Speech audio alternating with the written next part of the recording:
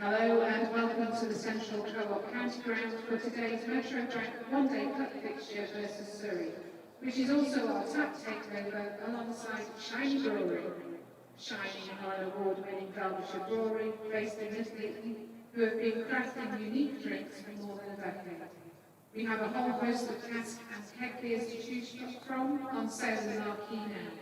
Plus, all club bars stock cans from the Shiny range.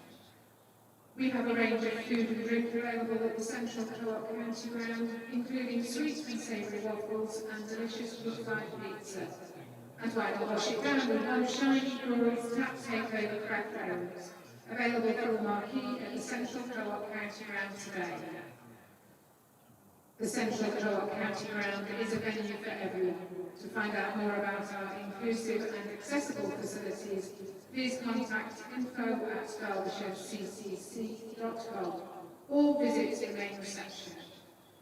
The toss has been won by Surrey, who will bat first, and the teams are as follows: Derbyshire Falcons, Caleb Jewell, Harry Kane, Matt Montgomery, Brooke Guest, captain and wicketkeeper, Martin Anderson, Amrit Basra, Anu Shah, Zach Chappell, Joe Hawkins, Nick Potts, Pat Brown. For Surrey, Rory Burns, Adam Thomas, Ollie Sykes, captain, Nick Garantula, Ralphie Albert, Josh Blake, wicketkeeper, Ollie Hunt, Ari Carvelis, Nathan Barnwell, James Taylor, Yusuf Majid.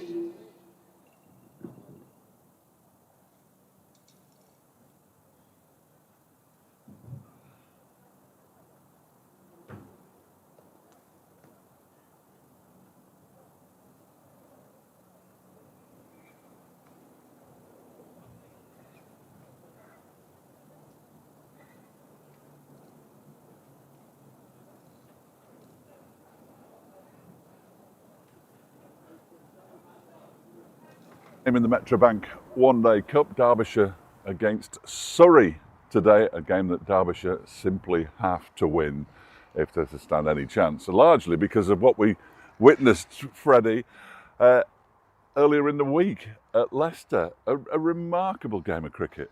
I think it's 50 over cricket at its best. People do love the format because it tests so many skills as a bowler and a batter, and Zach Chappell nearly getting Derbyshire over the line. I mean, the mark of the game was the fact that after he wasn't able to complete that run at the end, nobody celebrated. You could hear a pin drop. It was a really strange end to the game, but sort of a fitting end to a game where there were so many sort of errors and strange moments, but so many brilliant bits of cricket as well. And Zach was so unlucky not to get Derbyshire over the line. It tests a lot of skills, including the one how not to trip over your own bat, which unfortunately Zach wasn't able to complete. I'm not sure he'd have got in anyway. It was the penultimate ball that smashed straight back to the bowler and just hit him. That was the crucial moment, I thought, on Wednesday, wasn't it? Wednesday. That was when it was, Wednesday. So today, Surrey, and an interesting one this, because Surrey, I mean, they've been shorn of their top players either through the 100 or through injury.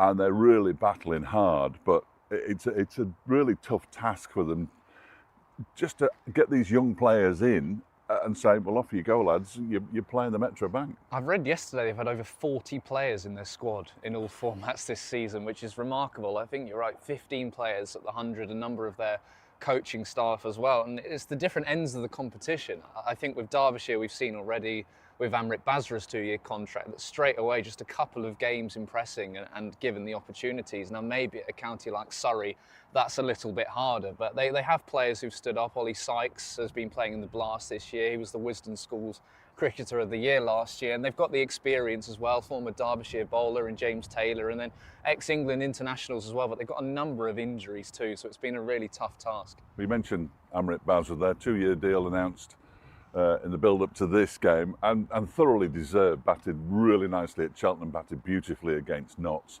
Missed out in midweek through illness, and I'm sure that everybody inside the ground today, assuming he plays, of course, we'll be looking forward to seeing him. Yeah, absolutely. And that is what this tournament's for, I think, at this stage. And hopefully we see maybe similar moves for the likes of Rory Hayden, who was really impressive again, a miss with the ball after he went off injured. So, you know, Derbyshire have had their injuries as well. And I guess there's a couple of selection questions today because Anuj Dal came in and did a really good job with the ball and then the bat as well. I think it was a real reminder of how good he is in a run chase. He was unlucky to get dismissed in the manner he did as well at the non-strikers end. So certainly there's some questions over selection, and Pat Brown coming back into the squad. I mean, he came back in last year, didn't he, released from the 100, and he took 5 for against Lancashire, and you could tell he was quite fired up. So maybe if he plays today, hopefully a similar display. We're just walking alongside the matchday pitch now. It's definitely a used pitch. It's got a green tinge. Means nothing to me. I've got absolutely no idea what that means, but people looking at it suspiciously. But these pitches generally play pretty flat. Yes, they have, and it's been runs on the board for Derbyshire. And when they played Notts here, those late runs from Ross Whiteley, Zach Chappell. I mean, Repton School, it was always a question, you know, when you haven't played there in however many years, it was a question of what is a good first innings score. You looked at those boundaries and you're thinking, you know, you should be almost looking at towards 400, but then actually there was a bit in the pitch, I think Caleb talked about in his interview. Coming back here, you always say win your home games. This is a big one today. It is. Surrey might have an inexperienced squad, but they've got some coach with them. Alex Stewart, I noticed, was there in the background, one of England's greats. Batting, keeping, one of the modern day batter keepers, probably the first, is just over my right shoulder. So good to see him here, and we wait to see how this one unfolds. Derbyshire really do need to win this one. Surrey will be desperate to stop them. Should be a good one.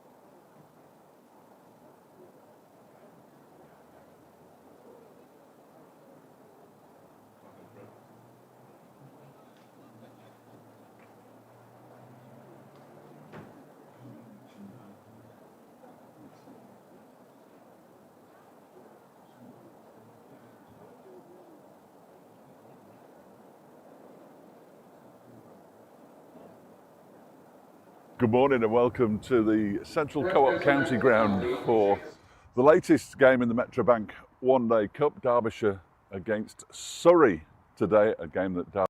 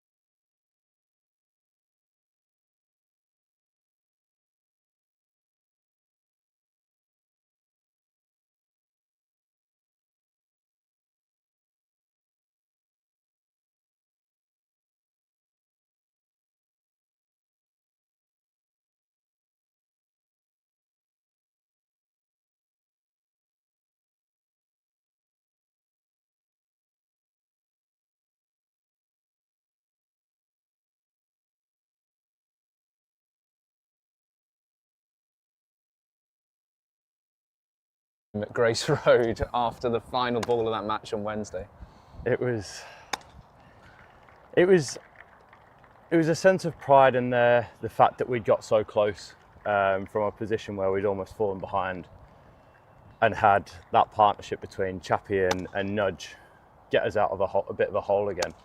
I think we were really proud, but obviously to then be 3 balls needing 1 run, it was that what could have been sort of moment. And like I say, these games are won on small moments, and unfortunately we couldn't quite get that last one right. But I think, like we've done in this whole competition, we've done a lot of things really well. There's just been a few little 1%ers here and there that have probably cost us in games to see lose a couple, but also tie that one. But I think after it, we were a little bit deflated to get that close to not quite do it. But like you say, we're trying to focus on a lot of the positives that we've done to take into this game. Must be a strange one when neither side celebrates after the final ball, but you must have been pleased, one, with the fight back with the ball, and then also batting that deep for Nudge to be playing his first 50-over game of the season. It was almost a repeat of Taunton last year. I mean, you forget how good a ball striker he is. Yeah, no, definitely. Obviously, everyone looks at him as this lad that hits the gaps and runs hard and that, but he's a very good ball striker as well when he gives himself a chance. And in that game, he certainly did. He got himself in and hit some unbelievable shots, and almost played a counter-attacking innings from that position where you're a little bit behind the game. He's kind of gone back at them and played really well. And like you say, we know from last year that he can play that sort of innings. That knock at Somerset last year was unbelievable as well. So we've always got that faith in him in white ball cricket to come in and do a really good job for us. And obviously, hopefully we won't need to do as much today, but obviously he's still in the team today to do that similar role. A young Surrey side today, probably not too many players you're overly familiar with. How does that look in terms of the analysis side when you're preparing? Because with all respect to Surrey, maybe there's a few younger players, a few debutantes today who you maybe don't know as much about. Yeah, it's always a bit tougher because we haven't seen as much of them. But I mean, the beauty in modern technology is there's a lot of footage on second team cricket, academy cricket and that, to see what these boys have done in the past and that. So it is a bit, like you say, thinking about what do they do, what can they do, because we haven't seen them or played against them that much. But thankfully, due to technology these days, we can see and get an idea of what these players we come up against can do. This must be a very motivated team today, and then you add to that Pat Brown coming in from the 100, where I don't think he's played. I mean, last year he did the same and took 5 for, I think I remember rightly. How fired up is he for this one? Yeah, no, Brown, he's a character that always wants to get in the battle, and he's someone that you really want on your team and not necessarily against you. So to bring him into this team today allows us that fiery character to come in and hopefully try and intimidate the opposition a little bit with his presence. Any changes today, and how's Rory Hayden? Yeah, so Raw's is still, his finger unfortunately obviously split open at the top the other day when he got one hit back at him. He's not far off, but he's not going to play today. So Brownie will come in for him. Ben Aitchison's going to have a game off this game. So Nick Potts is going to come in and replace him. We've got Amrit Basra's back healthy again. So he's going to come in for Ross Whiteley, and Joe Hawkins is going to come in for Jack Morley. And just finally, an Amrit, a 2-year deal. I mean, that shows the benefits of this competition, I suppose. How impressive have you been with him? Oh, unbelievably. I've played a few games in the twos with him earlier in this year, and he's just such a free-flowing player. And when he gets on, he can take down any bowler. So he's really impressed through this competition, but also earlier in the year when we played against him in the Saka game earlier in the year, and also when he's played for our twos, he's just got something about him that's a bit of an X factor about him in his ball striking, and that. So I'm really pleased for him to have signed 2 years, and he's a great addition to our squad. Go well today. Thank you. Cheers. Cheers. Brooke Guest lip syncing with Freddie Cowdy on the big screen just a few minutes ago. It's Dave Fletcher and Freddie Cowdy with you again. How are you, Fred? Very well. How are you, Good Fletch? one, yeah, terrific. Never better. Never better. Welcome along to the Central Co-op County Ground in Darn. No, I've started and James started as well. I shouldn't have done that. Surrey, Shan McGann and Rob White are our two umpires. They're leading the way. Derbyshire coming out next because Surrey have won the toss and decided to have a bat first here at the Central Co-op County Ground. Derbyshire have made 4 changes. Amrit Basra, Joe Hawkins, Nick Potts and Pat Brown, fresh from the 100, are into the side. Out go Whiteley, Morley, Chappell. No, not Chappell. Aitchison and Hayden. Zach Chappell's definitely still playing. They're the 4 who make way against what we can only really describe as a very inexperienced, generally,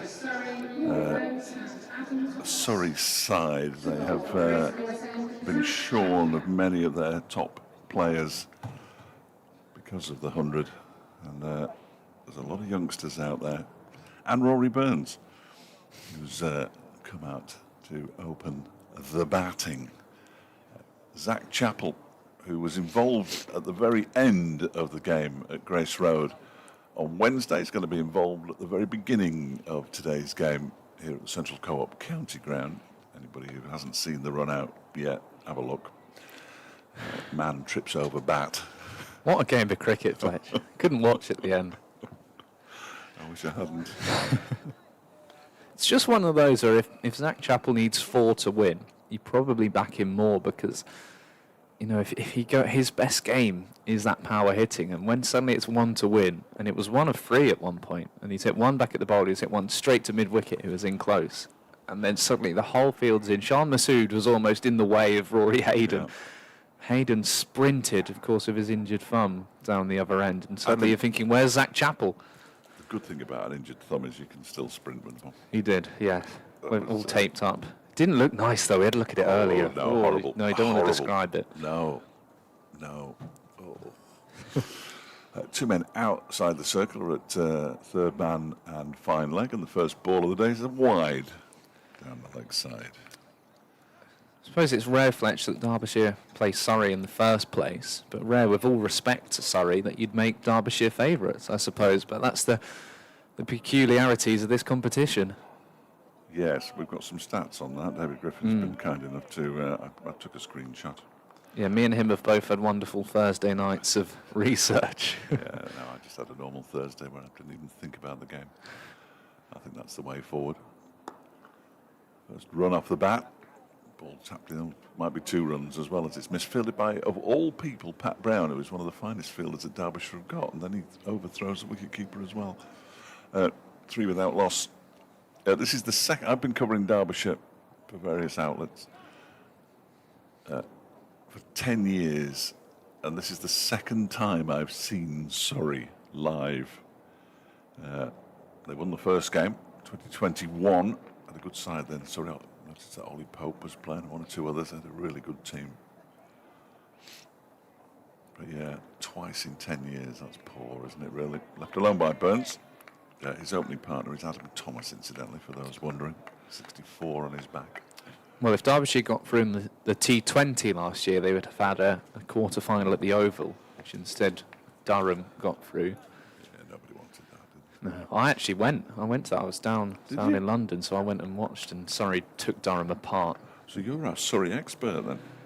Potentially. I mean, No, I think maybe that- live closer to Lords than the Oval, but the Oval's slightly easy to get to. It's one train. Nicely clipped for the first boundary, out to square leg by Burns. And, an inauspicious start for Zach Chappell. Well, anyone's seen enough of Rory Burns to know that anything there on his hip is going to be put away for 4. Don't bowl on his legs, come on. Zach Chappell in this competition this season, 5 wickets at 37. Economy rate 6.8. Played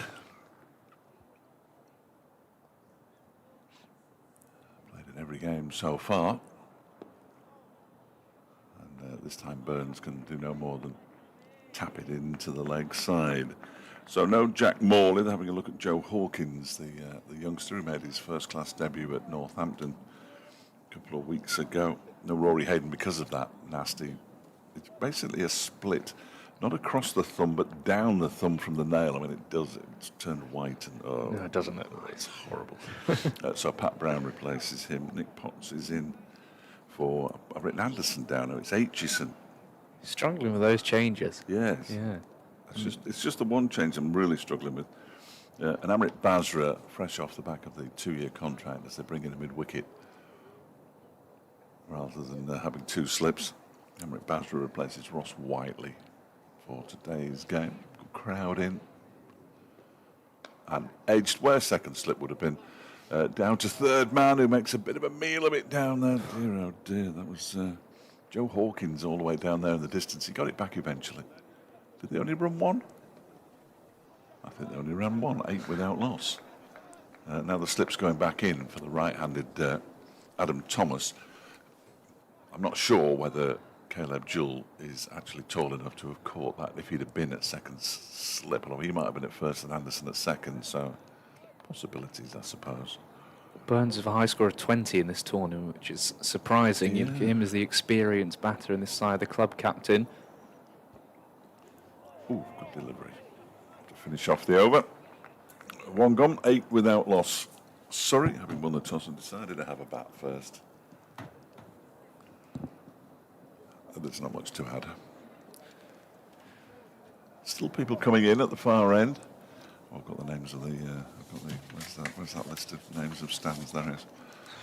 Heading towards the Seat Unique Falcons stand, as we clearly like to call it. That's what they'll be saying to each other as they wander over. Where are we sitting today? The Seat We're going to Unique sit in the Falcons. Seat Unique Falcons stand, I think, today. Oh, we normally sit in the permanent temporary. No. Never heard of it. A couple of Surrey flags at the back of that stand. Good to see. Despite following a much changed side, still supporting their club. Here's Nick Potts. Played in 1 game this season. That was at Cheltenham College. 3 for 72. Career best figures. 3 for 72 for Nick Potts down in Gloucestershire. Bowled a fine last over. A couple of searing Yorkers. Yes. Overall went for 9 and over. So wide outside the off stump. So both bowlers have begun with wides. Perhaps not what they would have spoken about in the huddle. I think it's maybe with Burns' technique, you can start overthinking things as a bowler. You saw when the right-handed Thomas came on strike, and that was the best ball of the over. Chappell sending one past the outside edge. It's a green pitch, used pitch. What does that mean, Fred? Well, it looks green, Yeah, and it's been used. It's been used. Yeah, I think you're right. That's a better delivery from Potts this time. Sort of insight you tune in for. Well, I've said it to you off air. I've said it to people on air before. People often ask me about the pitches. I've got a clue, really. It is green and it has been used, but they rarely play green here at the Central Co-op County Ground. No, I mean that Notts game was a good run-scoring surface. Mm. Well, here's Griff with some pitch information. We'll come back to that after this delivery. That means he's listening. Yes. That's a concern. He said this pitch is the one we played Gloucestershire on in April. It's not been used since. Oh, right. That was a Derbyshire win in the first first four-day game. First game of the season. Yeah, happy days. Got them off to a flying start. Still third in the county championship, second division, of course. Derbyshire, Surrey top of Div 1, of course, and going for their 4th successive title. But Derbyshire's still in the hunt. Big game here, the last championship game here in a few weeks' time against Glamorgan will be crucial. Potts is turned into the leg side by Burns. I think he's looking for 2 here, but he's not going to get them. That was nicely done by Harry Kane, putting the slide in. Surrey Shanmugam, who is at the racecourse end, swaps over for the right-handed and left-handed. So Rob White standing at the city end. It's not bring your dog to the cricket day, which is good news, as it was at Leicester. It was a couple of yappy sausage dogs. They were irritated, weren't they? And irritating. I think you got him for nothing if you brought a dog. No, I think you still had to pay. Did you still have to pay? Still had to pay. The dogs didn't. I should think not. That's full delivery from Potts on that occasion. Well, this is the tap takeover match, of course. Sold out a beer last year. It was against Middlesex. So if you are thinking of popping yourself into the tent to our right, the marquee. I think we might get some later, apparently. Some of the alcohol-free might have a sample. If they've got alcohol beer and they bring it in tins, I could take it home. That'd be absolutely ideal. Oh, edged down to third man. Is there a third man? There is. It's Amrit Basra. Nice bit of fielding by Basra. They do come back for 2. I mean, if he was indeed ill, not to dispute what we were told, Well, he put a good shift in, didn't he?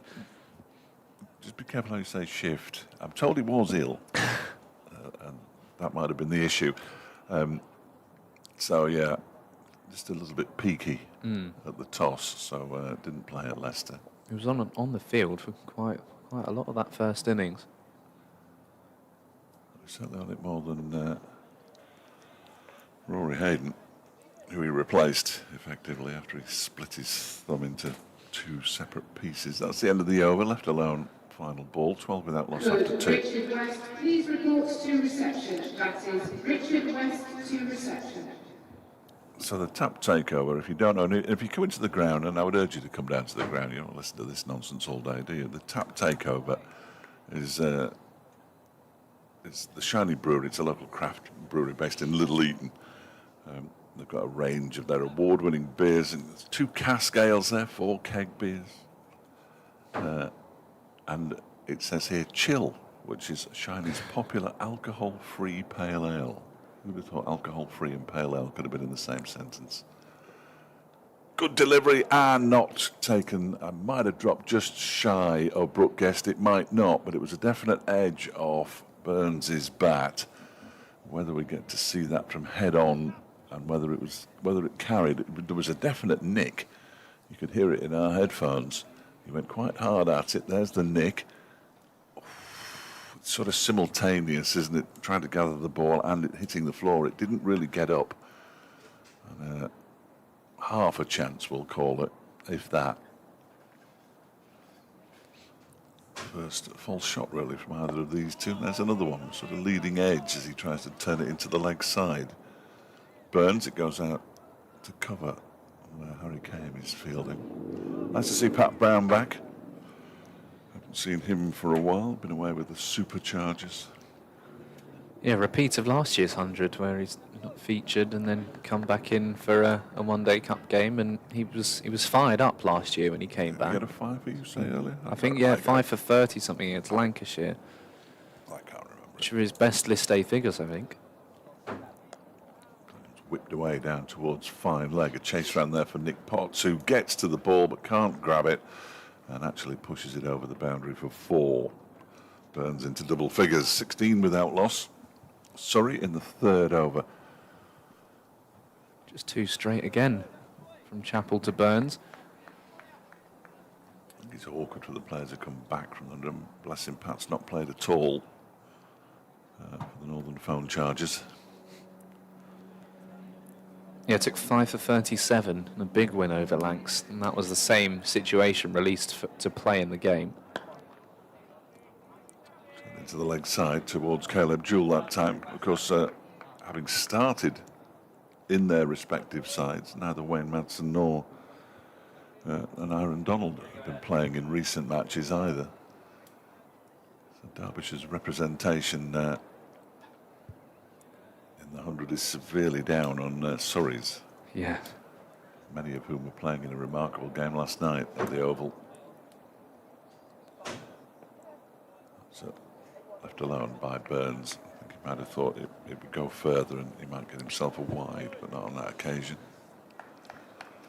There has been one tie between Surrey and Derbyshire as well in the List A cricket, so I must have missed that one. 27 wins for Surrey, 17 for Derbyshire, but as you say, it's a young Surrey side, 3 debutants, Ralphie Albert, Ollie Hunt, and then Ari Carvelas on loan from Sussex, former Derbyshire man in James Taylor. Left alone again. One of the more experienced players, and Ollie Sykes captaining the team. Ryan Patel and Ben Folkes are both out injured, so a chance for Sykes to skip a Surrey for the first time. I did see James Taylor make his debut in senior cricket against the West Indies here at the County Ground some years ago. He was a very, very young man. He's quite a young man now. That tie was in 1988 at the Oval. 40 over, I assume, Refuge Assurance League 40 over contest. That's guided by Thomas down towards third. Matt Basra again does the fielding, 17 without loss. I hadn't realised until Griff put this list out that I'd seen 4 ties. I knew I'd seen one other, that was in the T20 Nottinghamshire here. Sol Buddinger played in that one as well as the one on Wednesday. I completely forgot the Durham T20 tie, and I have no recollection of the tie at Yorkshire in the 50 over competition at all. And I was there, but I can't remember it. Short ball down the leg side. Has he got a feather through? No, it's a wide. The good thing about not having DRS is that the umpire can signal wide straight away and put everybody out of their misery. Of course, if we'd have had the video replay system, then he would have had to have waited for the countdown to disappear before he can signal wide, even though we all probably knew it was wide. And even those countdowns get disputed now, because what you see on the TV apparently is different to what's in the umpire's ear. So there were a couple in that England-India series where people thought Shubman Gill had taken a couple of seconds too long and sort of got away with it. Nice piece of fielding that by Brooke Guest. Whipped his glove off, threw the ball at the stumps, but Thomas threw for the single, 19 without loss. Umpire Surrey Shanmugam has just shaken hands with Anuj Dal. Pleasantries. They've just swapped sides because it's the right-handed Thomas back on strike, and as they were passing each other, they shook hands. Always good to get on the umpire's side. Yeah, bowling in a bit, Nudge. Yeah, Nudge will know exactly what he's doing. He needs to bowl from the racecourse end. He doesn't often bowl from the racecourse end, I don't think.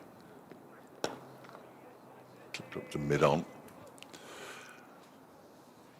But they'd never... If it was down to Matt and Henry, that's 2 separate people, not the New Zealand quick.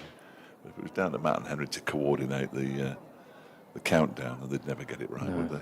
Still be waiting now. Yeah. Yes, if you're in the ground and you notice Fletch sounded like Brooke Guest, then hopefully you didn't notice it for a brief couple of seconds. Hooked away into the leg side, down towards Chappell. Another single to Thomas. He moves on to 4. 20 without loss. Still persisting with a couple of slips early on. Overcast, as you can probably tell from the pictures. Not the brightest day. Pleasantly warm. Now Freddie's got his coat on. I did come off on my walk here, and I got here just before 8:30, and just about 10 minutes away, the coat did come off. So yeah. Back on now, though. No, I had another coat on top of this. Look, 2 coats. Chilly this morning. Chilly last night. No. Got some funny looks at Prenton Park on Tuesday night. It's the only person in the press box with shorts on. Beautiful evening it was. Always is up there. Always is. You're absolutely right. Apart from when I went. Home of football. Stockport tomorrow. Yep. The ground closest to the River Mersey. Great quiz question, that. Just runs at the back of the ground. Guided into the offside. Terrific stop by Anuj Dal, leaping away to his left. Both hands to the ball, as you would expect from Derbyshire's best fielder. Beautifully done. Gets the congratulations of Martin Anderson and Pat Brown, who appreciates a good piece of fielding, Pat Brown. He is currently feeling on the square, Pat. It's when he gets a bit further out towards the boundary on the bumpy bits that he starts to get a little bit antsy. I'm not sure whether he fancies a very large dentist bill. Somebody will get the ball in the mush at some point from this outfield here at Derby. New one ordered. On its way in the back of a lorry. Yeah. Another single taken by Thomas. You could get, how much of an outfield could you get on the back of a lorry? Not much, I wouldn't have thought. Well, you had that pitch in New York, didn't you? For that, you know, it's amazing what they could do. And that wicket was from Adelaide or something they'd taken it over from. So incredible what they're able to do. It wasn't very good, was it? No, it was awful. Yeah. It's amazing what you can do, but can you do it efficiently? Oh, that one goes past the edge of Burns' bat. Nicely bowled by Zach Chappell. Rob White's shoelace has come undone. How an umpire's shoelace can come undone, I've no idea, because they barely move. But it has. Well, we were talking the other day, they have to do stuff like fitness tests, don't Yes, they? I'd heard that, And, yes. I know there's a bit of a push for that sort of thing, making sure they're keeping healthy. There's an article in the Cricketer a couple of issues ago about that. Strikes the pad, and he's gone.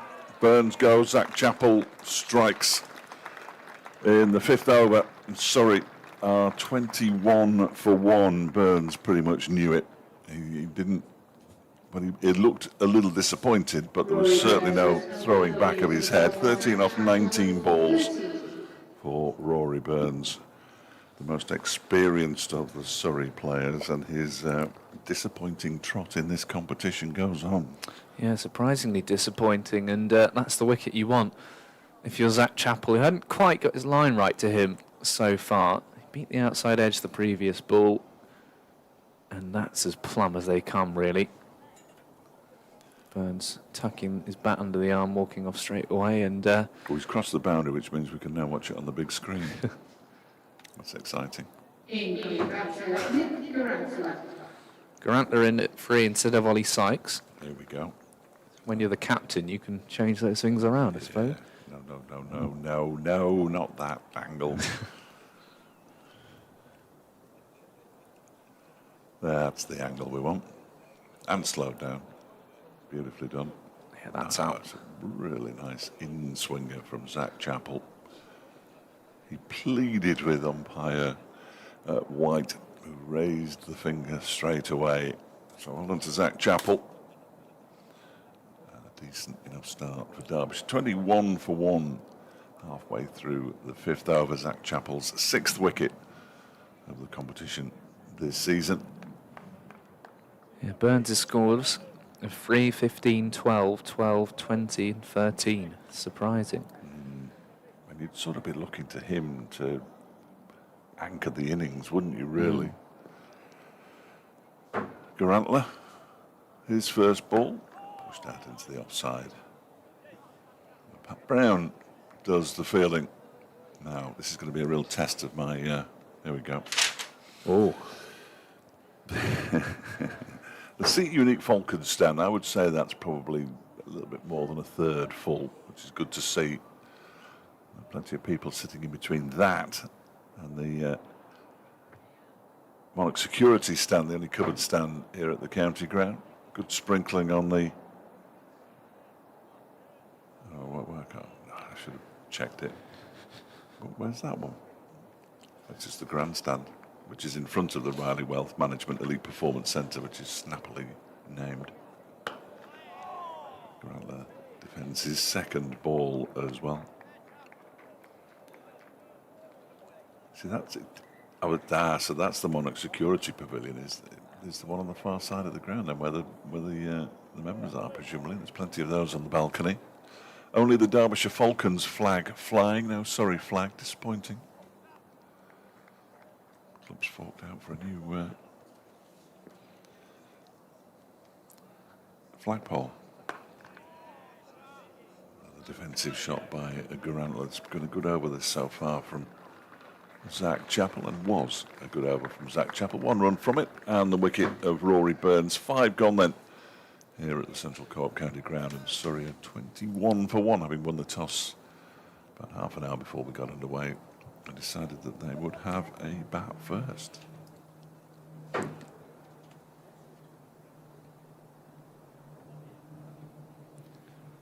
So as you say, 4 changes for Derbyshire. New bowling attack, really. Ben Aitchison, Whiteley, Morley, and Hayden. All sitting this one out. Potts continues left alone by Thomas. Umpire White, it was umpire Shamnagam who put his finger up. Shows you what I know. Just having a look to see where Nick Potts was following through there. He's all right at the moment, but just puts that a little bit of doubt in his mind.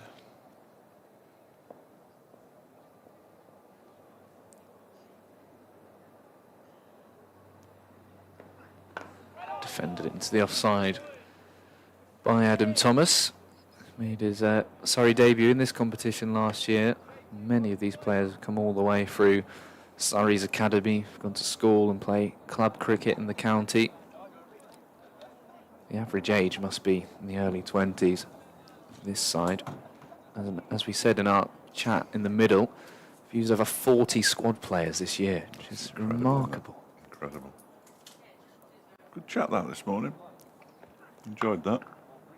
Cut away by Thomas for 4 runs. It slows up a little bit, but Amrit Basra knew there was no chance of him getting round there. I can't remember a thing we talked about, but I thought it was all right. Nice addition to the coverage, hopefully. The mini microphones, the mini camera on the big screen. You're in charge of interaction. Yeah. So if anybody doesn't like it, I'm sure they'll let us know. Someone will tweet me. One of 5 matches in the competition today, and 2 of them, the other 4 in this group. Gloucestershire put into bat at Trent Bridge against Nottinghamshire at 25 without loss. They're going great guns, aren't they? And Glamorgan, the holders, who are pretty much out of it now, were put into bat at Worcester and at 26 without loss as well. Oh, just feathered at it, did Thomas. Pulled the bat out of the way at the right time in the end.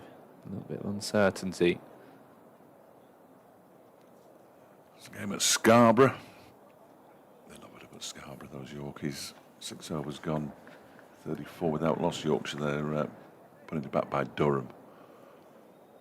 And at Aigburth, beautiful Aigburth, Lancashire, who decided to bat first at 24 for 1 against Warwickshire after 6. Shorter from Potts, cracked away again through the covers by Thomas. He says, thank you very much. Helps himself to 4 more. You mentioned that last over that he bowled Nick Potts down at Cheltenham College, which was, you were absolutely right, a terrific over. Full balls in the block hole. Banging it down, halfway down the pitch. Yeah, and that's where he was punished at Cheltenham, on those short square boundaries, because he gives you the pace to work with. He is quick, Nick Potts. Yes, he is. And if you throw your hands at it, the ball will just disappear. But yeah, I'd like to see a couple of those Yorkers, because Derbyshire's death bowling in white ball cricket has been a problem. I thought they did well against Leicestershire. Ben Cox, of course, is an excellent player, but they were able to remove the likes of Shah Massood. Down to Amrit Basra. And I watched back that dismissal. Anuj Dal actually bowled what looked like a leg break to Massood. It was a really skillful bit of bowling. It did him all ends up, and he was caught really well by Caleb Jewell. He ran his fingers down the ball, and it came out as a leg break from Nuj. Got to be good to get Shan out. What a drop catch, though, from him. Very surprising. It was a belter. Remarkable. A belter. Yes. He's not in the side for his fielding. 30 for 1. Rory Burns dismissed for 13. LBW Zach Chappell, who you feel after the ending to proceedings at Grace Road, he's going to be quite fired up for this. With battered. I mean, I was watching him warm up with the bat. He was hitting it hard. He looked furious. Yes, he was hitting it hard. He's a proper competitor. And a reminder of what he can do with the bat as well. And Anish Dal as well. I mean, a couple of those shots sort of up and over extra cover. Remarkable, those sixes he hits. And of course, he just gives you that energy running between the wickets. But it's not a side of his game you see in red ball cricket a lot with the bat. But the same in that chase at Taunton last year when he scored a century. He can really get going, Anish Dal. And Chappell again was fine support and nearly got Derbyshire over the line. You see it in red ball cricket. Cut away nicely for 4 more. Mainly against Worcestershire. Where he's got centuries and fifers on a couple of occasions in the same game. And as Dal couldn't get to that ball though at backward point, which was beautifully played by Thomas. Surrey will be watching this, they'll be analysing where the ball should be pitched, and halfway down the track isn't among the favourite places, I would have thought. It didn't start particularly well, almost for 30 overs. They weren't great with the ball at Grace Road, Derbyshire. Oh, that looks close. It's full from Chappell. Big appeals behind the stumps, but Chappell actually pulled out of his appeal a little earlier. Thudded into the pads. We'll have a look now. Expert opinion, Fred? Down leg side. It's a bit leg. Couldn't have been. We're slightly over to the right from our angle. It did look close. It looked close from here, yeah. It was because it was sort of shin high as well, wasn't it? That always suggests that he has got far to go. But not far to miss the leg stump. Full again. That might be straight. Inside edge. Well done, Fletch. I would suggest, I'm sure I heard something. I'll have a look at this. It's a shame we can't zoom in on things like this, but oh no. We can't zoom in on that. No. We do apologise for the loss of the replay. You can flick back on the live stream. I know it can be a pain, especially if you're watching on TV. I'm not doing that. I've managed a couple of times this season so far to get the 5 Sports Extra commentary linked up with the TV on YouTube. That takes a bit of doing. Well, we did that. A few of us watched on the stream team when Derbyshire played Notts away in the T20, and you managed to sync your commentary up perfectly on the radio, and then their live stream crashed, and we had to go through all of it again. It's worth that. It's worth the hassle. Yeah. No, it was, especially for a Derbyshire win. Worth the hassle. 34 for 1. Derbyshire's second One-Day Cup game here at Derby. There was one at Repton. Just the one win so far. A win, a tie, a washout, and 2 defeats. I've had a bit of everything. Again, Thomas just flirts at it outside off stump. And end of the over, 34 for 1. Well, the only thing that they haven't had, which they could have, is a complete washout. Oh no, we had that at Neath. Yes. So what was the thing that they couldn't? What was we talking about before? Then they've had everything. Then a washout, a tie, a win, and 2 defeats. That's it. All results possible. Yeah. No one predicted a tie when we were eating our lunch at Grace Road. No. But I was the more optimistic for a Derbyshire win at the interval. Yeah, where did that get you?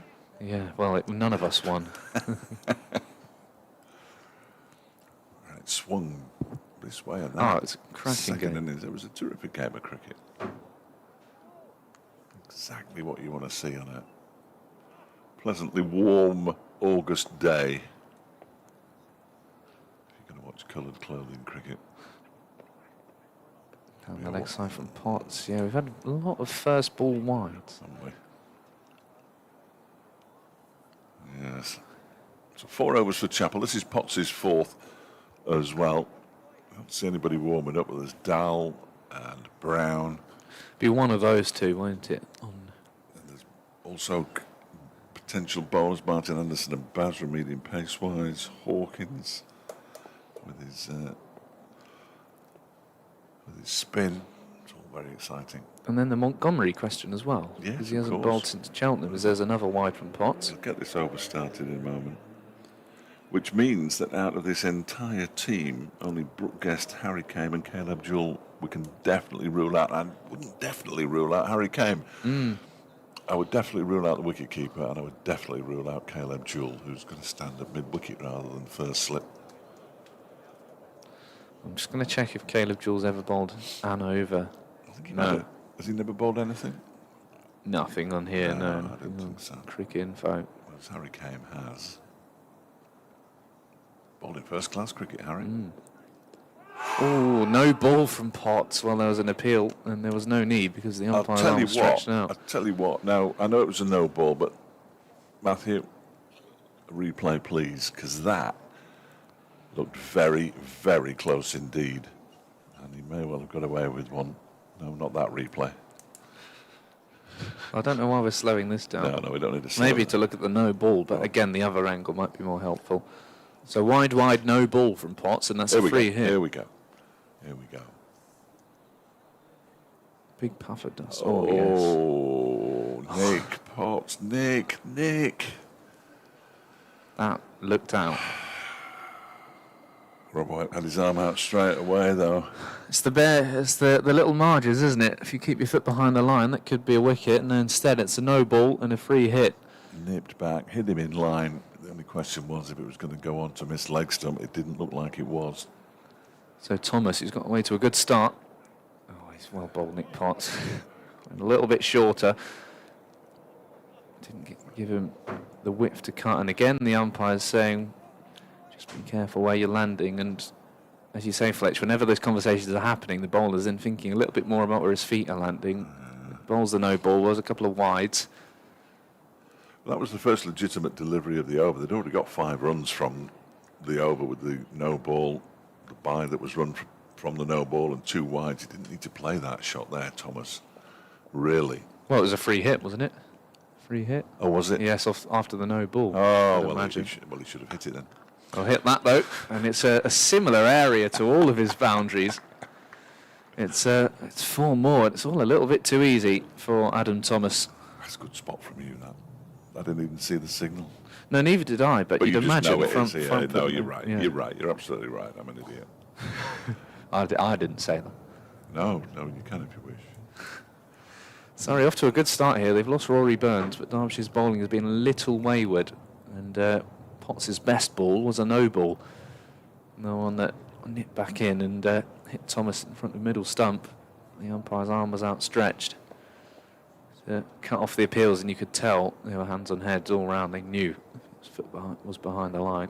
Oh, that's a better delivery. Again, there is the pace through the air from Nick Potts. Throws his body at it.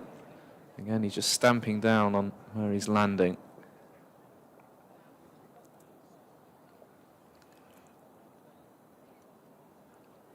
Free hit. Of course it was a free hit. Potts and Ben Aitchison penning new deals. 1 year for Nick Potts, 2 for Ben Aitchison. He's rested today. And Amrit Basra, 2-year contract, Fletch. It was only a matter of time.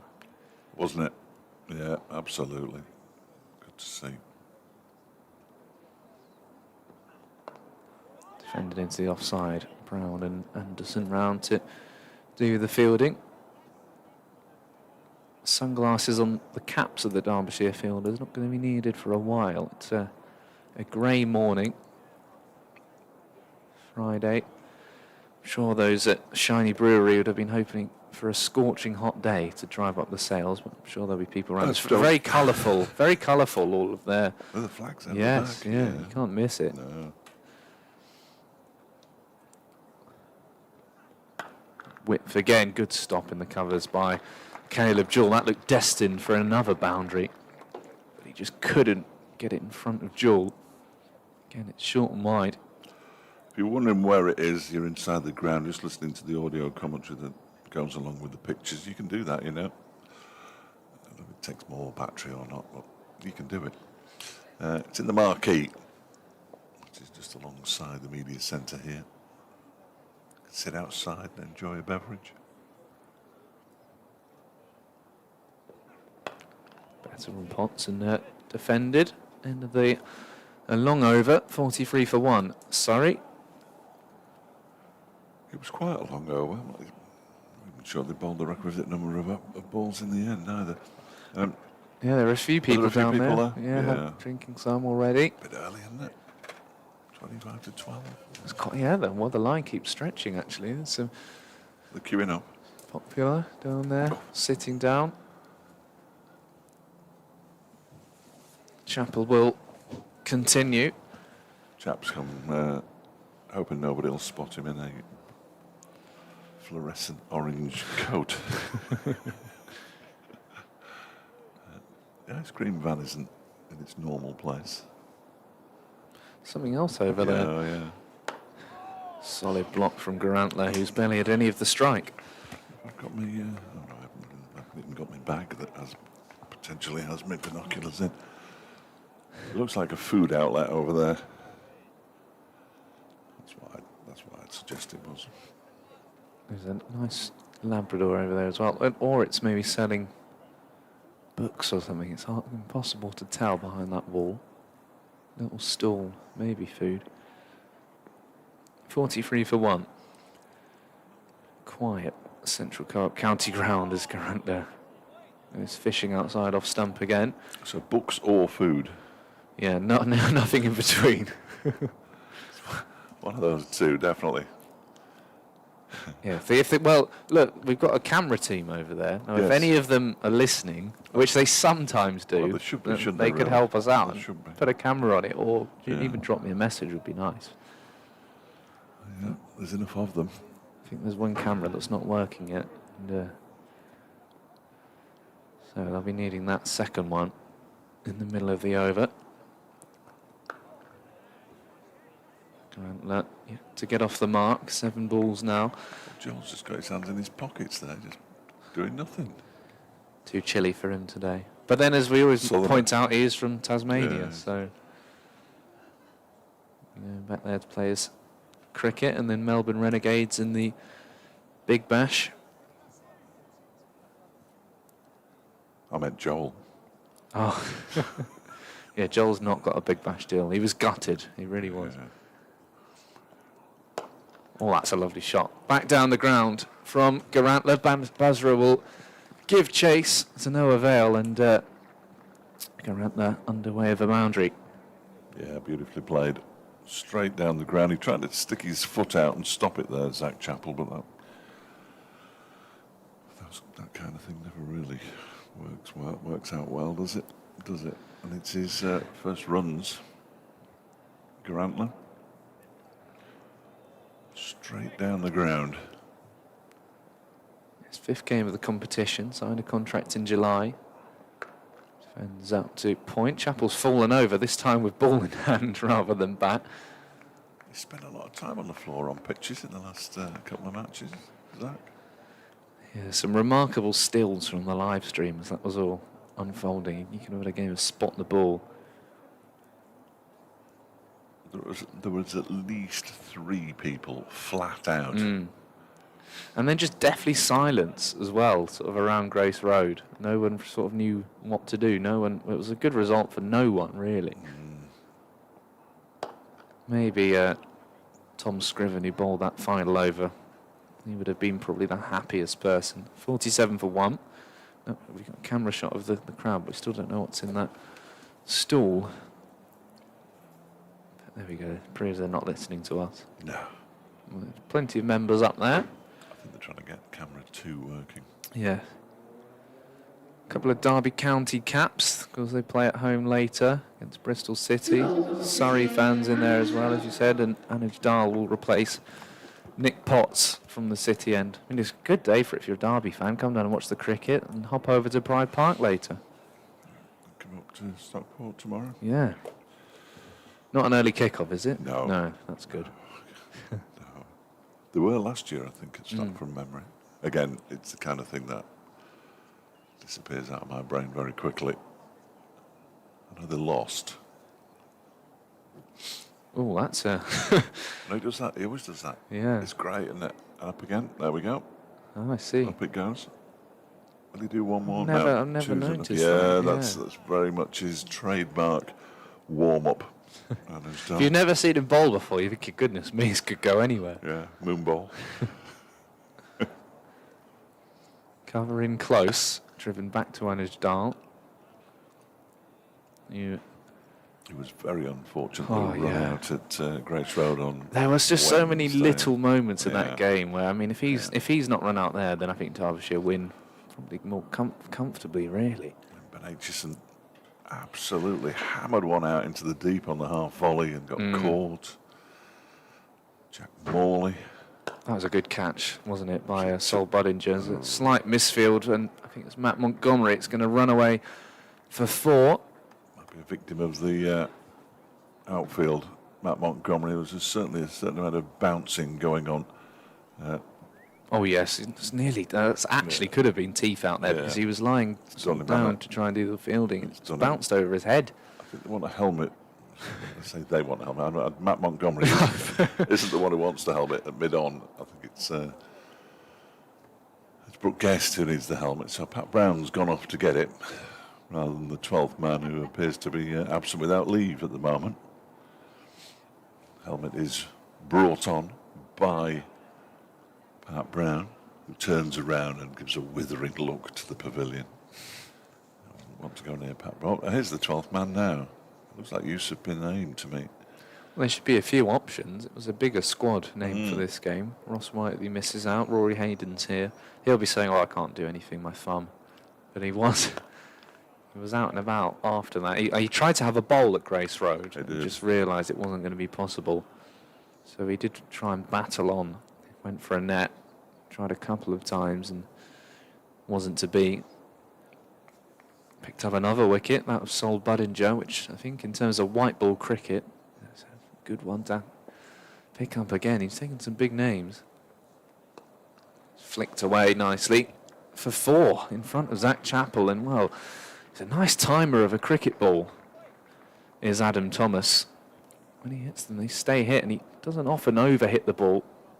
Comes off the mat nicely, and again, just a little too easy for the 19-year-old. Second boundary in the over. More spectators arrive. One with the cool box. What's in there? Some pork pies, a couple of sandwiches, light refreshment. You've got to come well stocked for a 50-over game. It'll be a long day. Defended this time by Adam Thomas. Well, you sit in the crowd, you watch 100 overs, and the result is pretty much what it was at the start of the game. Judging by what happened on Wednesday. It was raining when we arrived. I think, well, they might as well have abandoned it then. Could have all gone home. We would have missed a very exciting game of cricket, though. So this leaves that one alone to end the over. 55 for 1 after the power play. Surrey. It's going slightly better than Lancashire, who are 55 for 1 after 12 overs at Aigburth. You must go to Aigburth at some point. It has got the most fantastic Gothic pavilion. That dog doesn't look massively interested, does he, really? No, he's not sitting on his bed yet. Lovely dog, though. Yellow lab. I think the second camera is up and working, but they're still not listening to us. No. Chappell will continue then.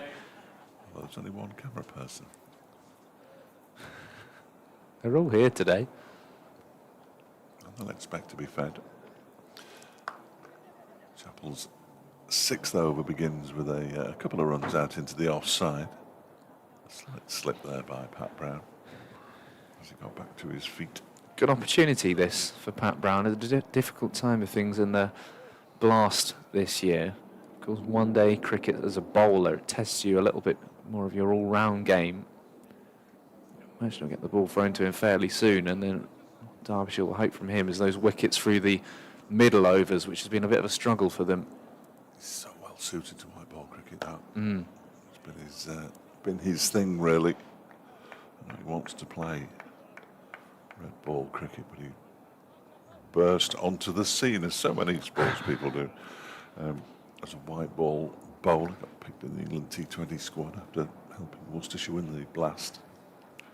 He was all about the change-ups, the variations, those slower balls. Back of the hand. Yeah. No, he's got everything. Currently, he's got a water bottle and having a drink as Chappell comes in again. Ooh, now then. Yes. Again, it looked pretty good from here. We're not right behind the bowler's arm. And Garantler goes for 6. Zach Chappell picks up his 2nd wicket. Well done to him. And Surrey a 57 for 2. But again, as I say, we're not directly behind, but it was another one of those. It certainly wasn't a problem for height. That looked out. Yeah. Another one, I think, that's moved back in a little bit. And Garantler never really got to grips with Zach Chappell. It's just gone on naturally, really. And I think you could see, even on that angle, gritted teeth from Garantler looking back at the umpire. And another LBW from Chappell. Easy enough decision again, I think. Absolutely, no question. 13 deliveries. Garantler and 57 for 2 in the 11th over. So the first over outside the power play. We're going to see the meaningless angle. It's back leg. Tell you what, it might have been high, you know. There we go. Slow it down, Matt. Slow it down. There we go. Oh no, I don't think that's high actually. No, but it was back leg. Chappell wanted it. Chappell got it. The 11th over. Ollie Sykes comes to the crease. Surrey's highest score in this competition this year, 97 against Gloucestershire. Captaining them today. A lot of these players met in a second 11 game last month, actually, and Sykes was dismissed for a golden duck in that one by Nick Potts, and then he smashed 58 of 27 in the second innings. Yeah. And yeah, Wisden School's Cricketer of the Year for Tunbridge School last year, and they've played quite a few blast games. Batted quite low down the order, batted at sort of 6 and 7 in the blast. 8 games, 87 runs. Another left-hander. Yeah.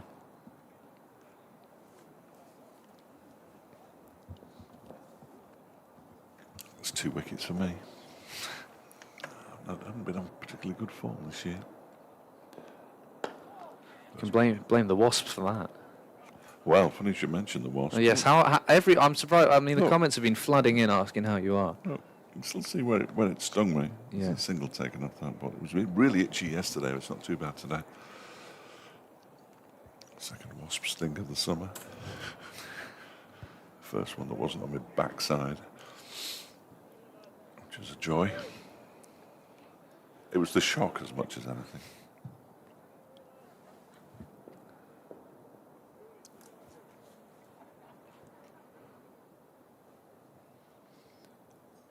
A little change to the field. Get the second slip back.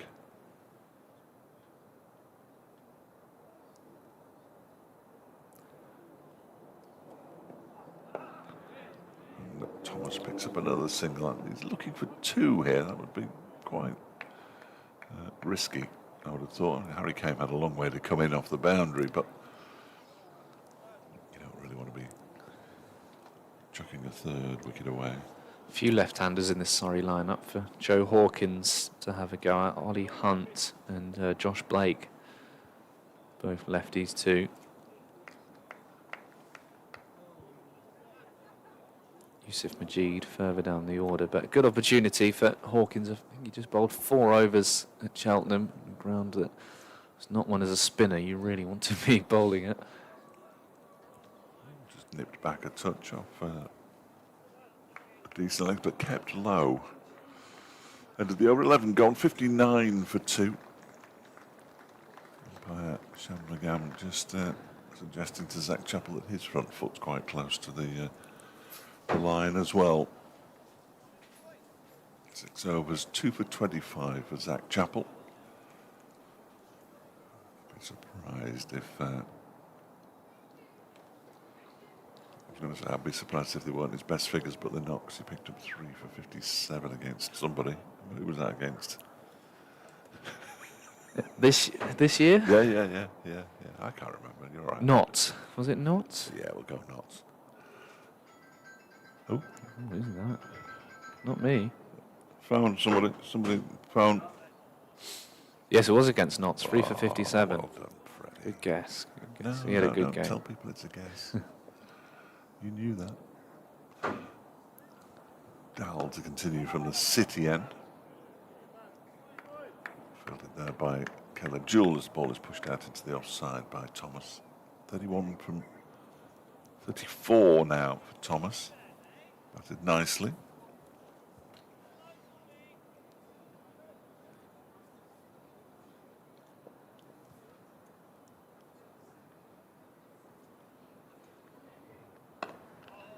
Again, pushed into the offside by Caleb Jewell, who does something bizarre. Sort of chucks the ball with his left hand, which is his strong hand, towards the non-striker's end in a bid to run out Sykes, who was very much in his ground anyway, missed the stumps, but it was a fancy bit of work by Caleb Jewell, who turned around to Harry Kame and said it missed by a millimetre. Slightly slower delivery from Ajdan on this occasion. They have a speed gun on the Surrey stream. Very impressive. Every ground in the country should have a speed gun. It can't cost that much, for goodness sake, because I know there's no money in cricket. But get a speed gun out. The crowd would love it if it flashed up on the board. Some of the players might not like it when they're not bowling express pace. Nicely stopped by Potts then. Backward point. I think, though, if there's a couple of quicks and they're sort of vying with each other, Mark Wood talks about it when him and Jofra Archer are bowling together, now it sort of fires you up. I know sort of when the ECB, those scouts are going and looking for bowlers, they are able to sort of install those speed guns when they want to have a good idea of what sort of pace they're bowling. You're never quite sure how accurate they are, but as I said to that police officer the other week, I didn't. Sorry, it reached 60 for 2 in the 12th. One ball left in the over. So Chappell, will he continue? Will he receive Pat Brown? Chappell's bowled 6 overs already. Do they want to keep any back? Possibly, possibly not. Toe end of the bat there, as you can tell from the way that Sykes is wringing out his hand. That one's gone up his bat, through the handle, into his hands and right up his left arm. Horrible when that happens. End of the over, 60 for 2. Zach Chappell is going to continue. He's going to have a word with his skipper, Brooke Guest, first of all. Some likely lads there at the Monarch security stand, right-hand end. A couple of familiar figures. Paul, who we were with on Wednesday. Oh, they're gone now. He's got one of those bottles of water that he had with him on Wednesday because he'd frozen 3 bottles. Oh, very clever. Yeah, but it wasn't warm enough for any of them to melt, so he was pretty dehydrated by the end of the game, I think. Because he didn't have the tap takeover there either. Hey, see the man just slid that in. Wonderful. You'll be on some advert soon. Holding a bottle of shampoo. That does seem unlikely. You and Zach Chappell. Yeah. We could do that. I could see Zach doing skincare. I think he definitely looks after that. Yeah.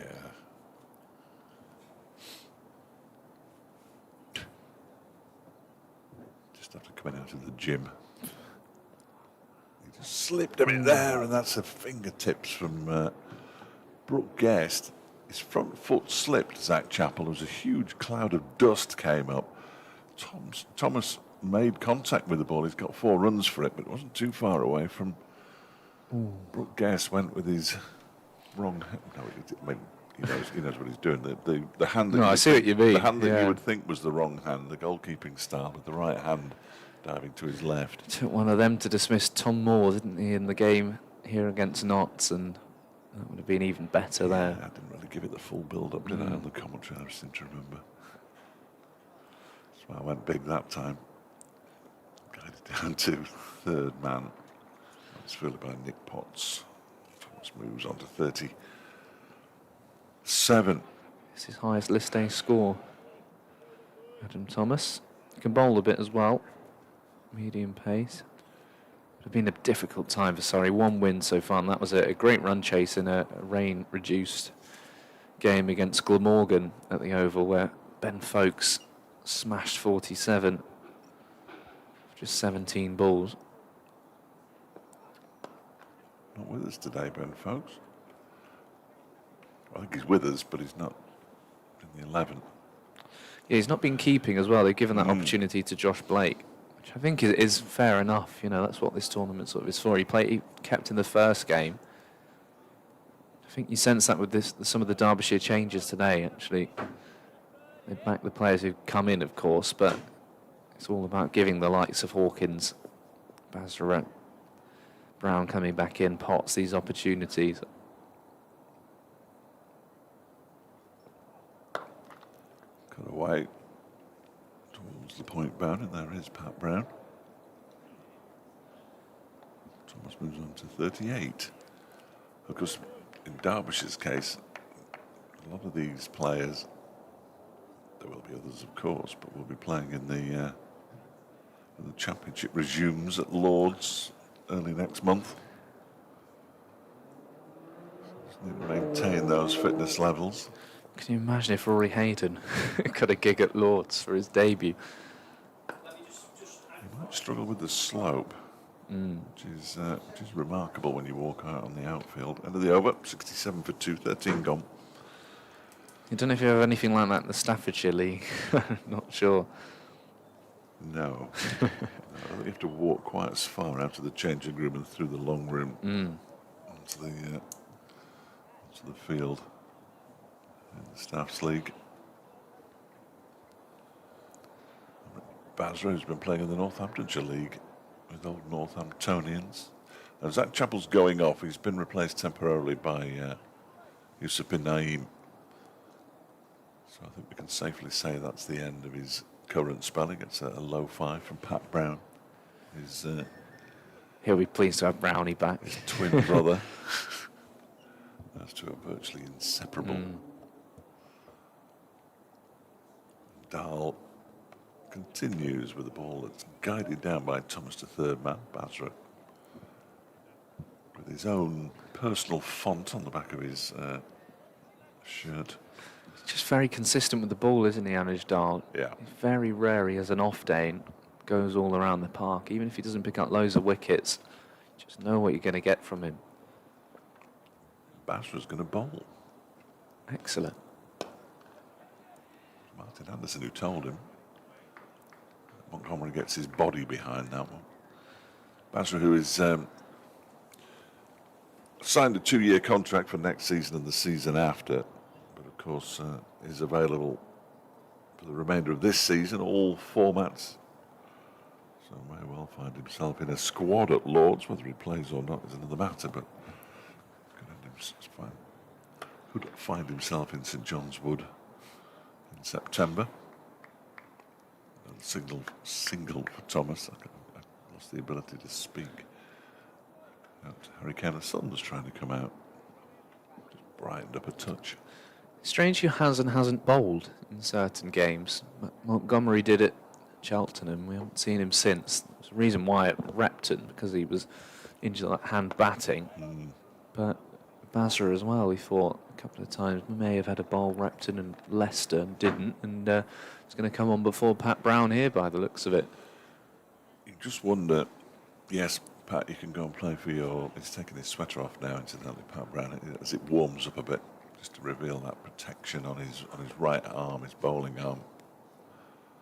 The compression sleeve. That's wide down the leg side. Chappell, Potts and Dahl used. Anderson, Basra and Brown still to come. Then Montgomery and Hawkins. I mean, he's got a lot of options, Brooke Guest. Pat Brown is starting to warm up now. Perhaps he thinks he's coming on. It could be a fight. There's only one way to decide it. dot ball for Dal. 7th versus 8th in Group A. See, that sounds Still in all with right. a That sounds chance, all aren't right, they, doesn't it? Derbyshire? But when you find out there are only 9 teams. Yeah, just about. They missed out last year, having won 5 matches on net run rate. And if they win their remaining 3 matches, they will have the equivalent of 5 wins. They'll have 4 wins and a tie and a washout. Perhaps the washout will help them. And the tie, who knows? Can't have another tie. No, they can't afford another tie. They can't afford to drop any more points. And having said that, Amrit Basra was coming on. It's Pat Brown. 71 for 2, 14 overs gone. It was Martin Anderson who told Amrit Basra to warm up. I wonder if he was having him on.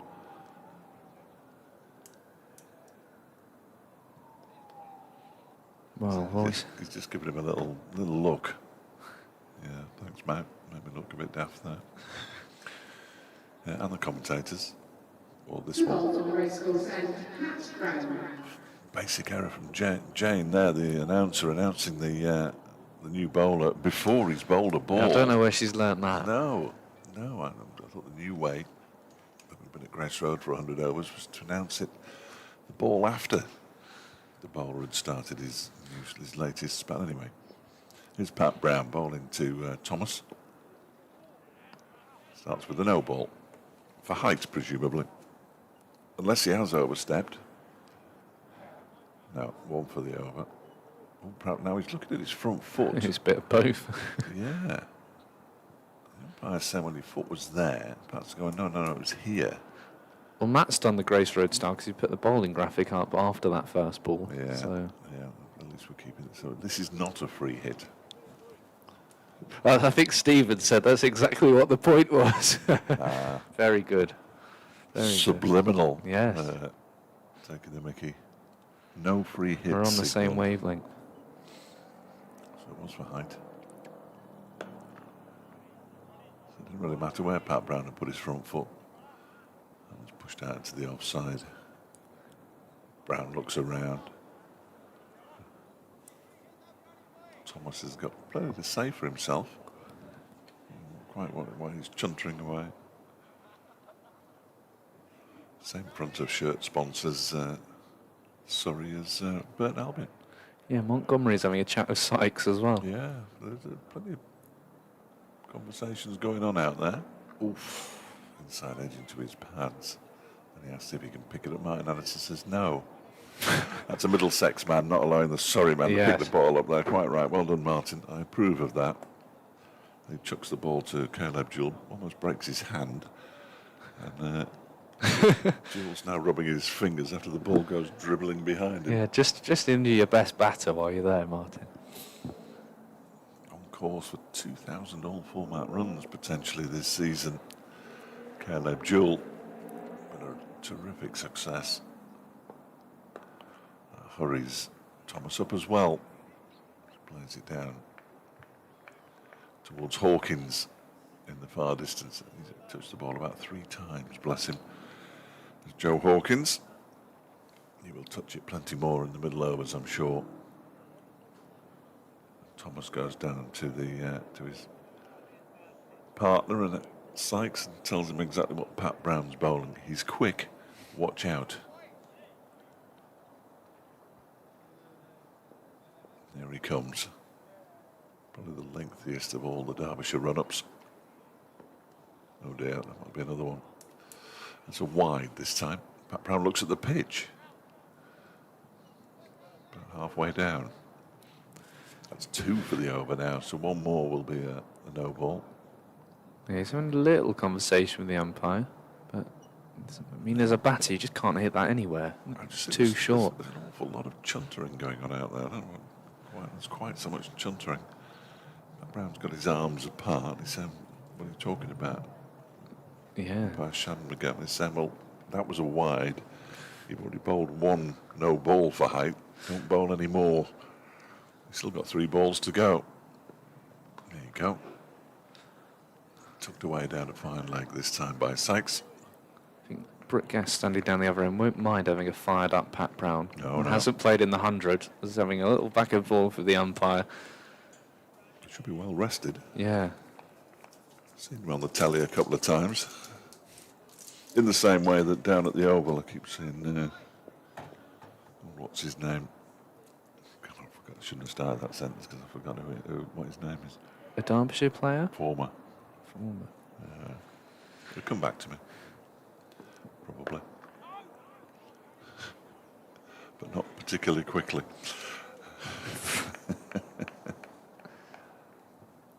Oh, that's exciting. I've just been added to a WhatsApp group. Yes. Get that.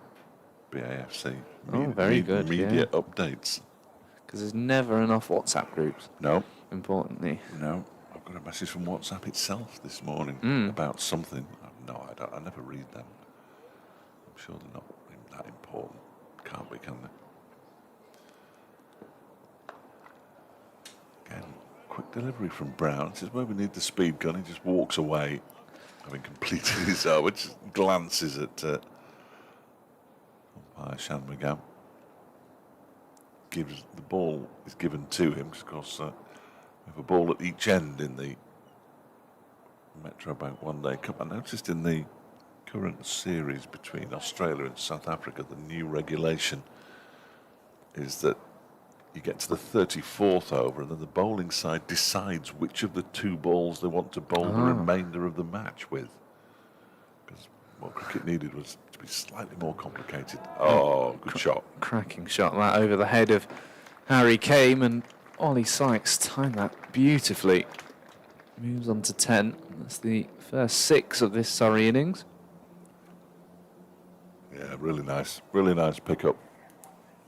Minimal follow through, but always had the distance to get over the head of Harry Kane out there on the boundary. There's not loads of pace to work with Anij Dahl as well, so you have to time it sweetly.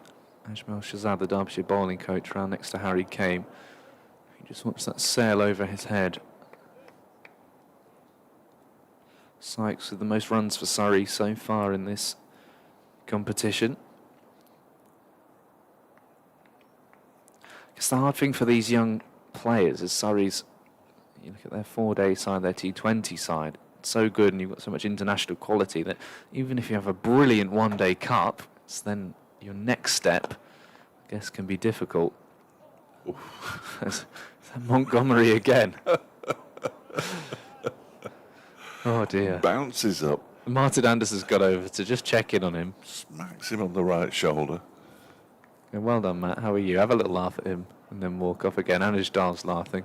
It's a challenging outfield. Everybody knows that. As I say, that there is a new outfielder going to be sorted out over the winter, I'm told.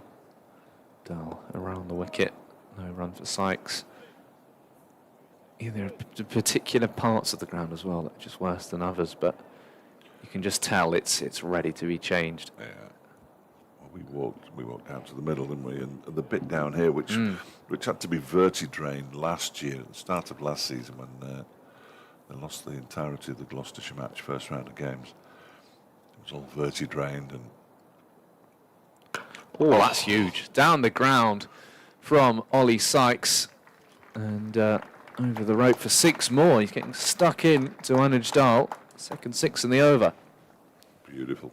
Classic cricket shot. Straight back down the ground over Anij Dahl's head. A long way over Anij Dahl's head. And into the concrete. Yeah, looks a good player, does Ollie Sykes. And when we talk about them, maybe you get 1 or 2 really push on from this side. Sykes already has. Cut away in front of Pat Brown, and again it just races to the boundary. 4 more to Ollie Sykes, and a successful over for Surrey, 92 for 2. So thinking to do here has Brooke Guest. Anij Dahl's bowled 4 overs for 29 now. Nick Potts bowled 4 overs for 25. Chappell 7 overs 2 for 32 at the top, so you're not going to bring him back anytime soon, you wouldn't have thought. Pat Brown 5 runs off his first over, and Joe Hawkins has been given the nod. Down at the far end of the ground, he starts windmilling his arms around in front of the boundary bar down there in the distance. Another signing for Leicestershire, Ben Green. Signs on a permanent deal. Back on loan for the end of the season as well in the county championship. Oh, I thought he was coming anyway, but okay. Yeah. They have an entirely new team. It'll be a wide. Another first ball the over wide. Yes. So they've got Johnny Tapp from Yorkshire, Josh Davey from Somerset, Stephen Eskenazi from Middlesex. They're getting ready for that Division 1 campaign, aren't Well, they? they only need 20 points, don't they, from the last 3 matches, and they'll do well not to get 20 points from the last 3 matches to make sure that Derbyshire can no longer catch them at the top of the table. That's if Derbyshire pick up maximum points. Oh, there's a little bit of an edge there from Thomas. Good delivery from Pat Brown.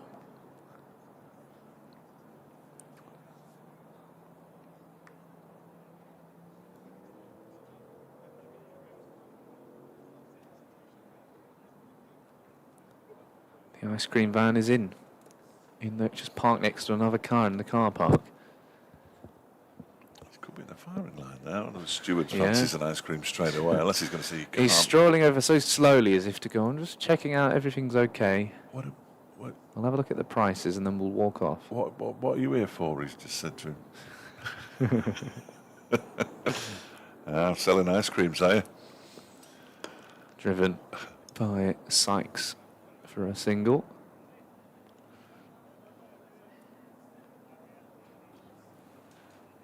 Yeah, the beer's still selling well by the looks of it, down to my right. From the tap takeover? From the tap takeover. It's the shiny brewery.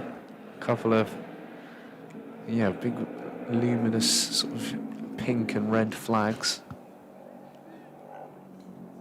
Yeah, a few people I think have said that's going to be my spot for the day, and I'm going to get stuck into some of these cask ales, keg beers, or the alcohol-free pale ales. There's another wide. Who's getting stuck? I mean, as much as it's a really good idea, who's getting stuck into alcohol-free? Maybe they're playing drink for every extra, and getting through them. It could get rowdy. It could get rowdy. It's the 14 extras so far. A little bit ill-disciplined. Yeah, it's been wayward. Surrey won the toss, selected to bat, 96 for 2. Wickets to fall, Rory Burns and Nick Garantler. Both LBW to Zach Chappell. So Anish Dahl tries to go another spectacular bit of fielding. And again, no chance for the man. This time Nick Potts on the boundary. Thomas moves along to 46, closing in his first list day half century. 12 fours and 2 sixes now in this Surrey innings so far. I was just looking up at the wides. 2 from Brown, 1 from Dahl, 1 from Chappell, 4 wides, Nick Potts. There's also bowled a no ball, as has Pat Brown. Cut away, half stopped by Anuj Dahl. A bit of an awkward height as well. Done well there. Would have been a good height for a goalkeeper, but not necessarily for a point fielder when it bounces off the Central Co-op County Ground turf. I can't see Griff at the moment, which is unusual. He quite often sits on the... I'll take photos. Good rates. Yes. Derbyshire's photographer, statistician, heritage officer. Shovelled around the corner by Sykes for a single out to Amrit Basra. It's that Hayden out there next to him, the 12th man. Yeah.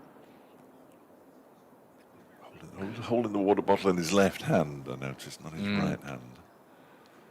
He's even got a bandage on it, but they always say, give it some air, don't they? Well, Yes, yeah. don't put a plaster on it, just give it some air. Sleep with the bandage off. Yeah. Oh, it's so deep. No. My stomach's gone again. Didn't really want to see it this morning, but we were showed. Good delivery from Brown.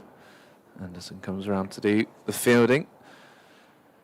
103 for 2 after 17. Off the over. If alcohol's not your thing, and for some people it isn't, Tuesday. It's the community day, so free for kids. Just a tenner for adults. Get yourselves down on Tuesday. Last 50 over game here, certainly. Of the summer. Might not be Derbyshire's last, you never know. It's a Falcons experience, family friendly, award winning. Yeah. Family friendly. Freddie the Falcon, who has not, I don't think he's been here in the 50 over, must be away at the 100. Yes. But I'd imagine that he's back. Doing there? Balloon modelers, circus skills. Now that, I want to say, I want to have a go. We ought to do that as the pre-days play. Oh yeah, tightrope walking. Yeah, I think so. A bit of juggling and fire eating. And plenty for the kids to do. So, community day on Tuesday. I will remind you later on. Here's Joe Hawkins. Yes. He's the young off-spinner made his Derbyshire debut away to Northants in a county championship game. Picked up a couple of wickets. And replacing Jack Morley. And then he comes on to bowl. Oh man, they need to get out. Adam Thomas. Flat delivery really from Hawkins to start. Just a single. Brown sliding around to do the fielding. He played at Cheltenham, didn't he? Yes. Hawkins. Just the 4 overs in that one. Rolled well actually. Went for I think 24 off the top of my head. Which was a good return on that day. Cricketing royalty down below. Sir Alex Stewart. Yeah, back in sort of with the coaching staff for this one. Gareth Batty away at the 100. Assistant coach of the Oval Invincibles. That's away past Montgomery. He's now got a dirty shirt. He's been all over the place in the field. And he's been done by a wicket end there. Yeah. And that will take some washing later.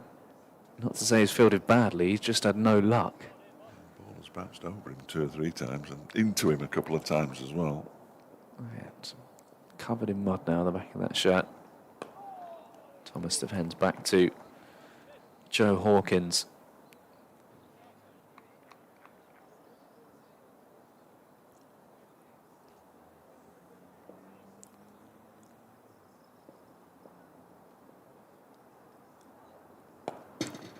Nice.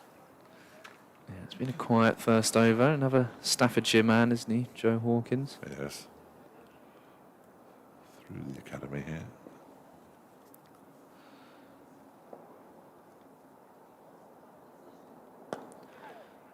Oh, good stop. Good stop from Amrit Basra.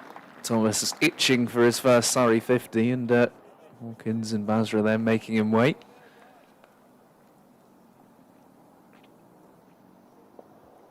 Left hand coming down, getting on top of the ball. That will be 50. His first in Surrey colours for the 19-year-old Adam Thomas, who has impressed everyone at the Central Co-op County Ground. 50 off 58 deliveries.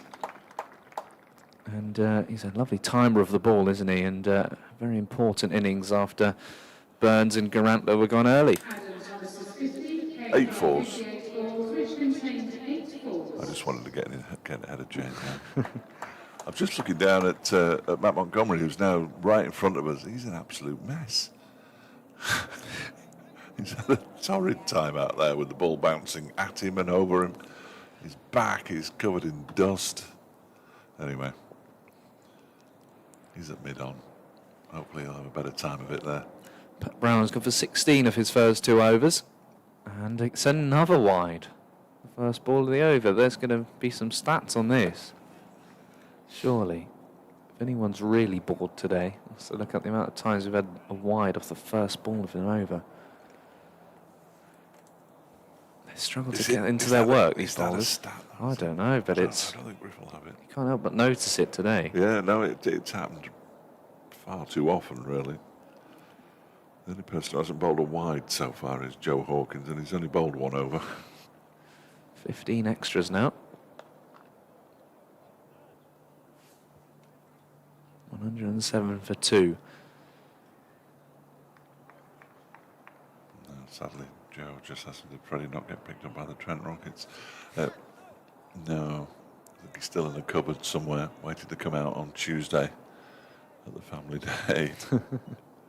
He's been well looked after, but not with us. If he's not with us on... He must be in some zoos and wildlife parks this time of the summer. Landing on someone's arm. He's just allowed to fly free, isn't he? I think. It is good fun when there's sort of, you get those T20 games and he goes around in front of the dugouts and tries and waves at the away team, who all have to sit there with serious faces on. Don't wave at the Falcon. Never engage. Gets going. Luke, our cameraman, did it last year from one of the 50 over games. I thought it was a real Falcon. Yeah, but they couldn't make it, so they had to mix and match.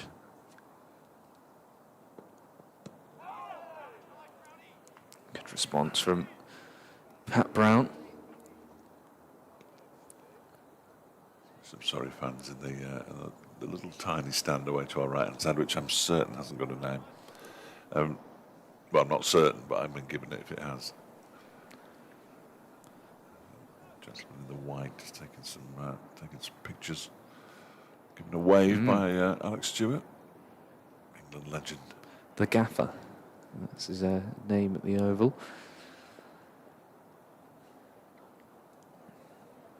Last, well, it wasn't even a shout from Brown, clearly going down the leg side. Thomas has looked pretty comfortable, as has Sykes, who unleashed against Anuj Dal in his last over. He was 6, 6 and 4. Yeah, it's pretty much hit him out of the attack, didn't he? 4 overs for 29, Dal.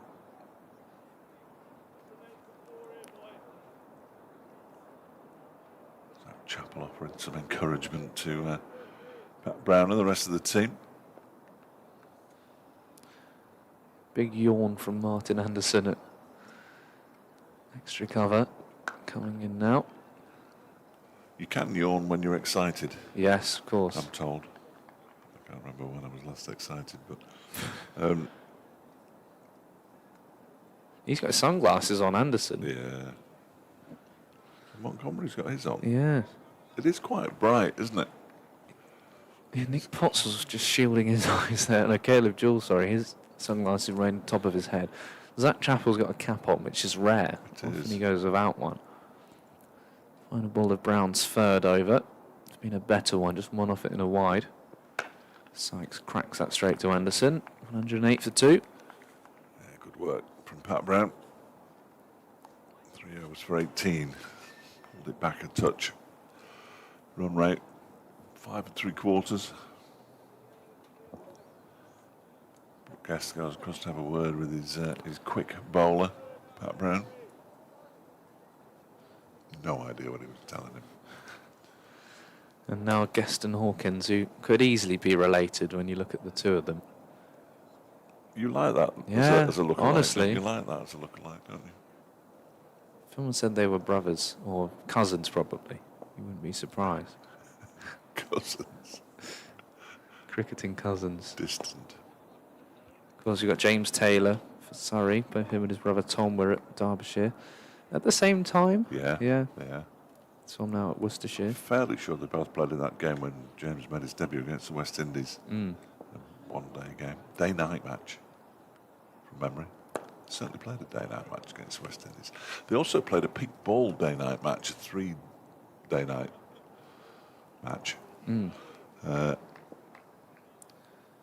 I just feel bitterly, bitterly cold, but it was before the West Indies played a day-night game at Edgbaston. Driven by Thomas. Yes, first wicket, James Taylor for Derbyshire, was Craig Brathwaite. Yeah. See if we can get a scorecard up. We can. Here we go. It was a drawn match. Was it a 50-over game, or was that the day-night game? That could have been the day-night game. Yeah. West Indies 427 and 3 declared, 327 and 6 declared. Derbyshire 181 all out, 51 for no loss. Yeah, good draw. That's a lovely shot again from Sykes. And moving along nicely now. Surrey 113 for 2. Yeah, Brathwaite was LBW Milnes in the first innings. Tom Milnes. Kieran Powell made 92. Kyle Hope 105. Shea Hope 107 not out. Roston Chase 110 not out. I might have given up by that point. Defended off the back foot by Sykes. Sounds like the Derbyshire bowlers did. Yeah, Ben Slater, Tom Wood played. Tom and James Taylor. Wickets were shared around. Jason Holder took 3 for Shannon Gabriel, Kemar Roach. Good West Indies side, that. Well, they needed the day-night practice with the pink ball. That was when Shea Huck, did he make a double ton in that series? I think he did. Kieran Powell then made 100 second innings. Roston Chase made 60. Yeah, Tom and James Taylor picked up a wicket each. And then Ben Slater and Charlie McDonnell were not out. Charlie McDonnell. It was a 3-day game, yeah. 3-day night. Oof. Oh, it was cold. I'm not even sure I came to the third one. Yeah, then England won the Test Series 2-1 and the ODI Series 4-0.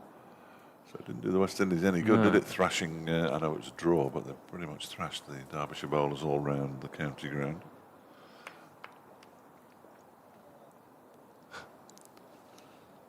Pat Brown from the racecourse end.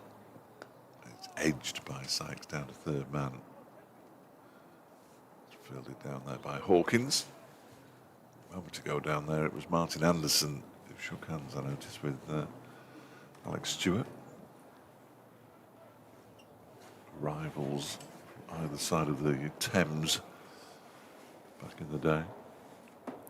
115 for 2. You'd say they were on for a decent score here. Surrey, who did choose to bat first.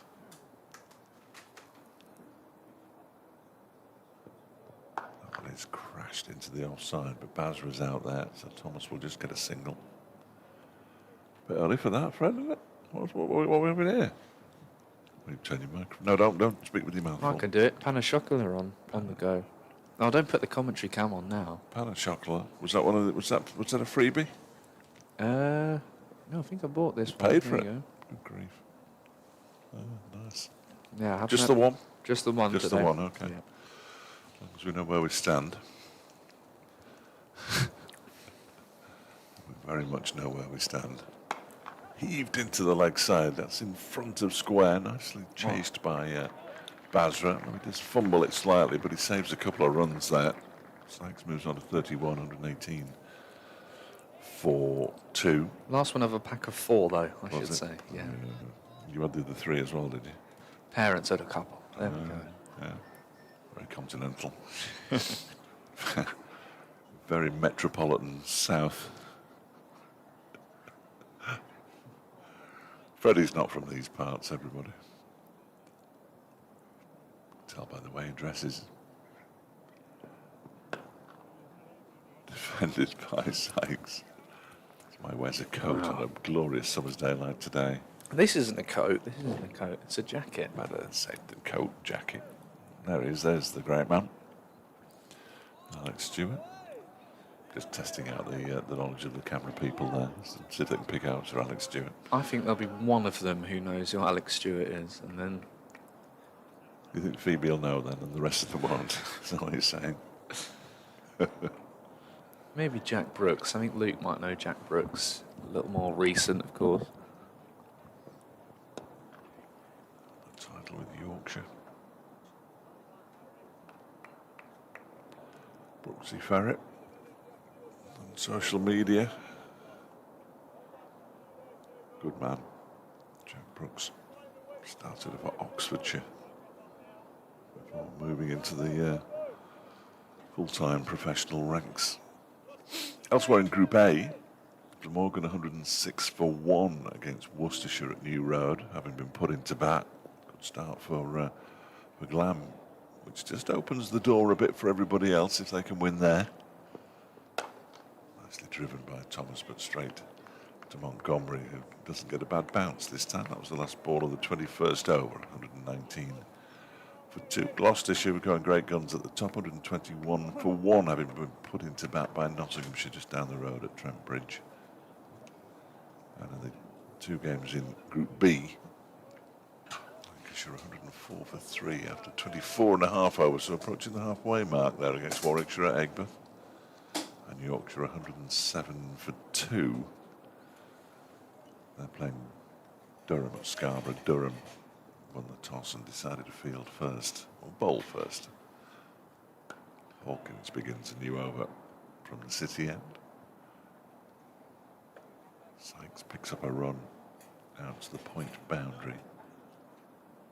He's a growing lad, is Freddie, so it's understandable that he needs to, but he needs to eat every 2 hours. Something like that. What's the cut-off time? 2:30. Yeah, that's 2 hours too late. So Off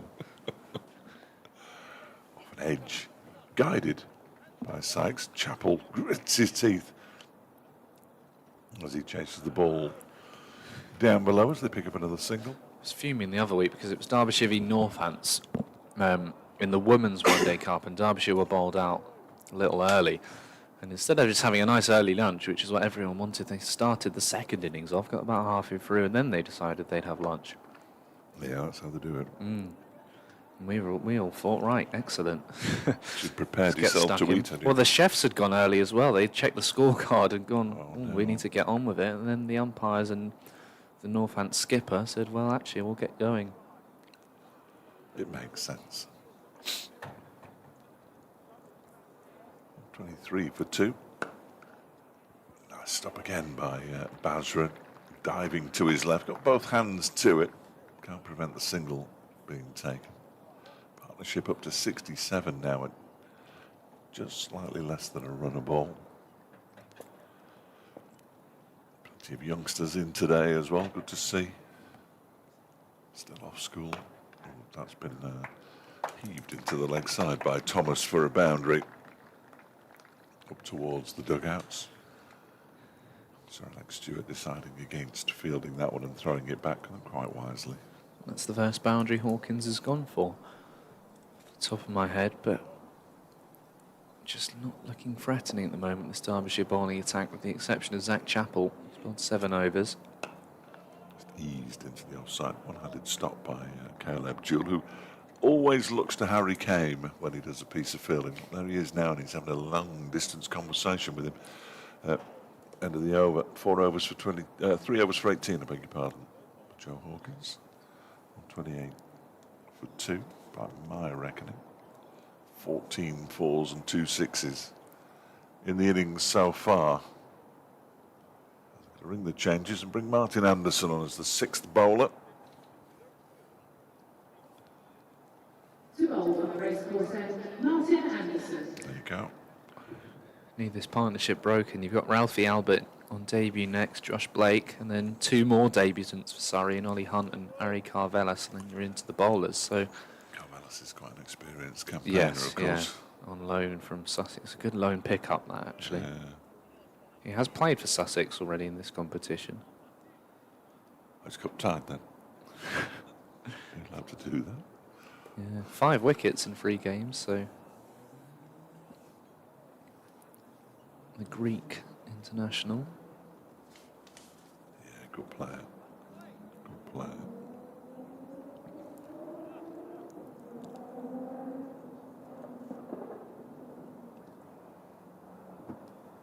A couple of practice balls for Martin Anderson to Matt Montgomery. And in he goes. Sykes on strike. Just dabs the ball into the offside. And there's no run.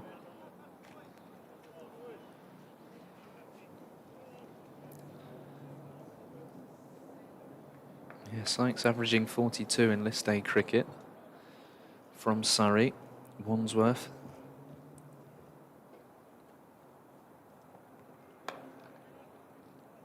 Around the wicket, Martin Anderson to the left-handed Sykes.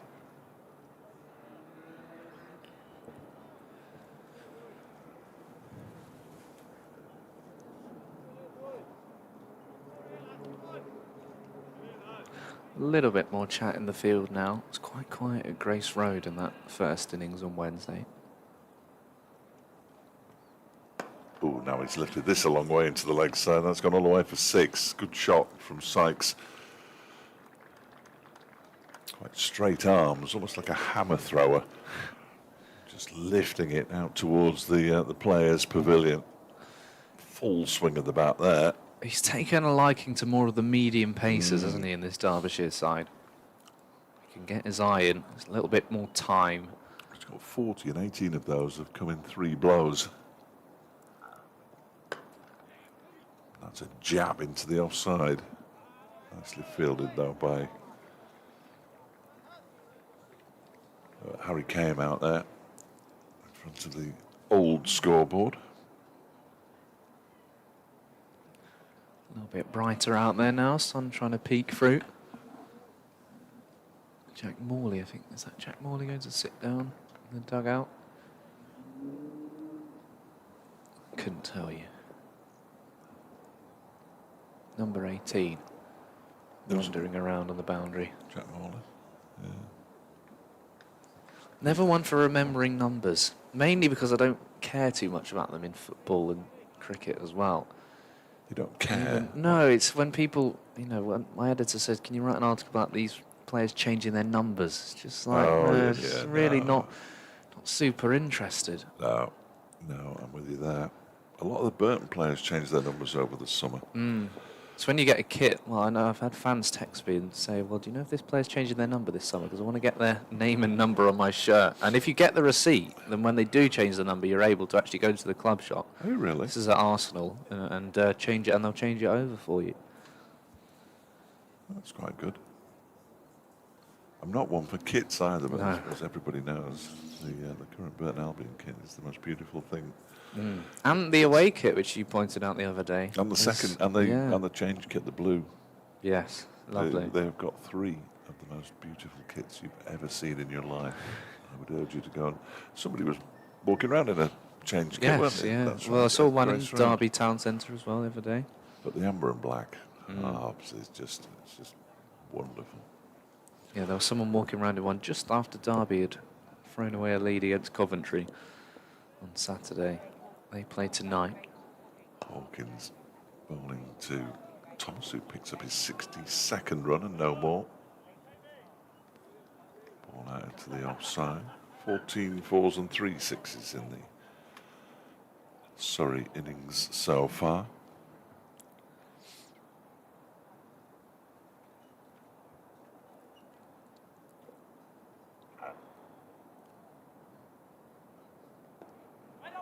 It's something to happen, Derbyshire here. Surrey going along very nicely indeed at just under 6 and over now, but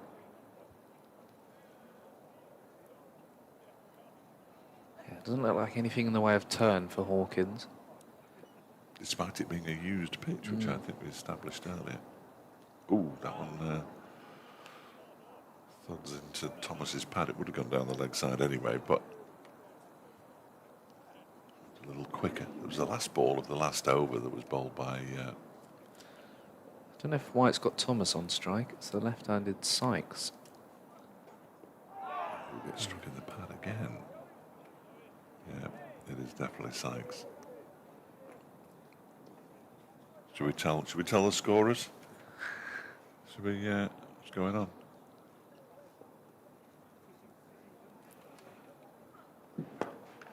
Hawkins bowls, and that one is crashed out into the offside. So it's a 54 and a 64, which might have been slightly confusing for everybody. Left and right-handers, though. What have we got now? Some walkie-talkie Well, I action, don't know why maybe. we'd need any walkie-talkie action necessarily, but there we go. That one is driven down the ground. Sykes, who is now on strike according to the scoreboard, but of course he gets a signal and he's no longer on strike. He moves on to 42.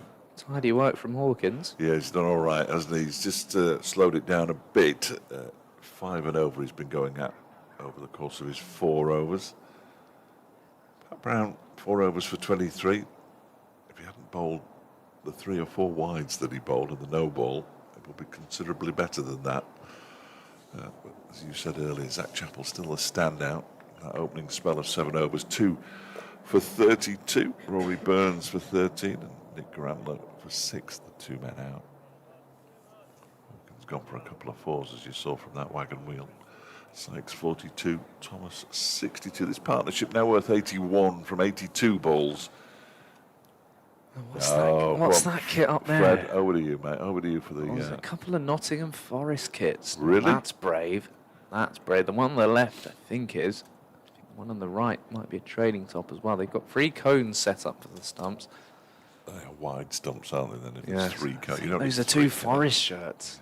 Goodness me. Having said that, it's crashed away for 4, I think. No, it gets round Harry Kane, but it keeps him down to a single.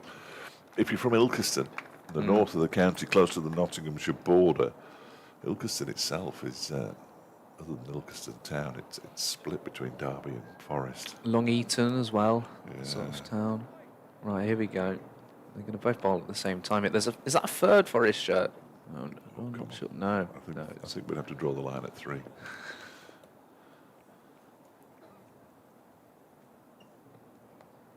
Guided down to third man by Thomas. Let's go back now and see. Here we go. This is the big one. They're bowling at the same time as Martin Anderson at the moment, though, aren't they? Here we go. Big bat, big stumps. Oh, that's out. That's out. That has gone out. I missed that. Edged and down a very fine third man for 4. Went quite hard at it there, Sykes. Yeah, you'd have needed a couple more traffic cones for that to be out. But all he really needed was Martin Anderson to be standing at first slip, but he's bowling. Yeah, I've got nothing against Notts Forest as an Arsenal fan. No. But, apart from they used to beat us. Is that why you call them Notts Forest? I don't know. It's because I've just had a text about it saying you sound disgusted, which I'm not.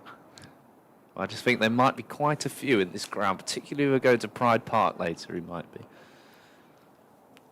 Yes, there is a certain rivalry between the 2 football teams of the 2 major football teams, I'm going to have to say, because, of course, there are 2 football teams in Nottingham. One is called Notts, and the other one isn't.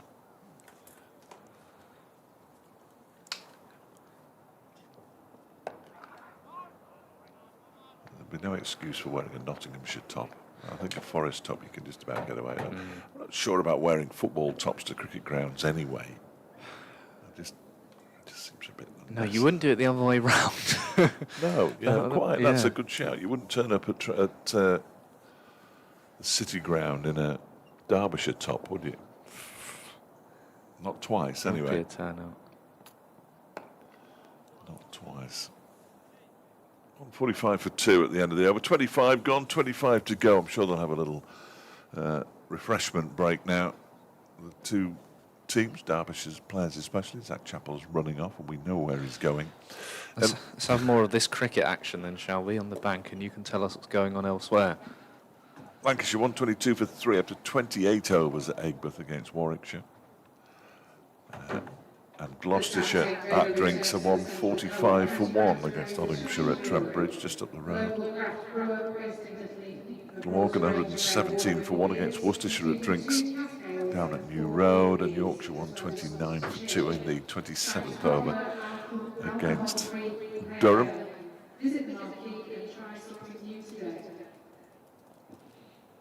Yeah, our glamorous assistant has just announced the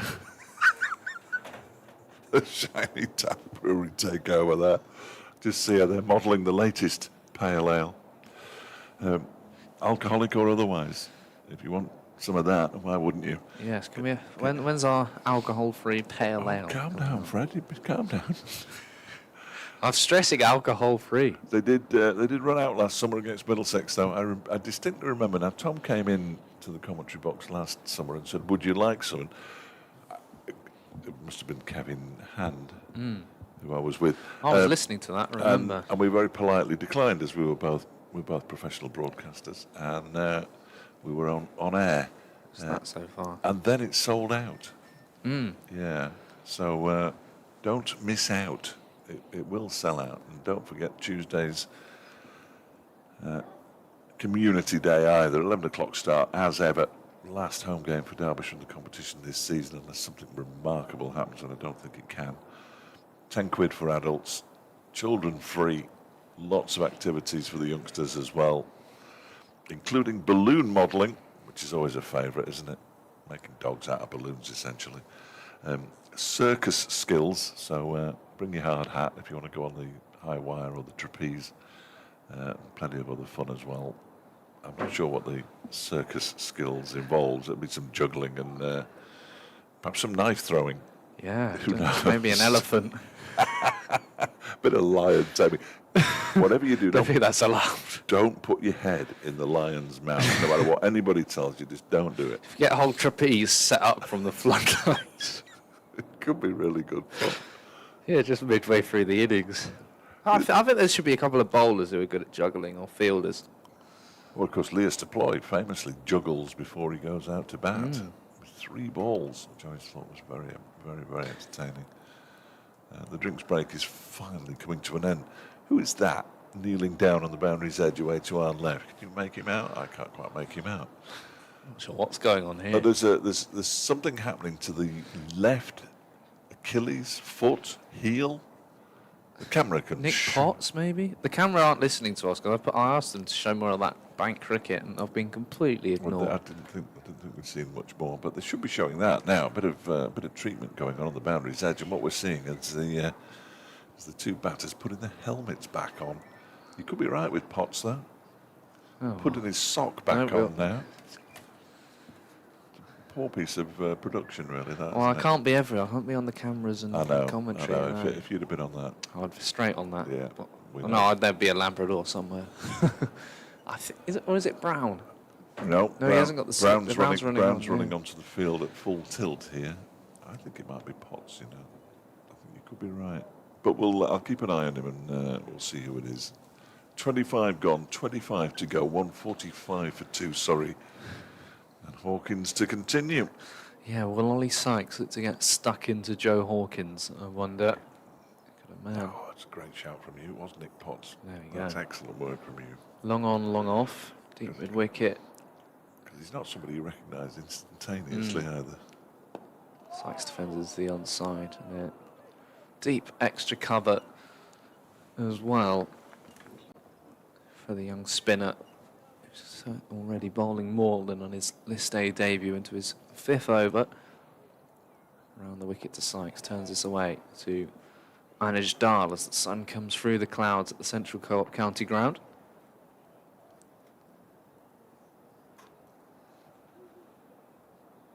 A couple of fielders moving around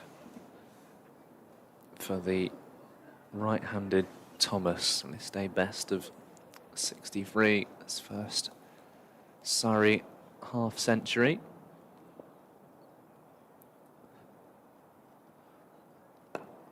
Pushes that out to long off for a single.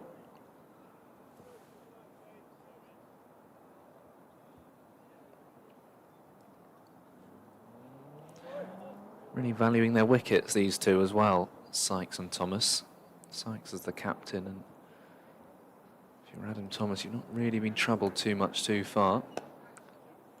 So again, work down to Caleb Jewell, and that is, they're applauding something. Ollie Sykes is 50. 50 for Ollie Sykes. There we go. Sorry, behind the 8 ball there. And the captain leading from the front, stand-in captain today. 50 off 47, and he's hit some big sixes, Fletch. Certainly has 3 of them. What I'm trying to do here is get rid of this and I can tell you exactly how many he's hit. Too much going on. Well, no, I've opened the BBC Sport website. I shouldn't have done that, really. And now I can't close the damn thing. There we go, I've got rid of it. I was just reading about a lack of shirts, England women's rugby union shirts. Supply chain issues, apparently. Yeah, Women's World Cup, isn't it? Who knew that we were going to require some replica shirts, said the manufacturer. 3 4s and 3 6s. Ollie Sykes has Good that someone was on top of it. which contain 3 4s and 3 6s. I just wanted to get ahead of Jane again. She was too busy modelling the latest in alcohol-free IPAs. You never know what's going to happen when you turn up to work. 2 of those 6s over extra cover, one of them straight down the ground. That's the highlight of my season so far. Jane reading out that advert. Very good. I'll have a word with her at lunchtime. Brought in some chocolate brownies today, didn't very she? good. Very heavy. Anderson to continue, defended by Thomas. 24 overs remaining, and Surrey in a good position, which they haven't often been in this one-day cup. A couple of heavy defeats, particularly at Chelmsford against Essex. Essex made 417 for 6 and then bowled Surrey out for 173. Last time out they were bowled out for 160 by Hampshire. Hampshire chased that down inside 20 overs. Flicked away by Thomas, who's pushing down the other end. They're going to come back for 2. Sykes was a little more reluctant. Plenty of injuries though. Dom Sibley, Ryan Patel, Matt Fisher, who was here having a bit of a bowl earlier. Tommy Elam, Seb Stewart, Reckling, Ben Folkes and Matt Dunn. Now Matt Dunn's been forced to retire from cricket. A shoulder injury, it's continuing to nag away at him. Retiring on medical grounds. And then Alex French, who's taken 6 wickets, and Cameron Steele. Steele is out for the rest of the competition. So they have been depleted, this Surrey side, but they're putting up a very good fight at the Central Co-op County Ground. They're pushing for 2 here, and it just bounces over the stumps. I think Thomas would have been safe anyway. Excellent running. He was determined to go back for the second there, Thomas. And go back for the second he did.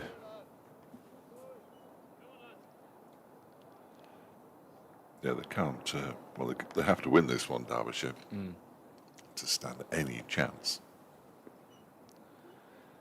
Yeah, it's a big game. Anderson, it's off an edge. Down to 3rd man for a single.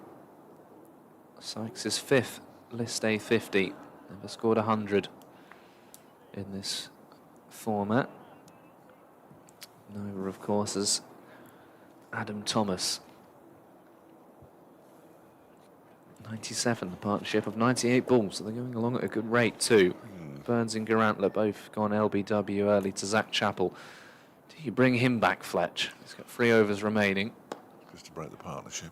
Yeah, potentially. Before he stiffens up.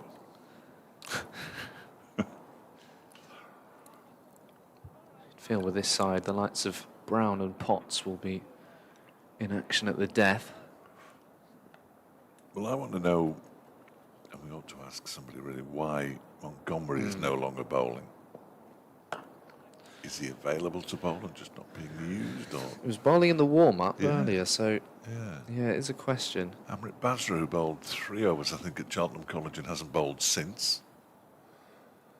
Just keep changing your bowl. Almost treat it like a T20. Martin Anderson in conversation with Brooke Guest there.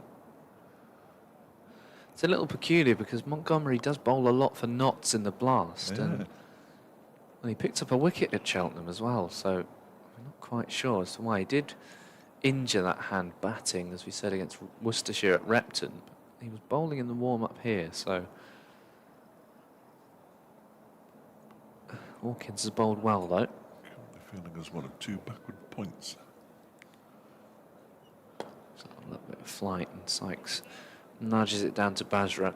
Sets the defensive field for the spinners, as Brooke Guest likes just to leave long on and long off out. Just offer those runs down the ground, and you have to hit straight if you're going to go big. That's just allow them to turn the strike over easily enough. Doesn't time that at all, Thomas.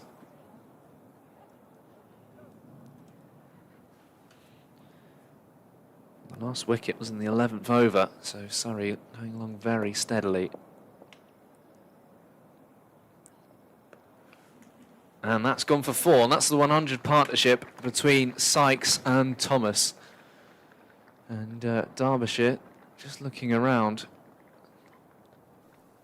as to where they go next. Caleb Jewell has a little chat with Matt Montgomery about changing the field. Zach Chappell looks up at the scoreboard, just maybe wondering about his role.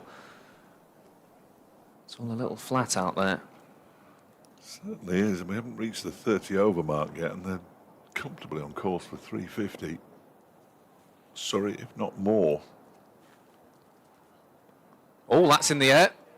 It's going to fall short of Zach Chappell. Oh, that was not even half a chance because of where it's landed. have been a timely breakthrough. Derbyshire very seldom chase 350.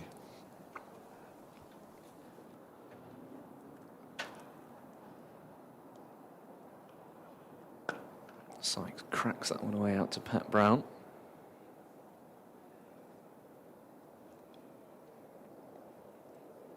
Well, I think 208 is Surrey's highest score in this competition. That was chasing 294. They were bowled out against Gloucestershire.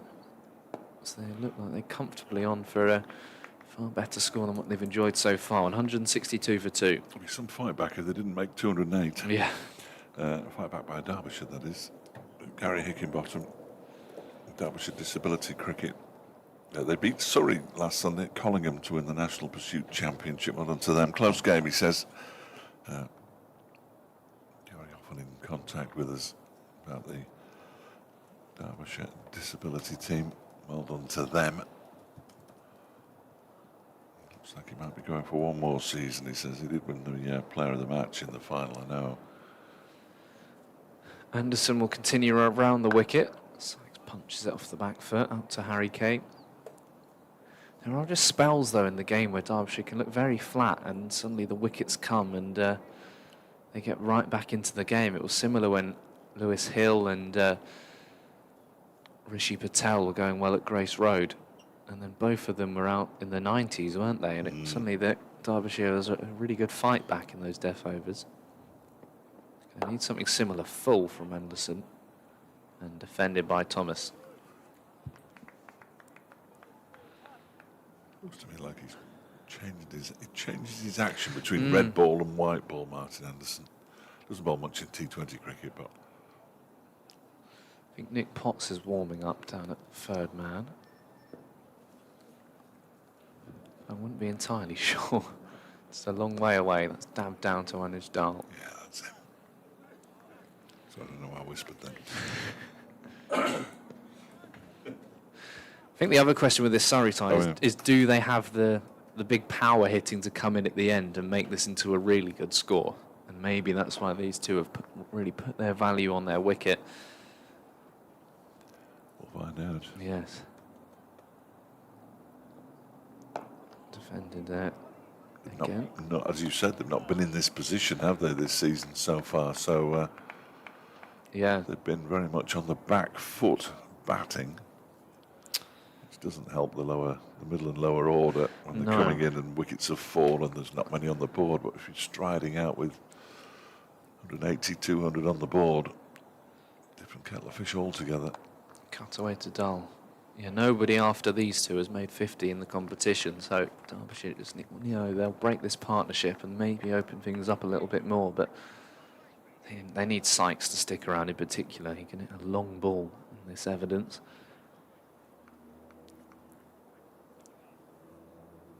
Over so far from Anderson.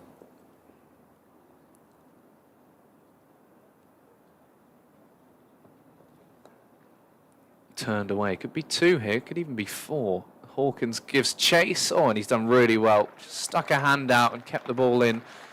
Cuts it down to just 2. Gets a big round of applause from Martin Anderson. The over 165 for 2.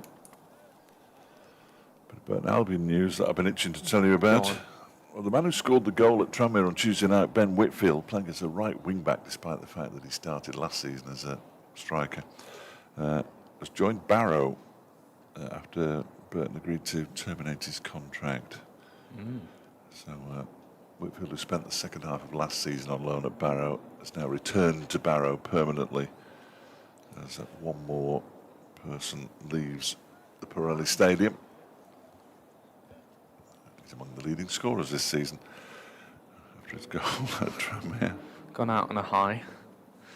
Hawkins will bowl his 7th over. He's gone for just 31 runs off his 6.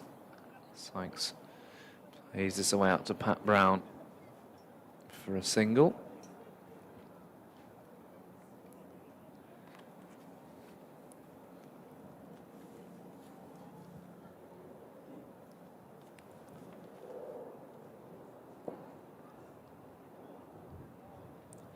Yeah, still no idea what's going on. I think it might be pizzas around there in that little tent, potentially. We Some lunch down don't to- really get enough time at lunch to go out and find out. But No. And they won't even have spotted what they are, will they? The No. camera workers up there. Oh, they've got Ajmal Shazad here having a chat. That's a bit more like it. I can't see it. It's Jack Brooks, Bowlers Union. Comes down the track to Sykes, but long on had come up to mid-on. Two former Yorkshire players, of course. Ajmal Shazad and Jack Brooks. Aj from Bradford. Sykes drives down the ground. Hawkins threw his body at it.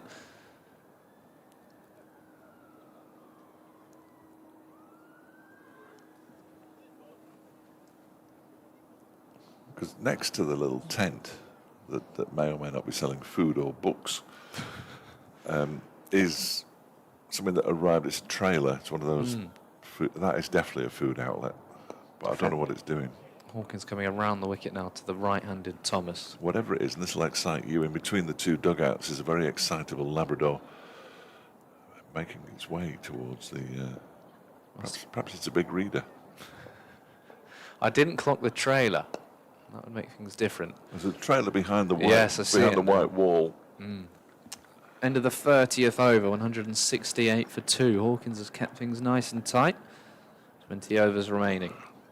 The white wall that is formed part of the end of the grandstand, when the grandstand was the grandstand, with the finishing line of the race course here at Derby. They're more obsessed with the marquee, the camera people and I'm the... going to tell them to put the commentary on. Yeah, they're obsessed with the tap takeover, which continues apace, I'm sure.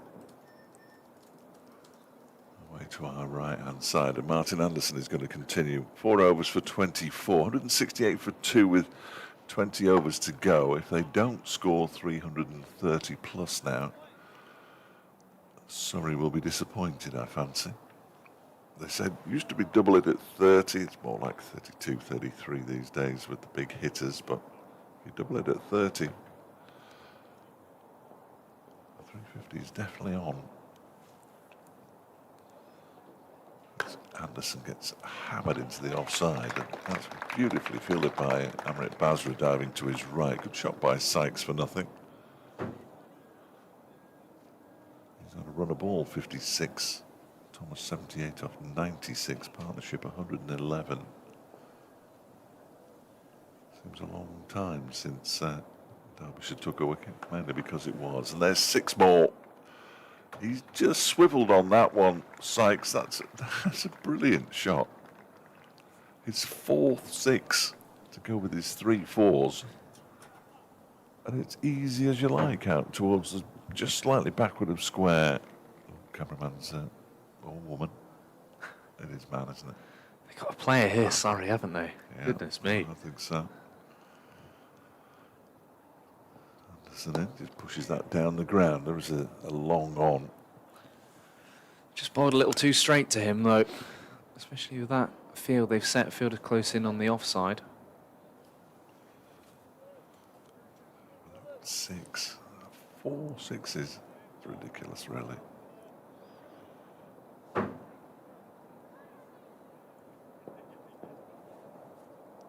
75 for 2 now. That's what it'll remain. Of the 57 balls, 25 have been dots, but his big hitting has more than made up for it. Sykes.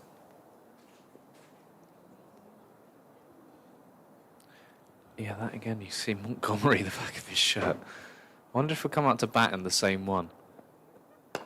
Might not need to bat No. at 3. 175 for 2 at the end of the over. He might need to bat, but he might not.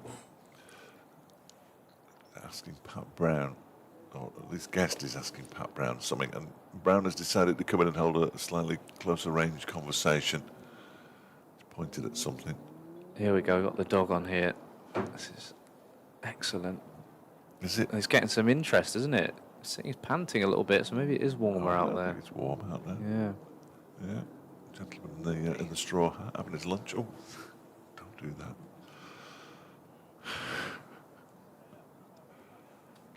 Just makes you feel slightly queasy when the camera pans around. I mean, that you quickly. can't be everywhere though. That's the thing. You've suddenly got to whisk back round to the action. They've got two working, I think, up there, haven't they? Yeah. No, they've got the second one working, which is excellent. Yeah. It's not an easy setup. I mean, I've been doing it 2 years. I still have no idea where all the different wires go. Just doesn't, and none of it makes sense to me. Single off the first ball of Hawkins' 8th over. A long day as well. The 50 over games, 4-day games as well. It's nice to have a big team of us doing it. Only a half-hour break in this as well. That's it. Yeah, it always goes quicker than you Doesn't it expect. just? Yeah. Too quickly, really. Oh, that's another one. This is Thomas. It's coming their way. Thomas this time smashing it out over a straightish mid-wicket for 6 more. So either this is a very good pitch. These two are very exceptional young batters, which I think they probably are. Well, Derbyshire's bowling hasn't been as good as it might be, which might well be the case as well. 182 for 2 in the 32nd over. They're on for more than 350 here. Sorry if they carry on like this. Just pulled backward of square on the leg side. Pat Brown does the field in safe hands. Out there. Hawkins 7.5 overs for 42. The wickets column is looking very, very sad from a Derbyshire perspective. Only Zach Chappell has managed to pick up a wicket. Hawkins almost gets one underneath Sykes' bat. It's sort of drifting from a Derbyshire perspective at the moment, which is disappointing. Back goes Sykes and picks up another single. Hawkins is almost doing the holding role quite well, but to be getting Chappell back on. He's doing a good job in the holding role, and yet they're 184 for 2 as we approach the end of the 32nd over. Double it then. Coming up for 370. That is a lot of runs. 185 for 2 at the end of 32 overs. There we go. Double it now. Pat Brown's coming back. Guest is having a chat with him. Cut-off's moved to 2:36. Good grief. Be 4 o'clock before you know it.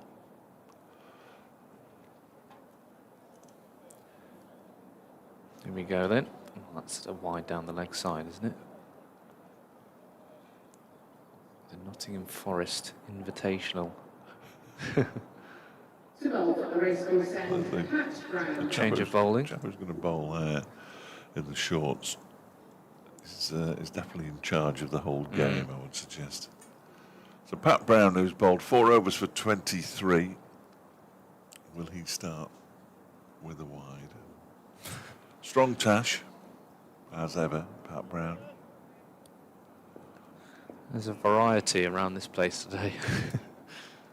Yes. Facial hair. Yes, there's 1 or 2 with less than strong moustaches in the building.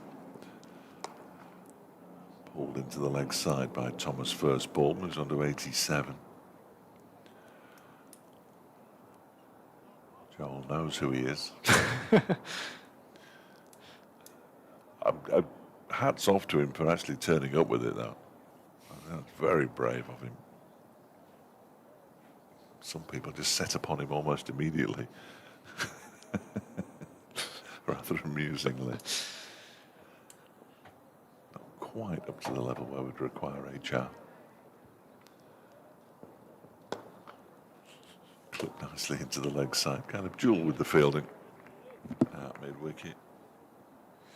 Yes, for those who don't know, the Derbyshire sort of filming and the live stream team is all in partnership with the university. So I'm going into 3rd year. Most of us are going to 3rd year, and a couple are going to their 2nd year. Matt who's done the fresher. Yes, I'm going to avoid freshers like the plague this year. And then Matt has just graduated, all on the same course, and then hopefully next season we'll have a few more first years coming in as well. They're going to be looking around the place in the Glamorgan game. Oh, there's 6 more. Sykes lifting the ball out towards the dugouts. His 5th 6. 70 he moves on to now from 63. 191 for 2. It's just so easy. Yeah, he makes it look easy, but they've just not bowled. Well, They've not bowled outside off stump. They've not really challenged that outside edge at all. And if you've not learnt by now that he loves anything leg side, and he's just going to lift it in that direction, and you haven't adapted quickly enough, and he's just going to keep punishing them. Ollie Sykes, far too easy. that one went a fair old way into the car park, bisecting the ice cream van and the food/bookstall. We're leaning to more towards food than books, are we now? I am, yeah. Okay. Books never cross. Maybe it's cookbooks. Books never really crossed my mind. 192 for 2. Fuller from Brown. There we go. Dug out by Sykes, and then Brown gives him a bit of a stare. I mean, Hawkins and Anderson have slipped in some good Yorkers as well. You know, they've not bowled full really at all. Zach Chappell looking up straight at us. Zach Chappell looking at there. Yeah. Tossing the ball up and down. Looking menacing. It's like he could hear what we're saying about the bowling. Not you, Zach. No, I think He Zach bowled bowled very really, well. he bowled really nicely, Zach. Yeah, really nicely. Now Brownie's looking up here, Yeah, he probably knows what we're saying. hide under the table. 4 overs and 4 balls for 30. Off the back foot into the offside. Basra does the fielding. He actually had a little go on the camera last season, Pat Brown, when we were up at Chesterfield, and we were Oh, waiting yeah. for it to dry up, and he came over and said, "Oh, how does this all work?" And I was showing him the controls, and he was zooming in on various people around the outfield. This was before the game. He's a top bloke. Pat. Yes, yeah, they all are really. Yeah, they are, You you're know, right. we were They talking are. about this the other day, how friendly cricketers are, even at the top level. Yeah. And when you're working for a club, that's exactly what you need. It really helps out. Slower ball, again pulled into the leg side, 6 more. Well, Sykes is just tucking into anything that's halfway down the track, because there isn't a huge amount of pace in this pitch. And he's just lifted it out towards the members' pavilion for his 6th 6. He's got 3 4s and 6 6s in his 77 off 66. Surrey on the brink of 200. The high score in the competition was 208. Yes, yeah. So they're comfortably going to get past that with 17 overs to go. A third of their innings remains here. I mean, it's just rinse and repeat in terms of the bowling, what's gone the distance and what hasn't. And it's just, yeah, I'm struggling to work out what the plan is, really. The boundaries are just not long enough for you to be banging it in short, particularly that boundary from that end to the left-hander. Anything sort of over his shoulder, that's probably the shorter of all the boundaries. Yeah, that's true. Joe Hawkins to continue. His 9th over on the spin. Hey, Yeah, thank you. very good. Thank you very much. He's going to bowl out, isn't he? Which is what Jack Morley has done. There's a clear plan with the spinners, Yeah. certainly. Again, I'm surprised Matt Montgomery. I mean, if anyone has any information, this is pointed at the media team as well as to why he's not bowling. But perhaps Basra was warming up earlier as well, and then I think only because Martin Anderson told him to. I think he'd been done by Martin Anderson. cruel, yeah. Yeah, got all excited, stretched out, and he hasn't bowled. He fooled me. For a guest to turn around, gone, oh, he's eager. Yeah, trying to impress the skipper. Yeah. Driven by Thomas out towards Basra. It's a shot at the stumps but misses. 199 for 2. Thomas on to 88. Joel not happy with the criticism of his facial hair from you, Fletch.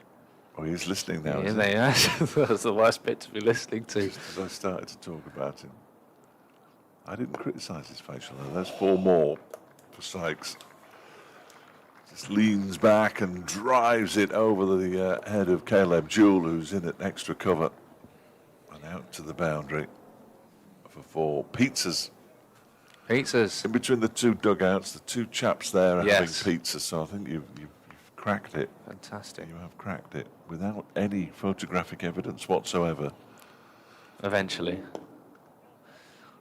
Yeah, well, shouldn't take anything away from Sykes' batting because Oh, these two yeah, played it's beautifully. fantastic. 157-run partnership. And you've got someone like Alex Stewart overseeing it all, giving you advice. It's a good spot to be in. Yeah, I'll say. And also, if you're a wicket like Josh Blake wicket keeping, learning from Ben Foakes, one of the finest in the country. Clipped into the leg side.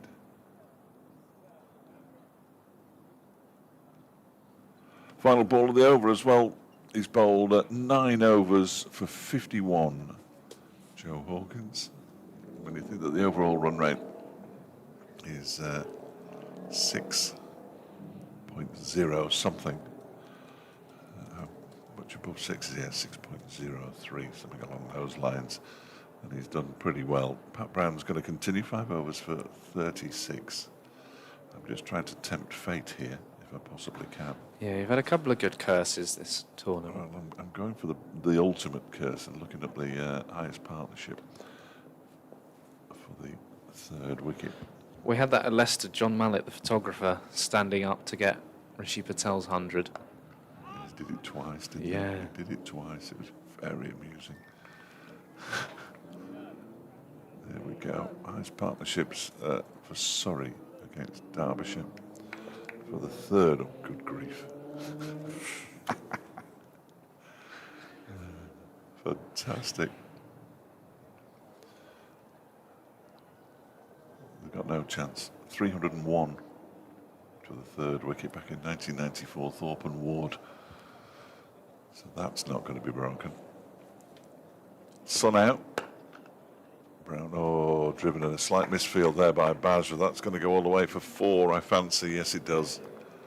It's being chased by Martin Anderson. 4 more to Thomas, who moves into the 90s. 93 not out, 209 for 2. Partnership above 150 now, 152. It's a rare error in the field, really, from Amrit Basra. It's been excellent for the most part. Thomas, nervous 90s now for the 19-year-old, I wonder. I'm saying he hasn't got a nervous bone in his body. There we go. Crashes this one out towards the point boundary. When it bobbles on Matt Montgomery, of course, he almost tumbles to the ground. So 94 for Thomas, 82 for Sykes. Thomas has been out there for 109 balls. Sykes just 68. But we can until they double what they've already put on, we can put away the prospect of a new record for Surrey against Derbyshire in this day of cricket. It's so simple. Sykes just taps it into the leg side for a single out towards Caleb Jewell. There appears nothing that Derbyshire's bowlers can do to get the ball past the edge of the bat. Oh, he's looking menacing again, is Zach? Well, one man did, and it's that man there, Zach Chappell. I just would swear as a captain you have to take a risk. But also, Pat Brown, bowler of his quality as well. Driven into Pat Brown's right foot. That will have smarted, but he shows no pain. So 1 ball to go in Pat Brown's 6th over.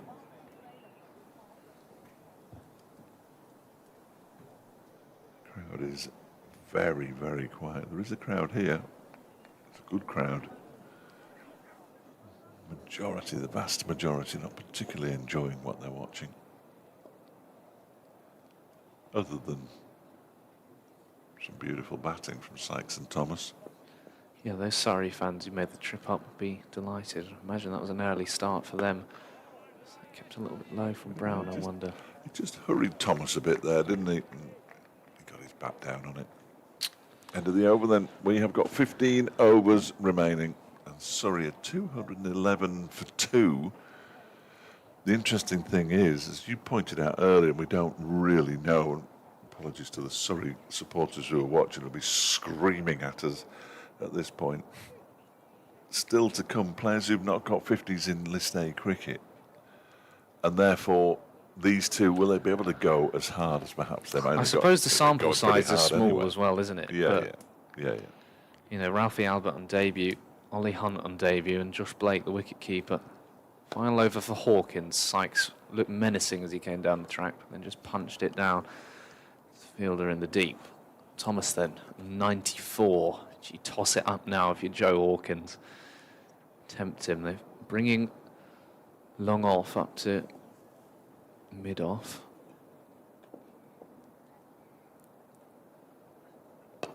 That's just driven out to him, Amrit Basra. He's not warmed up for a while, has he? No. He's giving up warming up. 155, the partnership now between these two. Thomas goes back and nudges the ball out to long on.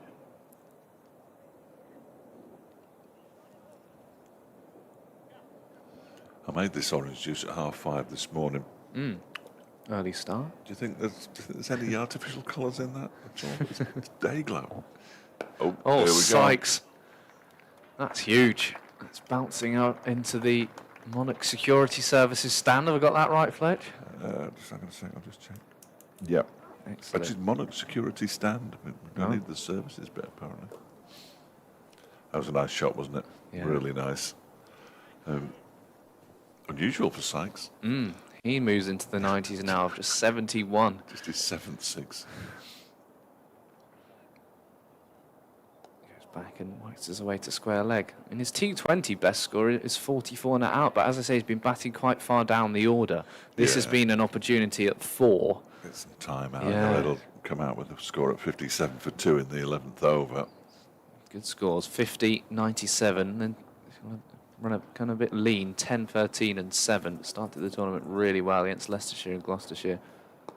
Thomas doesn't quite get all of that, just trots through for a single, moves on to 96. End of Hawkins' spell, 10 overs, no wickets for 61, it's just over 6 and over. He gets a round of applause from the home crowd. I think he's done his job there. Yeah, he's done okay, hasn't he? The youngster. Would have liked a wicket. The best chance he had as Anuj Dal returns. The best chance he had was that one that just looped up over the head of Brooke Guest, but bounced a long way short of Zach Chappell. Told you. Nudges back. Only his 2nd game in the competition. Missed a lot of cricket recently. I wonder if he goes to some of his change-ups here. Anuj Dal. Guest will be up to the stumps. 2 batters in the 90s. Again, just surprised. Zach Chappell clearly being saved, but as we say, we've got not concerns about what's to come for Surrey, but you want to have a crack at them sooner rather than later. Ralphie Albert, 17 years of age. Ollie Hunt, 18. Josh Blake, the wicketkeeper, 26-year-old, and then into the bowlers. So Thomas on strike, 96 from 114 deliveries.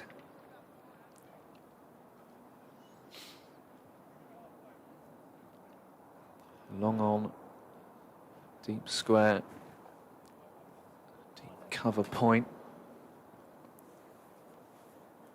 And fine leg going back as well. Where's Dahl going here? His first Surrey 50. Adam Thomas, can he reach 3 figures for the 3 feathers? Just defend that into the onside. That would have been perfect, Freddie. Oh, I set that up Yeah, nicely, you set it up beautifully, but you'll learn that the more you set these things up, the more you have to keep setting Well, them I've got up. the phrase prepared for Amrit Basra if he gets a Have you? milestone today. You've got- Well, I had it prepared for a Don't week. say it now. No, that's the thing. Yeah, don't say it now. I've got a word. It's a play on his name anyway. Dull. Driven down to Martin Anderson. Thomas happy to be patient, and why not? First name or second name? Second name. Right, let's see if I Yes, can you can work have a it think out. about it. Well, don't worry, I will, and I'll try and use it before you do. Guess just rolls. They do this towards the end of the innings. They just roll the ball back down the track to the bowler. Nobody near him, that's why. Yeah. If you look, there's long on and long off, although Anderson's coming up now. They just look so relaxed, these two. Sykes just there, hand on his hip, waiting, see what the field's doing, and gets ready to hit another 6 potentially, and just defend that.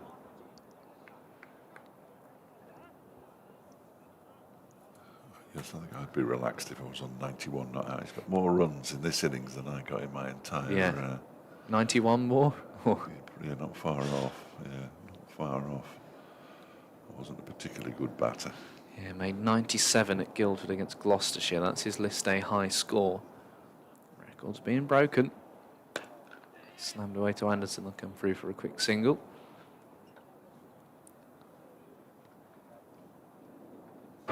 Be delighted, those Surrey fans who've made the journey up to the Midlands, and those watching on the stream as well.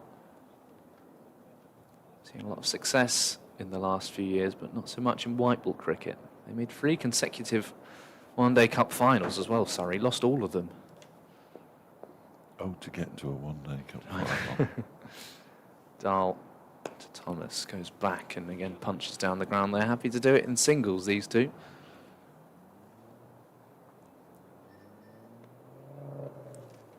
Terrific full name, Ollie Sykes, isn't it? Oliver Findlay Mortimer Sykes. Mortimer. That's a proper Yes. cricket name. That. I had a friend at school called Mortimer Moon. Yeah. That was an excellent first name. Wow. Yeah.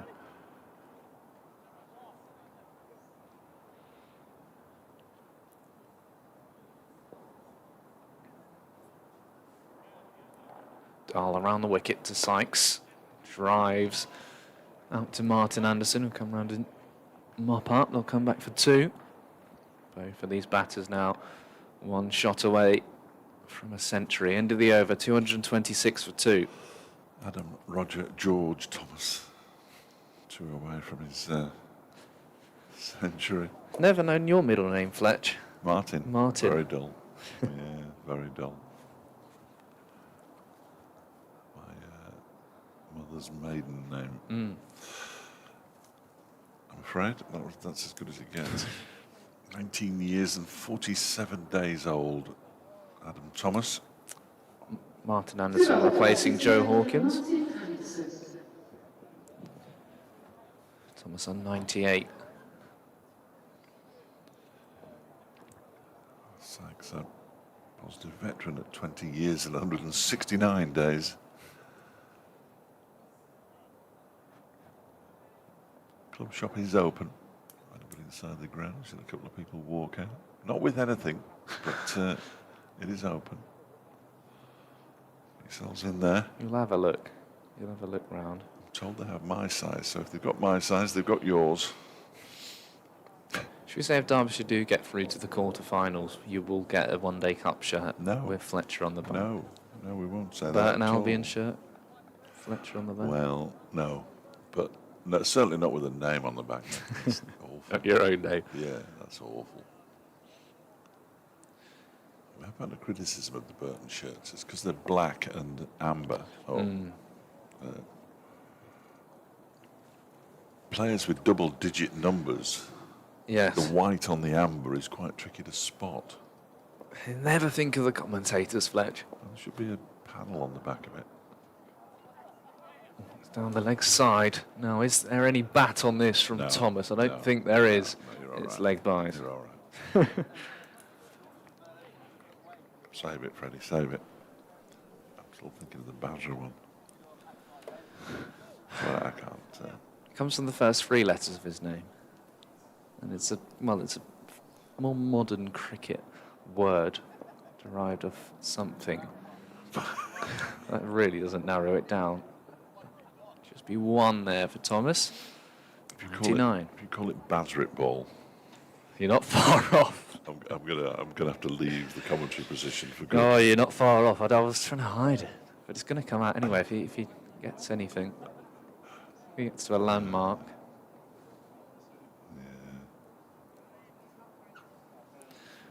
Now then, Sykes on 94. Now, I think he's the more likely of the two to go to a century over boundary. He's just looking over his shoulder again. That's the shot. Anything short from Anderson, and that's why they're going to push Hawkins back onto that square leg boundary. It is the longer boundary now. Maybe they'll look to tease that 6 out of him and try and get him caught in the deep. Anderson goes full. Back to the bowler. Will be disappointing if he didn't go to a 3 figures with a 6, but I wouldn't blame him at all for not wanting to do. He'll want to do it, but for not. Would be an 8-6. Yeah, that would be ludicrous. He's batted brilliantly. Don't mess it up now. To Joe Hawkins.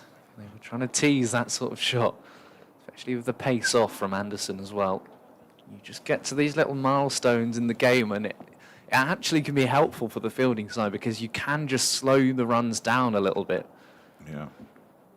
As we approach those final 10 overs, Surrey on course for at least 300. At least. Thomas not timed into the onside to Brown at mid-wicket.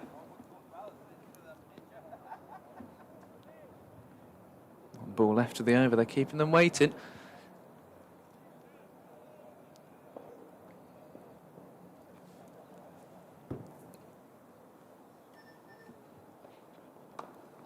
Cut away, no run again.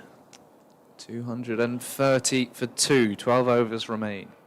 They will get there, both of these players, and they deserve to get there. I don't think there's any doubt about that. So, but as you say, if it just slows them down a bit, that will work in Derbyshire's favour a little bit. But then, of course, once they get there, will they cut loose? Will a message come out from the Surrey changing rooms to say, right, give some of the other boys a chance now. Let's get going. It looks as though your wish is about to be granted. Yeah, he's doing his lasers up, Zach Chappell. Look at those flags flying in the background. It's the Shiny Tap Brewery. Oh, yeah. They're shiny flags. So then, Zach Chappell on, finally. There's not, well, I said there's not been a lot going on. We have been entertained, but it has slowed down in the last few overs. On the edge of our seats, waiting for these hundreds. To bowl from racecourse end, Zach Chappell. So Zach Chappell picked up the only 2 wickets to fall so far. Both of those LBW with balls that moved a little bit back in. Chappell to Sykes. Slam down the ground. Doesn't often start well, Zach Chappell, when he begins a spell. And that's a bit of a loosener. 99, both of these batters now.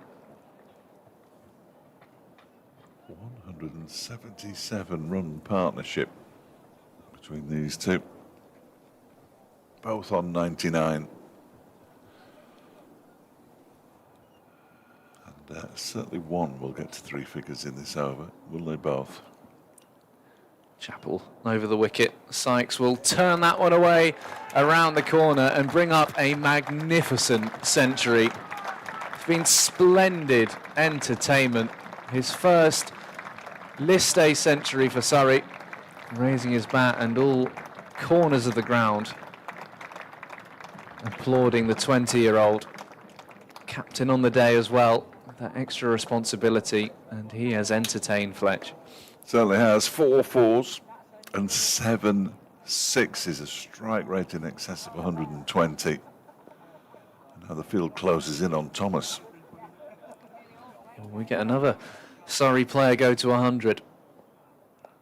Yes, we will. He defends into the offside, and those fans will rise again, this time for a man a year Sykes' junior. Thomas removing his helmet, waving his bat to the crowd, his Surrey teammates and coaching staff. His first century for the Three Feathers off 122 balls, 11 fours, 1 6. Both players on exactly 100, getting to 3 figures in successive deliveries. Terrific for the pair of them. And Surrey well set here. Now they'll get going, won't they? Yes, what a stop that is. I think it might have been a chance, you know, with the judging by the reaction from Caleb Jewell in particular. Oh. flung his right arm out, but I mean that would have been astonishing. He's there somewhere. It's gone very quickly. Who's on that Going one? to be Usain Bolt on the camera. Who's to on get that there. one? Come on. No blame attached to No, that. no. They would expect a bit of stick from the commentators, surely. They're in the wrong job if they're not. Chappell goes full, pushed away. Now, the running between the wickets has been a real feature of this partnership as well. You'd expect that with these two youthful players. Both of them career best scores for Surrey. Both of them their first centuries for Surrey. Very proud moment for both. And opportunities that they perhaps wouldn't have had, in other competitions. Sykes has had a bit of a breakthrough. Thomas made his debut in this competition last year. Been with Surrey since the age of 11. It's the first real time we've seen anything go past Sykes' bat. End of the over, 240 for 2. We know why, though, don't we? Because they are now going to tee off by the look of it. And why wouldn't they? Ollie Sykes is 100. Jane's got some work now. She could be on for a while here. Jane, there's Thomas's wagon wheel for his century. With that one red 6. Adam Thomas is 100 from 122 balls. And there 11 balls. is Ollie Sykes's with those 7 red 6s on the wagon wheel all round the pitch. Yeah, Sykes brought up 50 from 47 deliveries, 100 from 79. So he kept going. Stepped on it. Yeah. Anderson will continue. I think the thing is, though, Derbyshire, and I know they didn't chase down, they equalled Leicestershire's score. But they will back themselves. That's up and over, not bowled to his field there, Martin Anderson. Width outside off stump, and Thomas helps himself. Both of these two, they're not just set, they're centurions, and they're just not going to miss out. Well, his second 50 came off 32 deliveries. A 32 ball half century. Yeah. That's not bad going in anybody's language. Even more remarkably, 4 6s and 1 4. Yeah, Cranley School, Adam Thomas, and Ollie Sykes, Tonbridge School. Some very proud people today, both of those. I'm not sure where Cranley is. Tonbridge is certainly in Kent, isn't it? Yes, yeah, that's a popular one in terms of producing cricketers. Cranley is in Surrey.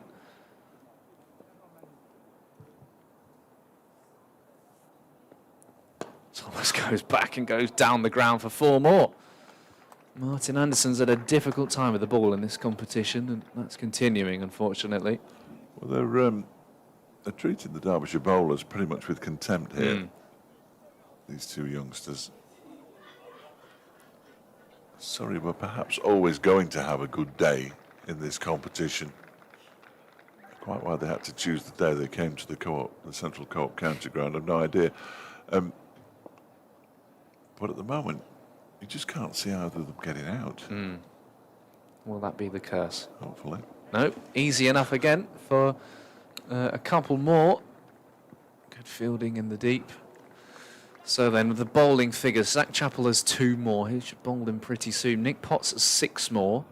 5 for Dahl, 4 for Brown, and 3 after this left for Martin Anderson. Still no Matt Montgomery. I don't think we're going to see him. No. I'd like that question to be asked. Well, you're the man who speaks to the Yeah, captain. I know, completely slipped my mind. Just concentrating on all the changes this morning with Brooke Guest, especially after the first time when there was one change. I think he forgot who it was. Yes. And I was thinking, right, he did a good job this morning. He's learning on the job as well. Yes. 250 up for Surrey. Make that 251. Sykes is running with his helmet off. He's still celebrating his 100. They'll come through for a single. I think he needs, drinking a change of gloves with 10 overs to go. So one more fielder allowed outside the fielding circle if Derbyshire choose to do that, which I'd be fairly sure they did. And quite often you see the last 10 overs go for 100 runs, which would be 350. Well, 83 of the last 10 overs, 30 to 40. I think they'd probably be happy with that when they get up to 330. Be an imposing score for Surrey. Yeah, then the bowling. You feel James Taylor will be leading that attack. Harry Carvelas coming in on debut. Nathan Barnwell. Yusuf Majid is a handy spinner. And they've got a couple who can bowl as well. Sykes and Thomas can bowl. Garantler as well. Albert, slow left arm. Took 10 wickets in the match against India under 19s as well in a recent youth test. I made a terrible error. Oh no. I think so. I'm going to have to double check this. That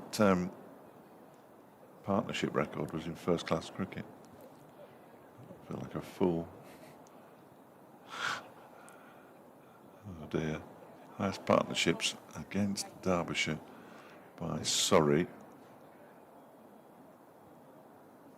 Oh yeah, this is a record by some considerable distance. Going back to 1980, 121 not out. Roger Knight.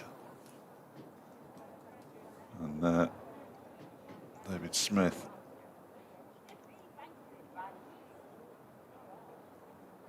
My apologies for not spotting that earlier. They put on 194. Pat Brown is back. Some of the records. He's on. just one over for Chappell. Yeah, and he's got 2 left. Brown in to Thomas, who off an edge gets that down to third man. I thought 300 was a lot, but I never really twigged. That's what happens when you employ fools. So, team totals in this day cricket against Derbyshire, that's what I wanted. Surrey's highest score was at Guildford in 2015 when they made 326 for 5.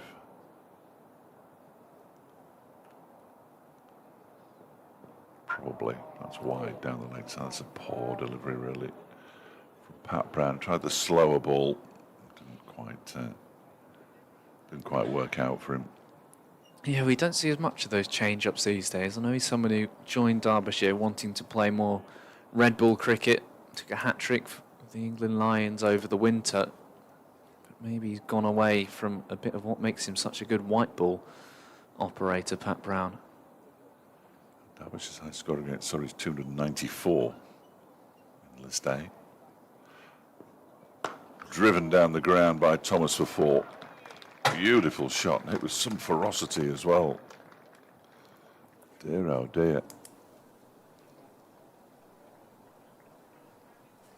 I'll get there in the end with this, you know. Yeah, 326 for 6. That's the 200 partnership.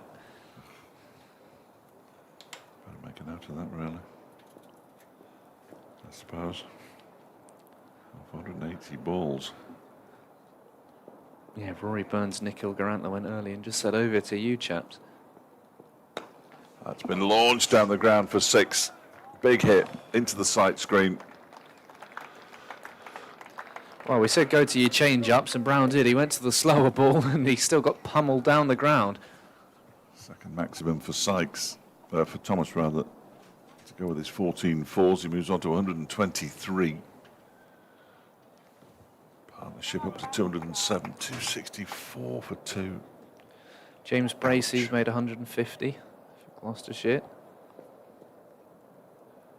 Finn Bean 50 for Yorkshire.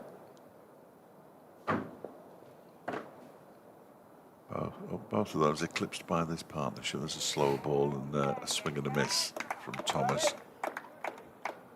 Ripple of applause, but no more. Yeah, there's quite a few Derby County fans in now. There's a few shirts around the ground. Perfect bit of scheduling for them. Derbyshire, Surrey. And then Derby v Bristol City at Pride Park later. Is that 20-minute, half-an-hour walk? Face 2 defeats in one day. Potentially. Might not be. Or Might be 2 two wins. wins. Might be 2 wins. You never know. No, if, oh dear, he's hit that hard.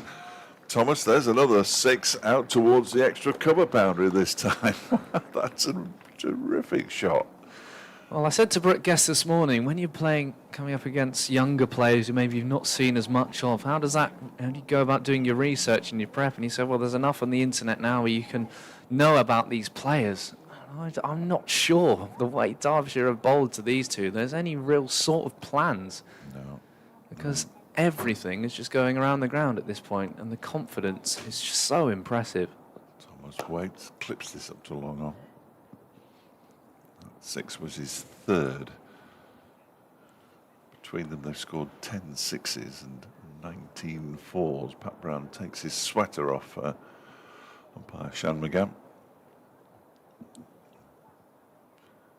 Brooke Guest has turned to Nick Potts from the City end. I thought it was Matt Montgomery for a moment, which is why I just hesitated, but Potts, who's only bowled 4 overs so far, 4 overs for 25. Can he just throw in a Yorker here and rattle the stumps of one of these two, ideally both for Derbyshire? He got Sykes out for a golden duck, as I say, last month in the second 11. Greeted with complete silence. His return to the attack. Apart from that, That laugh down there. the gentleman or lady, I'm not sure. Well, I which. think maybe they're getting stuck into the tap takeover. Well, yeah. Seems like a fair thing to do, really. Yes. We could just do that instead of this. I think these two will be both deserving a cold beverage later this evening if Surrey win this. I think they'll be enjoying it, this young team. A few of them probably won't be able to drink, but... Well, no. I think they're staying in these parts because they've got games. Is it games, Notts? Notts Yeah, and then Worcestershire. Worcestershire, yeah. Derbyshire travel down to Hampshire. It's a tough game coming up on Sunday. This ball bowled by Potts is clipped into the leg side, and off the boundary comes Brown. He is quick over the ground, Pat Brown. Still pretty grey up above, but pleasantly warm in our air-conditioned box. Actually, I just put my coat back on because it's got a bit chilly. Australia thrashed again by South Africa. The second ODI. South Africa 277 all out, bowled Australia out for 193 in 38 overs. Problems in Australia. Yes. That's down the leg side, but actually takes the pad, so it escapes being called a wide. Sykes tried to just help it on its way around the corner. Thomas has really come to the fore in the last few overs because he got to his 100 off 122, considerably slower than Sykes. But he's now 131 off 136. He has put his foot on the accelerator. Sykes 101 off 82. Been going along quite quickly for most of his innings as he makes a bit of room for himself, pushes it out into the offside towards Montgomery. 8.5 overs to go. It's a no ball. 275 for 2. The score moves on to. He's had trouble there with the no balls, hasn't he? And a free hit, Yeah. I imagine. I'll not forget it this time, Fred. I'll see if I can. Well, last time Potts bowled a good response that went Yeah. through to Guest, so it almost took away from the fact it was a free hit. But he swung at it, didn't he? Yeah. Whichever one of these two it was. I can't remember which one it was. Might indeed have been Thomas. But field can change because they went through for a single. Here it is then, free hit for Thomas, who lifts it into the offside. It's going to drop short of Anishdal. Oh, and then the spin does him. That just about sums it up, doesn't it? Derbyshire's best fielder, done by the spin in the outfield. 4 more to Thomas, 279 for 2. It's the only thing that's spun so far, unfortunately, for Joe Hawkins as well. Not for the want of trying, he bowled very well. But yeah, that sums it up, because you're thinking, well, it's typical if you catch one that's off a no ball, because they already had a very close LBW shout off a no ball, and then I think that it's was run out. away You know, for I four. think that Yeah. was out. That was one of these two, wasn't it? Yes, I think so. Nick Potts again. No, it couldn't have been one of these two because it must. If it was one of these two, it was Thomas. Yeah, it was the right-hander. Yeah, wide this time.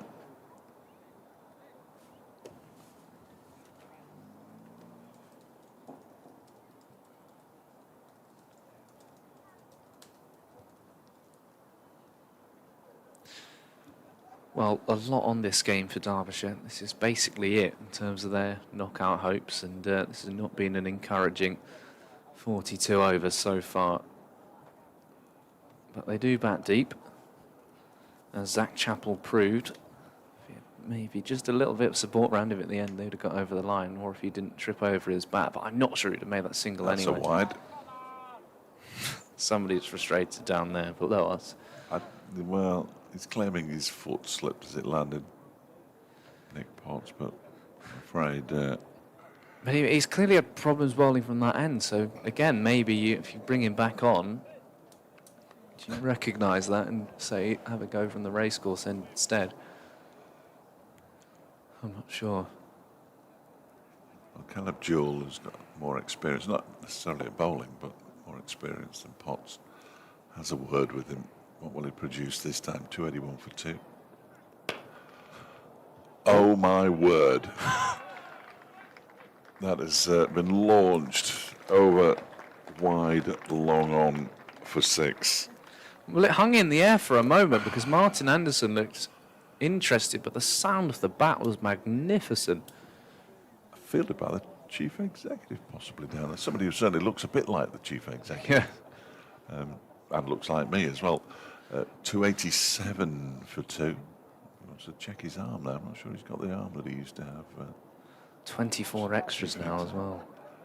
It's been disappointing. Sorry, I almost forgot who I was working for. Well, but you can't dress this up. Well, I'm not going to.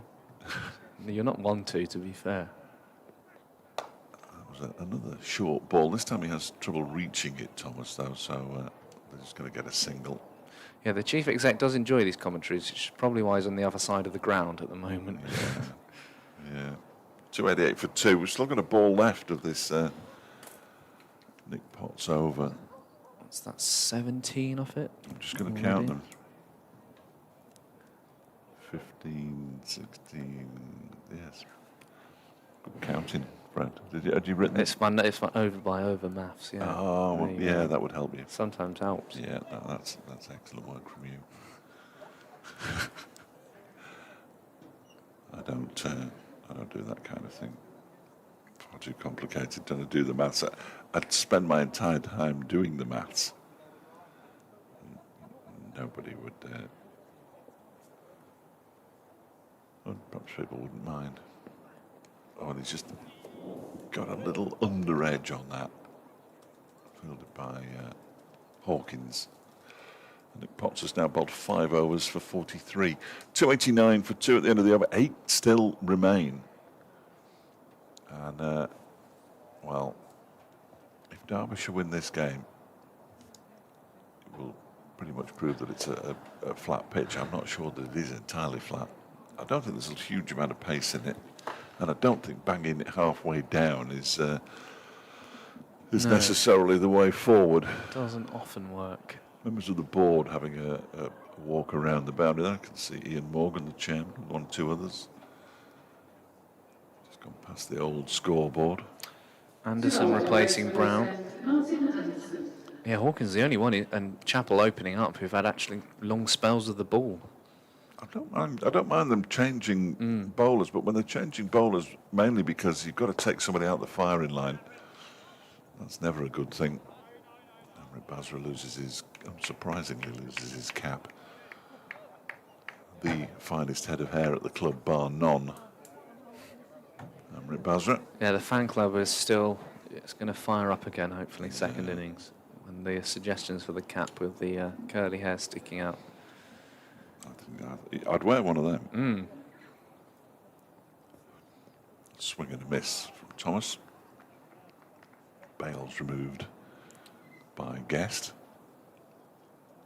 Just shows how fearless. I mean, I think this is the same in football as well. How fearless some of these young players are coming through. Just that, the confidence now. It's just remarkable. Look at these players. So little experience at the top level.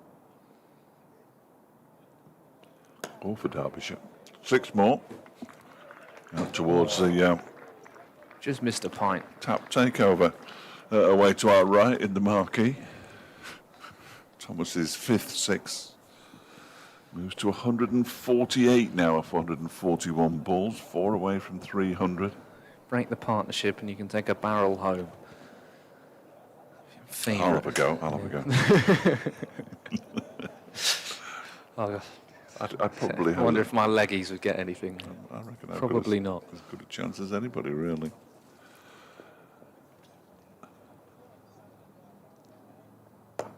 Clipped nicely up towards long on. Basra's round quickly, gets the throw in, but that's good running. 2 more. Thomas moves to 150. 150 off 142 balls. So he's gone from 100 to 150 in 20 balls. So it's a 20-ball half century. Yeah. He certainly put his foot down. You could tell that. First Surrey 50, first Surrey 100, first Surrey 150. Just get it all done in a day's work. 4 6s in that 50 because he's got 5 now. 4 4s. 4 6s and 4 4s. So there's 40 of them Yeah. of 8 deliveries. Well, we don't need to worry about what Surrey have got to come in this batting lineup. No, because I don't think we're going I to see think they'll much. have their feet up. Yeah, I don't think we're going to see anybody, I mean. That one is lifted into the ground. Martin Anderson. Oh, then I thought that was a bump ball. Martin We Anderson can have a chat. claiming a catch, and the umpires are going to come together. It looked like a bump ball to me. At first, I thought he'd lifted it down the ground. He hasn't played it into his foot, has he? What? Yeah, no, there was the briefest of brief chats. Can't believe Martin It Anderson's was a bump appeal. ball, wasn't it? Yes. Straight into the Straight ground. into the ground. It just initially looked, from my vantage point, if nobody else's, as though he'd lifted it down the ground, but actually played it straight into the ground. Thomas's 150 came from 142 balls and contained 15 fours and 5 sixes. And he gets the applause that he deserves from this crowd here at the Central Co-op County Ground.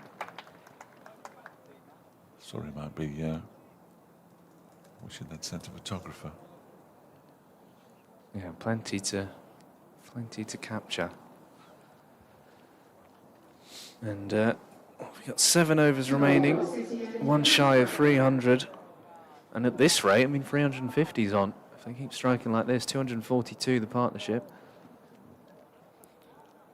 I'm not sure whether I'm allowed to read stuff out that I'm sent by people who normally send stuff to me when I'm on the radio. And Parry's unimpressed. I don't think that's a hot take. But no, that's very much paraphrasing what he said. He doesn't just put, well, I'm unimpressed. Yeah. Yeah. Good afternoon, I'm unimpressed. Yeah. See you later. I think I'd agree with you, Anne. I'm with Joe, who's listening as well. Watching. Come on, Fletch. Sorry, watching, of course. Everybody's watching now. Most of these would watch anyway. And I'd More still watching say, than listening. Yeah, I would say most of my listeners watch. 7 overs to go. 299 for 2. Thomas on strike. Pat Brown back into the attack. Dot ball to begin with, everybody. So Nick Potts taken off after that previous over, went for 18. Interesting, Fletch, isn't it? Because you could argue it's not a great sign of confidence in your bowlers, but the bowlers ultimately haven't delivered. Chappell's loosening up again. His final 2 overs are going to be very crucial, really. They can wrestle anything back. Well, Shazad currently standing with Nick Potts. That one is slapped out towards the Monarch Security stand for 4 by Thomas, who moves to 155. Partnership up to 246 at 303 as the 300 comes up. 303 for 2. It's a great shot again. Really, he's just waited on it. It was a full delivery.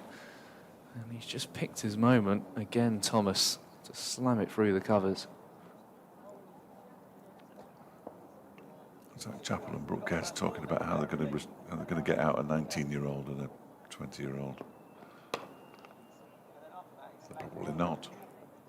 That one bounces up and hits Caleb Jewell.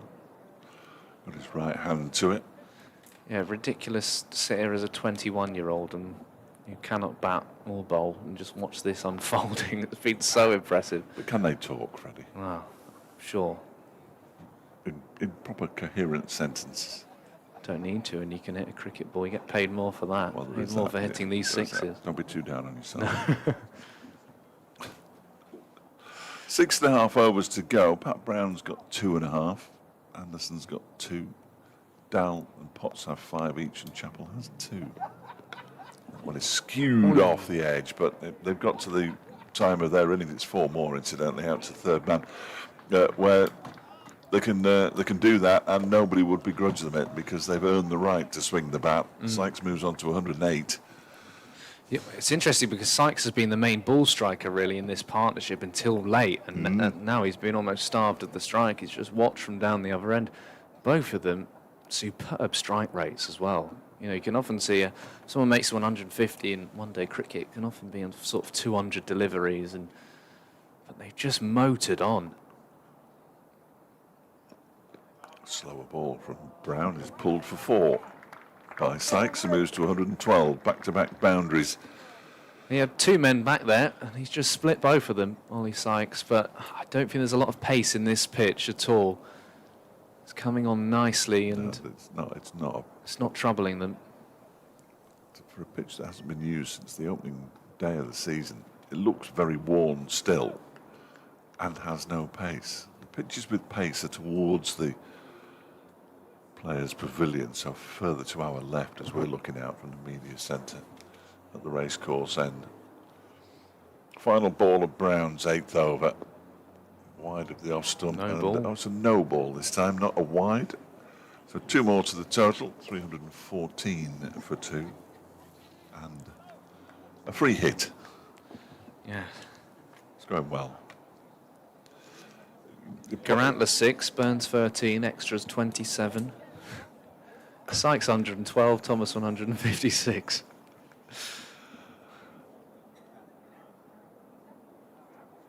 Think about the people in the tap takeover. They can go inside. Brown, free hit, launched into the leg side and beats Harry Kame. Does it now? Brilliant piece of fielding by Harry Kame out there. Let's give credit where it's due. In front of the Monarch Security Services stand, it looked as though the ball had beaten him, and it sort of rolled, and it was behind his back. I'm not sure he knew where it was all the time he was trying to field it, but he kept it in. Excellent work from him. Thomas 156, Sykes 114, 316 for 2 with 6 overs to go, and Zach Chappell's back. So he isn't going to bowl. Well, he might still bowl the last over, but he can't bowl to the end from here because he's only got 2 left. Umpires are just waving to the ground staff with instructions about the half-time interval. Look at the dust out there. It's incredible. The last overs, the 41st went for 20, then 18, then 10 from Anderson, 17 there from Pat Brown. Chappell back on. I think they need the white lines marking again now. I think that's an issue for both umpires here. So somebody's going to have to come out with a pot of paint in a minute, which is unusual to see with only 6 overs of an innings left. But both umpires are down at the same end at the moment. So, yep, here comes Neil with a pot of paint and his plank of wood, which will allow me to tell you that elsewhere in this group, as if it's going to matter for either of these two sides, quite frankly, Gloucestershire 268 for 4. In the 43rd over against Nottinghamshire at Trent Bridge. Anglo Morgan 239 for 5 in the 44th over against Worcestershire at New Road. At Aigburth, Lancashire have made 246 for 9. They've got 4 balls left of their innings against Warwickshire. In fact, they just got to the end of 50 overs, 249 for 9 they finished on. And Yorkshire, with 3 overs still to go, are 314 for 5 against Durham. And that game's being played at Scarborough. That's about it, really. Here we have 6 overs to go. 155 for Adam Thomas off 146 balls. 114 off 90 for Ollie Sykes. The partnership is 259, which in fact makes me think I'd better look up the highest partnership against Derbyshire in any game. Partnership records, here we go. Highest partnership for each wicket. Well, no, we don't have that. Perhaps it's at the bottom. There it is. It is at the bottom. The highest partnership for the 3rd wicket. Paul Horton and Mark Chilton put on an unbeaten 202 at Old Trafford in 2009. So this is the highest partnership in any game of List A cricket by an opposition team for the 3rd wicket. Fantastic. Against Derbyshire. Horton and Chilton, in fairness, are very, very experienced, or were. I mean, they'd be exceptionally experienced cricketers now. Some big names on this. Tom Taylor's name is there for the 5th wicket. Him and Lewis McManus for Northants in 2022. Bumble and Bernard Reedy. A couple of players I grew up watching, playing for Lancashire. You commentated with Bumble, didn't you, early this season? He was with us. Yeah. He was with us. And at Chesterfield, he came and rung the bell. Yeah. I'm not sure that they would expect to do this at this stage. There are 3 people in a meeting at the moment, and it's There's a lot of dust coming up. Look at Thomas now Yeah. kicking it away. just repainting the lines as best they can, and the blue line as well, the guideline. They'll be back out in 6 overs' time to do it all again. Neil and the rest of his team, the umpires are happy. They can now call wides again. I mean, after today, Fletcher, am I right in thinking, in terms of men's senior cricket, the Central County Ground, 5 days left? Correct. And we're, what is it, the 22nd of August? Yeah. It's flying by this season. Yeah, soon be winter. We've got 9 days away, 5 days at home, 14 more days cricket. Not what I'm Assuming that thinking about. Derbyshire don't qualify for the Yeah. the playoff next Thursday. So When, yeah, you've got plans next Thursday as well. no, not next Thursday. Is it not? No, got plans on Tuesday. Ah. 44 overs gone. Then as Chappell returns, that one is driven for 4 by Thomas. It's just yeah, we've had a 15-minute break for repainting of lines, and Thomas just straight into his work, drives the ball over the head of Martin Anderson. See ball, hit ball. Very uncomplicated, Thomas's technique. There's no real moving parts. He just stands in his crease. Great hand-eye coordination. All very proper. Picks up length really early. That's a full delivery, but he tucks it into the leg side for... Well, they're going to come back for the second. That's excellent running. A good throw from the deep. Pat Brown. Well, I think Nick Potts, but Ooh. because Pat Brown's over there. Oh, well done.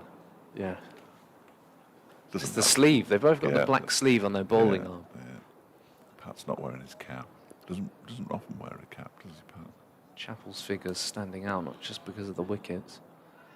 He's getting a bit of tap in this over so far, and there's some more. Oh, he's going to get a wicket. Oh, good catch. Good catch by Harry Kane out in the deep.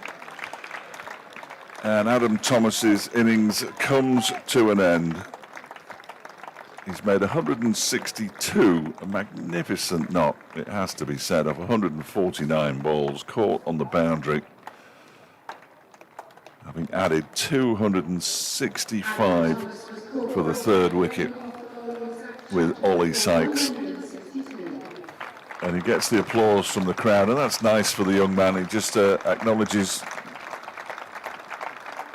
all sides of the ground here, and it's a day that he'll remember for a long, long time. 17 fours and 5 sixes in his innings.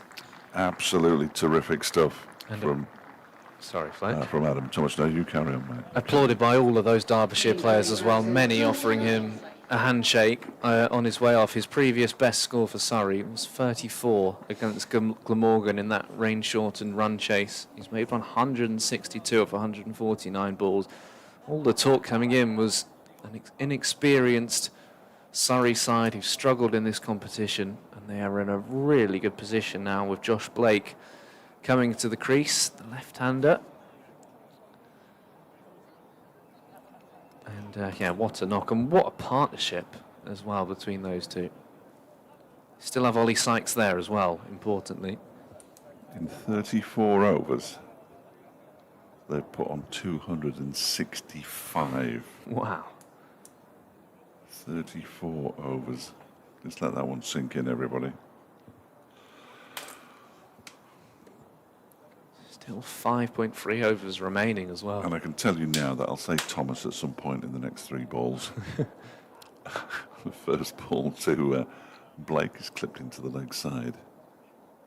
Chappell with the breakthrough as well.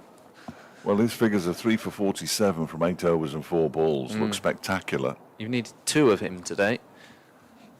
5 would have been useful. Hawkins going for 6 and over.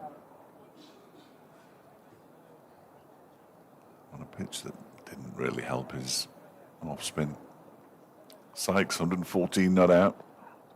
Struck on the pad. Leg by. 324 for 3. It was signalled leg by, I think, in the end, wasn't it? No, he's got a little inside edge onto it. He gets the run. 115. My apologies to the Sykes family. Look at that cut-off, it's gone all the way to 243. No such thing as a short innings unless the team gets bowled out very early. It's ridiculous that just goes on and on. You cannot bowl 50 overs in the amount of time allocated. I'd get that phone if I was you. Clipped off his legs this time by Blake, and he moves on to 5. He's striking at 250. 328 for 3 with 5 overs to go. If they don't get 360 now, 370's on the cards, they'll probably be disappointed, and that will bat Derbyshire out of this game. I have no doubt whatsoever, I'm afraid. From the home perspective, it's been a fairly salutary lesson from Surrey that Derbyshire have had here, and it's not Surrey's first team by any stretch of the imagination. And I'm not sure how much of Surrey's second team it is either. Well, Surrey's highest list day total, 496 for They're 4 not gonna get against that. Gloucestershire at the Oval. That would take something. That was in 2007. They'll not get that. 496. Yeah, remarkable. 50 overs. Let's have a look at the scorecard. That's 10 and over. James Benning, 152 off 134. Ali Brown, 176 of 97. Good. Nazar Mahmood, 35. Ricky Clark, 82 of 28. Did they win? They won comfortably enough in the end. Gloucestershire bowled out for 239. And Jonathan Batty, 229, sorry, of 10. Good grief. Wow. Must be some bowling figures here. Well, they Potts were is back, shared everybody. around. Nick Potts is back for the first ball of the final 5. Yes. I mean, the third highest, 386 for 3 against Glamorgan in 2010. Even that could be under threat if Blake gets going as well. Potts, could be a wicket here. Guest running round to take a simple catch. And Nick Potts removes Ollie Sykes, who also will receive a very warm round of applause. Surprised there's not a few more Derbyshire players going over to congratulate him as he trudges off. And, well, a couple of timely breakthroughs finally. Brooke Guest taking a simple catch, and Nick Potts finally with a short ball that just surprised Ollie Sykes, who will get another warm round of applause as he strolls off 115 of 92. He was rather reaching for it, wasn't he? He'd be disappointed, I think. But a decent ovation from the Central Co-op County Ground crowd. Still applauding now on the grandstand as he makes his way up the steps. 2 new bowlers, and they're just in a little bit of danger here. Not too much danger of not getting 350, but a little bit of danger of not getting 350 with two new batters. Is that Ralphie? Yeah, Ralphie Oh no, it's Nathan Barnwell's been Nathan pushed Barnwell. up the order. Oh dear. So he's just going to go out there and swing. Yeah, well, his high score in this tournament is 10 this year, Oh. so it's a little bit surprising that Ralphie Albertson or Rolly Hunt, the two debutants, haven't come in yet. Well, there's not a lot in the stats that suggest it as well. He strikes it at 70 in list day cricket, never made a 50. High score is 31, so it's a decision. 31 now would be useful, wouldn't it? I suppose. Some batting for Jewel Kane Montgomery Guest to do. A lot of all-rounders after that. If you don't class Brooke Guest as an all-rounder, I mean, he is a very fine batter anyway, but... Potts then, can he show a repeat of his Cheltenham death bowling, I wonder? He's removed Ollie Sykes. Nathan Barnwell then pushed up the order. He's cut that away very nicely. Good stop by Hawkins at point. I mean, even the likes of James Taylor can swing the bat as well. He's a nice timer with the ball. Hit a couple of big shots against Hampshire. 329 for 4. Blake takes his guard. 26 years of age. Veteran. Yeah, he does coach in the Surrey Cricket Foundation as well. Another one who played age group cricket. Potts around the wicket. Slower ball. Blake just turns it away. He sprints down the other end. Barnwell less convinced there's two there, and it'll just be a single. Crystal Palace fan, Barnwell. Good result for them last night, albeit the competition they didn't want to be in. Was it 1-0 in the end? Yeah, 1-0. And then, of course, losing, hopefully, anyway, from my perspective, Eberici Eze, which is very exciting. The stealth attack on Tottenham. Makes it even better. There's Potts, bangs that one in. That's Wide or no ball. yeah, it's a wide. Yeah, no, I was watching the big one last night. Yeah. Shelburne against Linfield, Oh, of course. the All-Ireland Yeah. clash. Well, I didn't realise the Palace game was on Channel 5. Yeah, Because yeah. a lot of the time when sport is on free-to-air TV, they're just really bad at advertising it. But I didn't know that was on. I was It's good cracking on with researching this Surrey squad. Well, it's a good job you didn't realise then, otherwise you wouldn't have done all that No. work, would you? That's cracked away again by Barnwell for a single out to Harry Kane. Shelburne Linfield on the BBC iPlayer. Yeah, Dundee United Rapid Vienna, that was as well a couple of weeks ago, which I did watch the first leg. I think there was a Scottish game on one of the Hibs, wasn't it, last night? They were dreadful. But then they're Scottish. There's a couple of members on that balcony actually who are very interested in their Northern Irish football. Oh, I yeah? forget what team it is, but a lot of them make journeys over to go and watch it. Coleraine is in my head, but I don't know why. I'm sure they'll be chatting Wide about it. ball. No, that is a wide. Yes, I think the difference between League of Ireland and Irish League is quite marked at the moment. The League of Ireland is some distance in front of the Irish League. Good crowds there as well, I think. There's been a bit of Yeah. resurgence on that side. Yeah. Sam Connors playing for Durham against Yorkshire at Scarborough, former Derbyshire man. Been injured again this season. Picked up a couple of wickets. Shovelled away by Blake. It's been good from Potts, varying his pace. Barnwell sent back. Barnwell, sorry.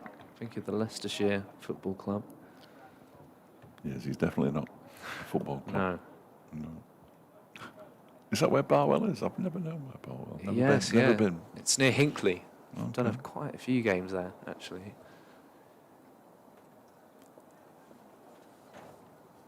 $334 for 4. Bookstall doing a good trade. It must be tasty. You get them in a big square box. Banged in again, and Barnwell cut that to Hawkins for no run. Oh, sent back is Blake. Potts removes the stumps. He's the only one appealing in the end. 334 for 4. It was a decent enough throw from Hawkins. Get back quick there, Potts. 6 overs, 1 for 49 now for Nick Potts. 4 overs to go. Chappell has 1 over left, and he's going to bowl it now.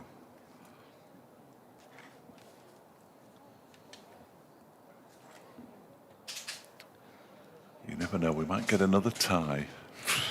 What do you You'd reckon? take that again, wouldn't you? As a No, not really. for Derbyshire. Well, it wouldn't do him any good, but No, if you were to no, get we'd close. still be here about 7:45.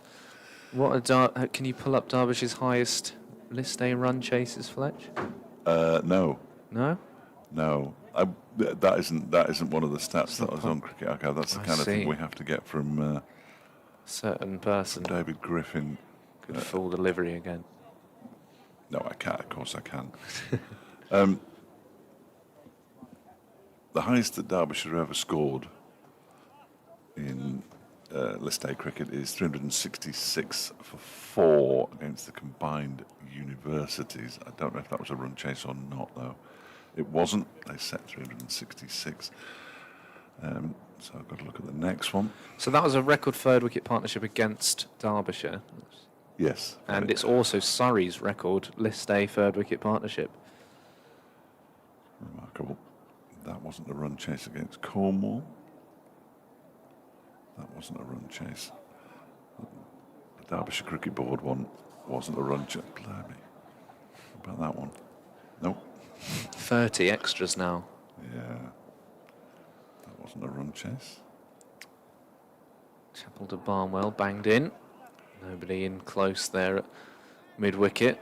I think about 2. They're going to push. This could be tight. Came as the throw. Good running there. Good running. Never looked like 2 was on, but the ball dropped close in. The high score batting second is 334 for 8 against Yorkshire, but they lost. So they're going to have to go better than that Yeah. already. Yeah. That wasn't a run chase. Neither was that. Full. Low full toss. Driven to Martin Anderson. That takes a nasty bounce. Anderson luckily was down on his knees already.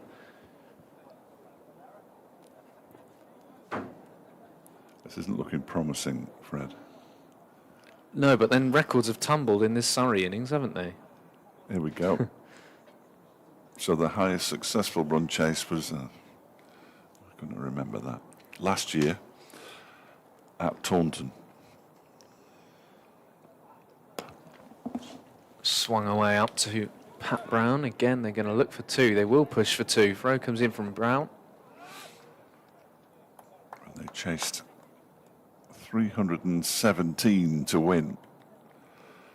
Thanks to a century from Anuj Dal, 71 from David Lloyd, 44 from Lewis Rees, and 36 from Harry Moore. What you will notice about those 5 players is that only one of them is playing today. That is Anuj Dal. Chappell around the wicket to Blake. Good delivery on his pads. Good fielding again. Out in the deep by Anuj Dal. Mr. Consistent really in the field today. Had 1 half chance, which would have been a stunning catch at backward point.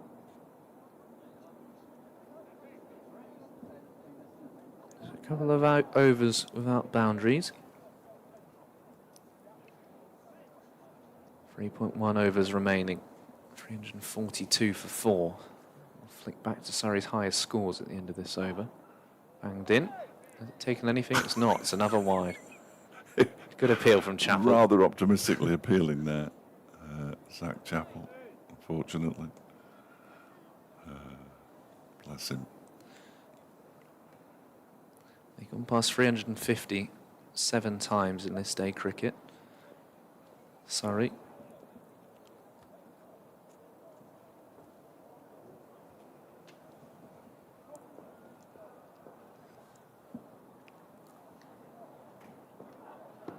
Into the pads of Barnwell. Well, he's run well. Both of these two have run well, but it's not quite paid off yet, the Barnwell experiment. 343 for 344 for 4. 3 overs remaining.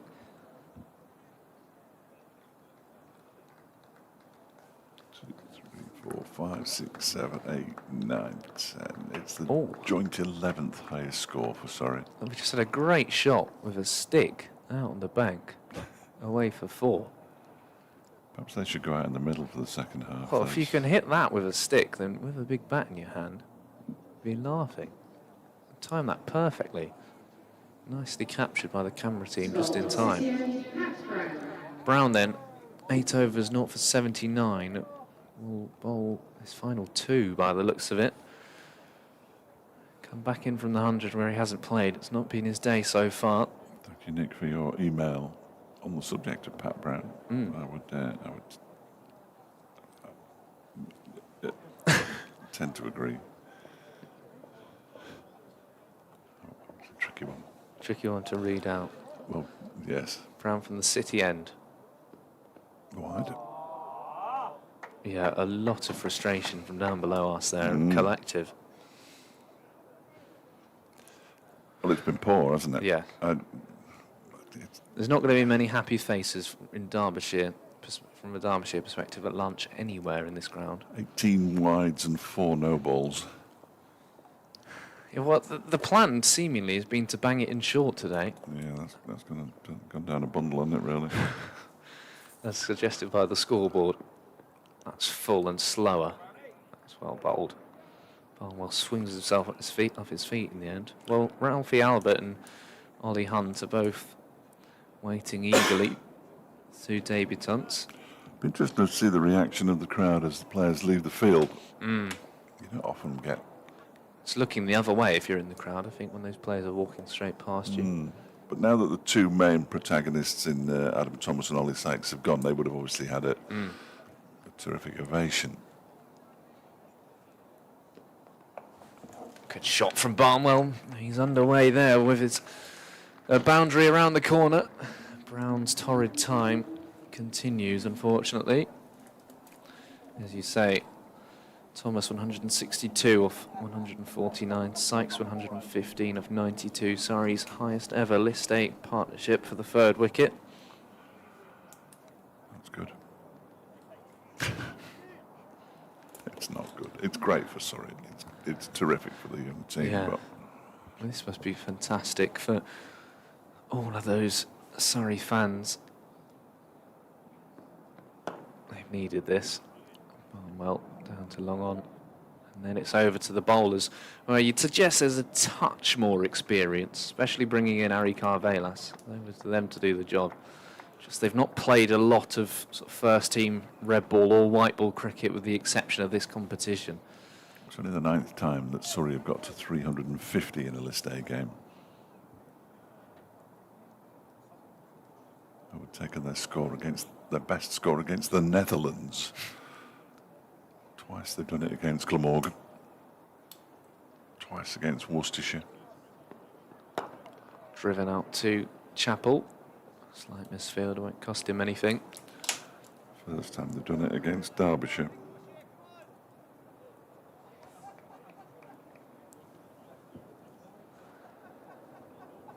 Not a single maiden bowled, because of course the only player who bowls maidens, Rory Hayden's not playing. Hayden's maidens. That's his fan club, isn't it? 2 balls left in the 48th over. Phil Brown will still bowl one more, unless bravely go for Dahl or Anderson. Barnwell gets hold of that. It's going to go in between the 2 fielders. It's nicely kept in by Nick Potts on the boundary. Brick Guest, probably an innings he'll want to forget as well. 1st innings as the Derbyshire skipper. But he'll still have a smile on his face. Possibly not at lunch, but I don't know. There's one now, there you go. It's smiling, but it's not really his fault, is it? He can only use the tools he's been given. 152 for 4.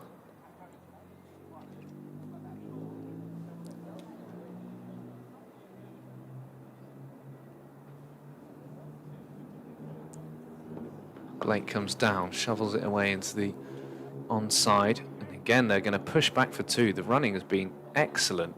Pat Brown just calmly collects the ball. 354 for 4. 2 overs remaining. Who's going to bowl? Nick Potts Potts is going to come on from the racecourse end now to finish off. 6 overs, 1 for 49.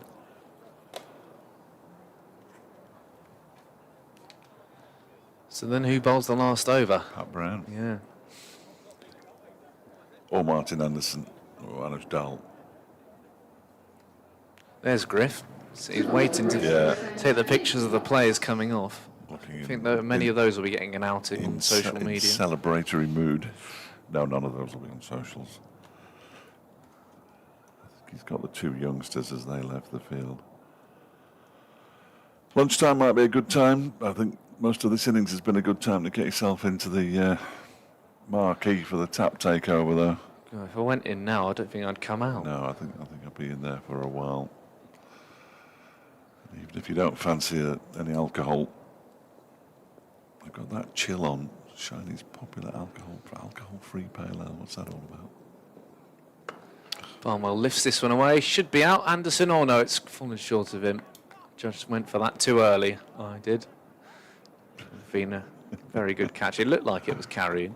Yeah, he didn't quite get enough of it, did he? Yeah. Barnwell. Yeah, there's even what's popular now, non-alcoholic Guinness, which is people love. Apparently, it's a very, very good imitation of the real thing. Yeah.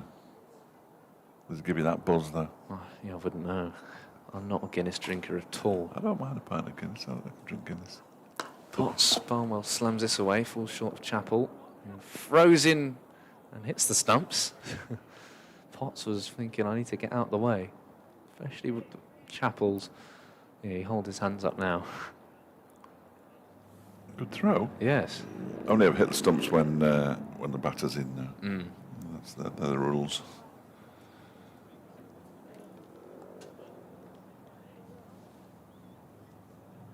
We'll see Ryan, the chief executive, at lunchtime. Sun coming out now, 357 for 4. Should be at least 370 for Surrey, really.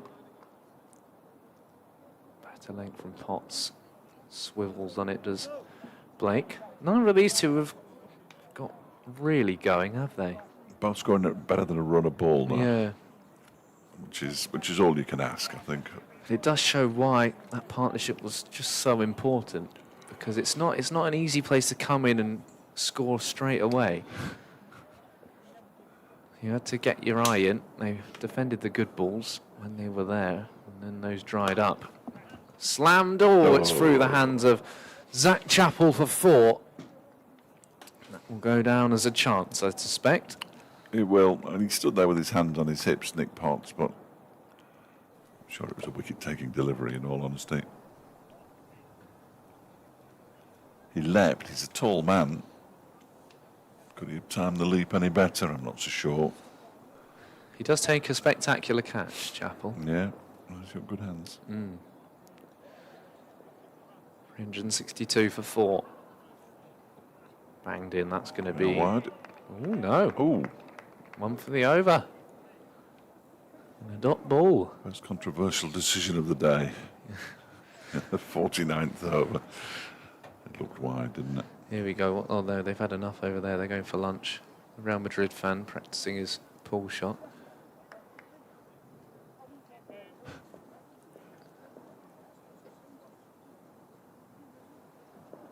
Final ball of Potts' spell. 1 for 57. Oh, and Barnwell just rolls along the crease line. And by all things considered, it's not a bad over. Potts finishes with 7 overs, 1 for 58. 1 over remaining, 363 for 4. And it's going to be Pat Brown, which means that Anuj Dal finishes with 5 overs for 34. And Martin Anderson with 8 overs for 54. Plenty of Surrey fans here on this shot. A few enjoying the beer as well. So, what can they get up to here? I mean, the remarkable thing is there's still 6 wickets left, but these two haven't quite got going. 9 overs, 0 for 89 for Pat Brown. Can he finish off? Slower ball, smashed down the ground for 6. emphatic from Barnwell, right in the slot, but he just waited on the slower ball. So Surrey's 5th highest score in List A cricket. Previous highest, 3 of those came at the Oval. And the next one in the sights, which is 375, came at North Marine Road, Scarborough. So they're on course to get their highest score away from home. Oh, that's big. Barnwell gets motoring now, bouncing away through those seats. Back-to-back sixes for Nathan Barnwell. That was a real crack off the bat. 375 for 4 now. And Brown's gone for 100. As you said, Fred, neither of these two have really got going. Surrey fans have been thanking me. They were just waiting. Yeah. They were just waiting. Well, Brown hasn't played in the 100. For 101. Yeah. Well, Graham Swan used to say when a bowler for England would go for 100 if his teammate, he'd always make sure to applaud them. I don't think anyone out there will be brave enough to applaud Pat Brown. No, indeed. But Graham Swan said he always used to mention it. This could do him the world of good for his 100 franchise, of course. Full toss. No run. I mean, Blake is still standing halfway down the track, but Chappell realising if he throws there, it's just going to, if he misses the stumps, probably got 4 runs written all over it, so just holds on to it. Yeah, I mean, it's been a tough time for Pat Brown this season, and it'd have been hopeful being released back in for this game from the Northern Superchargers. Chance to show what he can do, what his franchise has been missing out from, but it's not being the case.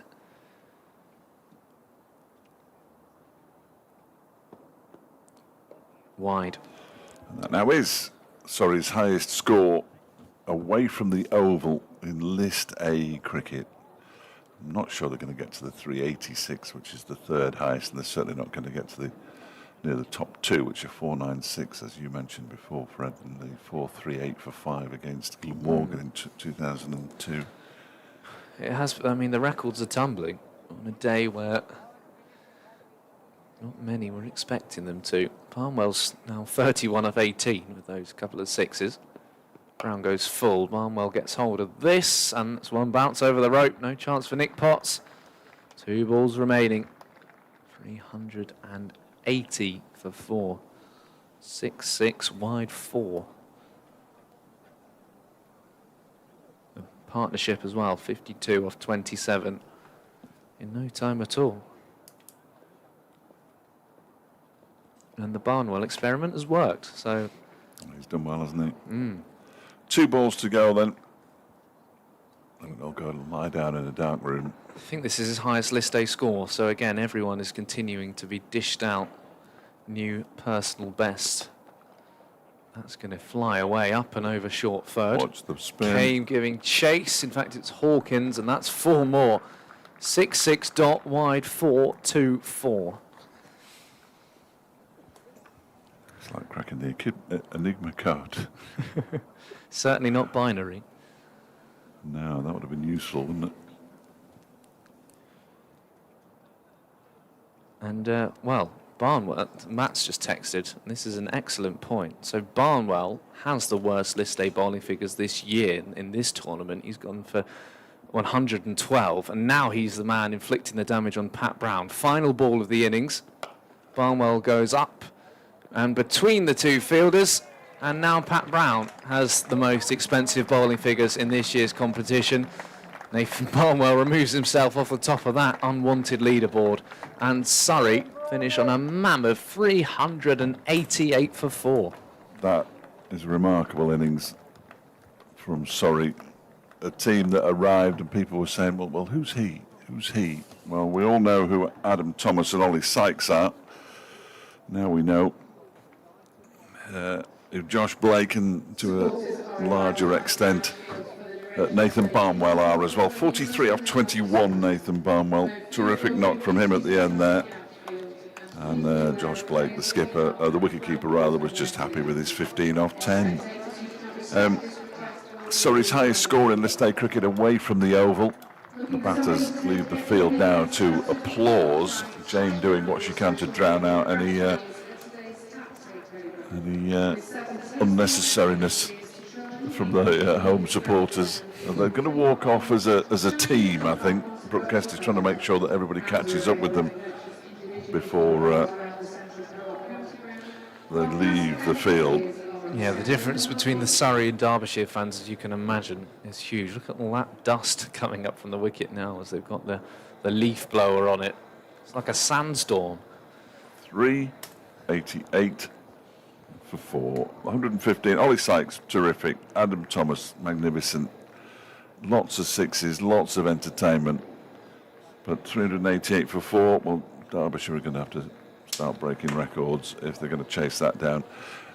Surrey heading for victory here at the halfway stage, and we will head back in about half an hour's time to talk you through Derbyshire's attempt to make 389 runs to try and win this game at the Central Co-op County Ground, when they will need more than 7.7 runs and over from the off if they're going to do it.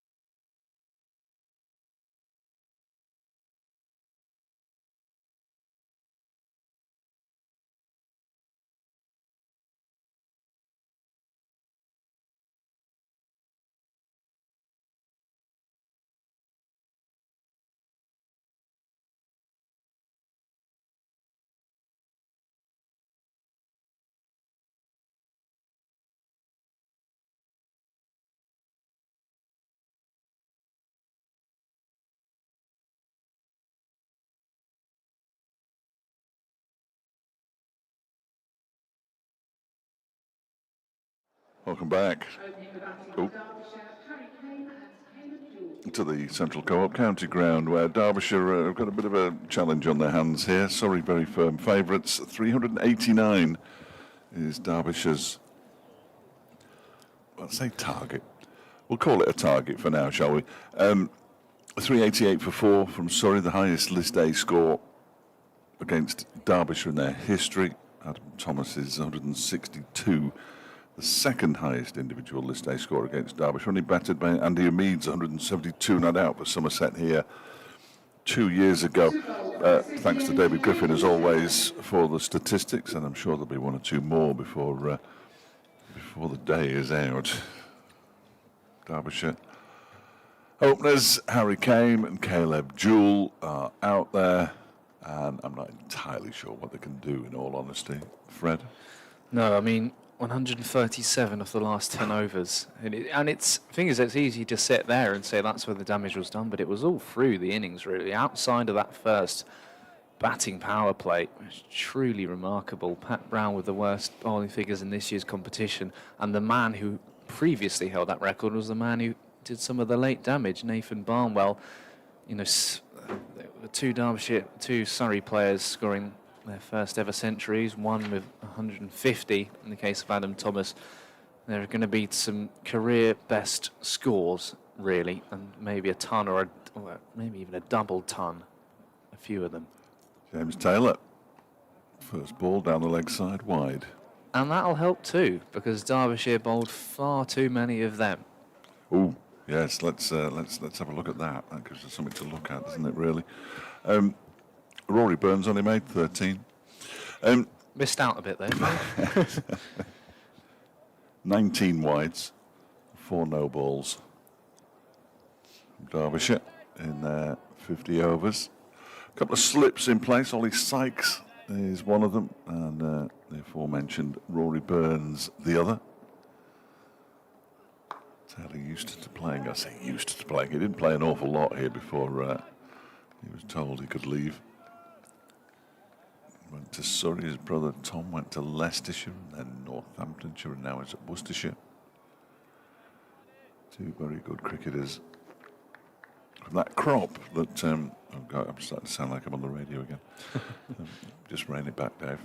But they were from that crop in, I don't know, 2017, 2018, most of whom were allowed basically just to leave the club, which is why they have to start again, why they've pinned so many hopes on Harry Moore for this season, certainly in the T20. Was never going to play in this competition due to his 100 contract. Although, having said that, Pat Brown was never going to play in this competition due to his 100 contract either, and I bet he's delighted that he did.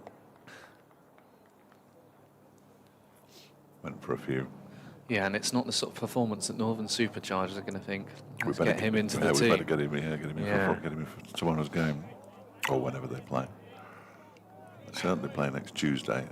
I assume they play before that. There's the drone of a commentator and of an aircraft, which I can't actually see. I assume it's a helicopter, but I can't see it. There's just one small gap in the cloud away to our right-hand side as we sit at the racecourse end of the ground watching the action here. There's the first boundary for Derbyshire. Harry Kane driving out towards cover. And he's up and running. Top scored on Wednesday, Harry? Yes, yeah, in the 60s. And he now has 1,000 List A runs for Derbyshire. Well done to Harry Kane. He came into the game on 999. You were waiting on that. You thought I'd forgotten that, Oh, didn't no, you? I was waiting. Were you on poised? that as well. Were you poised? Had that in the bookmarks from Griff. Yeah, all over that one. Yeah, 67 of 72 at Grace Road. Needed those runs as well. Defends this one into the onside. Averages over the course of his career 33 and a third, 34 matches. Caleb Jewell averaging just a touch under 37. over the course of his List A career with a high score of 137. Harry Kane does have a century, 113 not out.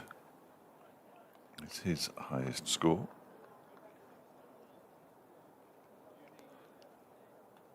Be 27 this week, Harry Kane. Tries to pull this one into the leg side, can't get it beyond Barnwell. And the over comes to an end. 5 without loss after 1. It's a 1 century and 5 half centuries in List A cricket. I mean, if you're Surrey, is it just do the opposite of what Derbyshire did with the ball, basically? That would be a start. Just do the basics right. Just do the basics right. You don't need to do anything silly. 6 centuries and 6 half centuries in List A cricket for Caleb Jewell. Most of those in Australia, of course. In fact, all bar one of the centuries in Australia.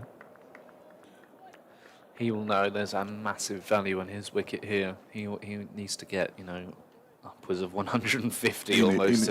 He needs a score like that. He probably needs to get 200. Harry Carvelis. That's a wide down the leg side. Which not a wide down the leg side. Why is that not a wide down the leg side? Anybody? Can anybody tell me that? Can we see that again? But not from the side? Is Matt still having his pork or a brownie, potentially? That means we're not even on. Well, that looked like a wide to me. Oh, someone's in there. Yeah. It did to me too, over the shoulder. Depends the next one, Jewell down the track.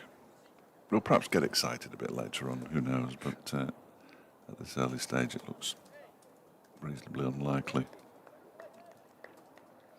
And apologies to Surrey viewers, you've sort of got to make your own entertainment up. Because while we're more than happy to give shower praise on Adam Thomas and Ollie Sykes and Nathan Barnwell for that cameo towards the end. Stat for you here. These are the ones we've got to watch every week. Oh, go on. So Middlesex chased 388, didn't they, against Durham? And that was the record of a List A run chase in the UK. Now Derbyshire would have to go one better. Oh, so this will be would be the UK record run chase. I'm going to make a note of that for when it doesn't happen later on. Durham were 387 for 4. And Surrey, 388 for 4. So there you go, records to be broken. It will be something.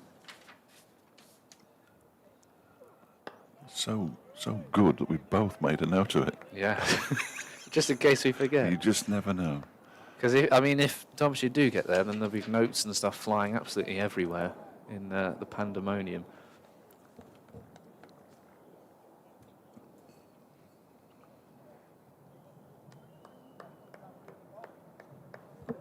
Run rate already nearly 8 and over. Cheating in a T20 can take some doing. Oh, that's the first 6. That's a big one. It's gone a long, long way from Caleb Jewell. Just helps it around the corner on its way, and Carvelis concedes the first maximum of the innings. Well, I talked about Derbyshire's mistakes and Surrey not copying them. That is where Sykes scored so many runs over his shoulder with that sort of shot, because that's the shortest boundary there at fine leg for the left-handers. You can't bowl there, as Derbyshire found out. That one was chipped down the ground. It wasn't too far away from the left hand of Carvelis, and it's just to the right of Taylor, who holds on to the ball. Although he can't use that one to bowl because there's one at each end. 11 without loss after 2. Are they in front? No, behind. They're behind already. Excellent. Excellent. Well, yeah. Surrey's power play was 55 for 1. After 20, they were 114 for 2. 30, 168 for 2. After 40, 251. 50, 388. Those last 20 overs were quite damaging, weren't they? Just a little bit. Sykes in at slip, just had a word with Carvelis and James Taylor, who's going to continue from the city end, bowling to Kane. It's a wide down the leg side. It's another over that started with a wide. What Freddie, is what's going going on? What is going on? It's like Do you think it is maybe there's some complications in the footmarks for the bowlers, their run up? But then it's just been, they'd have been redone at lunch, weren't they? I think there might be a hole in the time-space continuum, and it's something the X-Files need to look at. Yeah. I have no idea what all that meant. I've heard it on the telly, though. It is, yeah, it's intriguing. It's pushed down the ground, doesn't get past the man at mid-on, but he picks up a single, Harry Kane. Now, I wonder what the stats are like for when Derbyshire and Derby County play on the same day, and if one loses, the other loses, potentially. There might be some Derby County fans who are worrying. Or maybe it's one where you can't have both, so if Derbyshire are to lose, Derby beat Bristol City. Derby could do, well, both could do with a win, of course, but Derby could certainly do with a win later on this evening. Currently sitting third from bottom. It's early days, though. Early days. That's up in the air now. Then he's going to land safe. It does land safe, and then come back for the second as well. As it's Adam Thomas pushes it further towards the rope. Initially, didn't get hold of that one. Caleb Jones. It's quite a long boundary. Can get out to the short ball though, Jewel. You can see the thinking, and that's the end to be bowling it at him from, because you've got the longer boundary to work with. But of course, only one man outside the circle, because he's got a third man and a fine leg. James Taylor. Looks a lot different to when we last saw him at the county ground bowling, I have to say. That's 4 more out to cover. Beautiful shot. Short. What did we say? Don't put it halfway down the pitch. I know you've got to mix it up a bit, but everything short has gone. It seems, I mean, lots of things went in that first innings, didn't they? Let's face it. What did we have in the end? We had 33 fours and 14 sixes. We've already had 2 fours and a 6 in this innings. And if you bang the ball in short, you're going to get punished. One of the 2 slips has come out. Sykes has moved to extra cover. So just Rory Burns left at slip. Oh, what a play and a miss from Caleb Jewell. Tried to force that one away into the offside again. They've sort of got to go hard in the power play, certainly. It's almost like a T20 where you try to break the back of any chase in the 6-over power play. They'll do want to break the back of this chase any time before the last 10 overs, but they've certainly got to get up to, I don't know, 70 or 80 in the first 10 overs, and that would just lay that platform without losing a wicket, of course. Just put a tiny bit of doubt in the Surrey team as well. Run for that one either, as it's guided to backward point by the Tasmanian. I wonder if James Taylor would have played against the other James Taylor at Leicestershire. Must have been a time they came up against each other. Well, something for you to do tonight, friend. No, Quiet night in. Friday night. You won't be going anywhere tonight, will you? No, it'd be a choice of Derby County, Bristol City, or Chelsea, West Ham. Well, that's an easy choice, then. I would have thought. I'll be watching Derby when I get home. And then that one's guided to backward point again. And then watching Burton Albion at Stockport County tomorrow afternoon.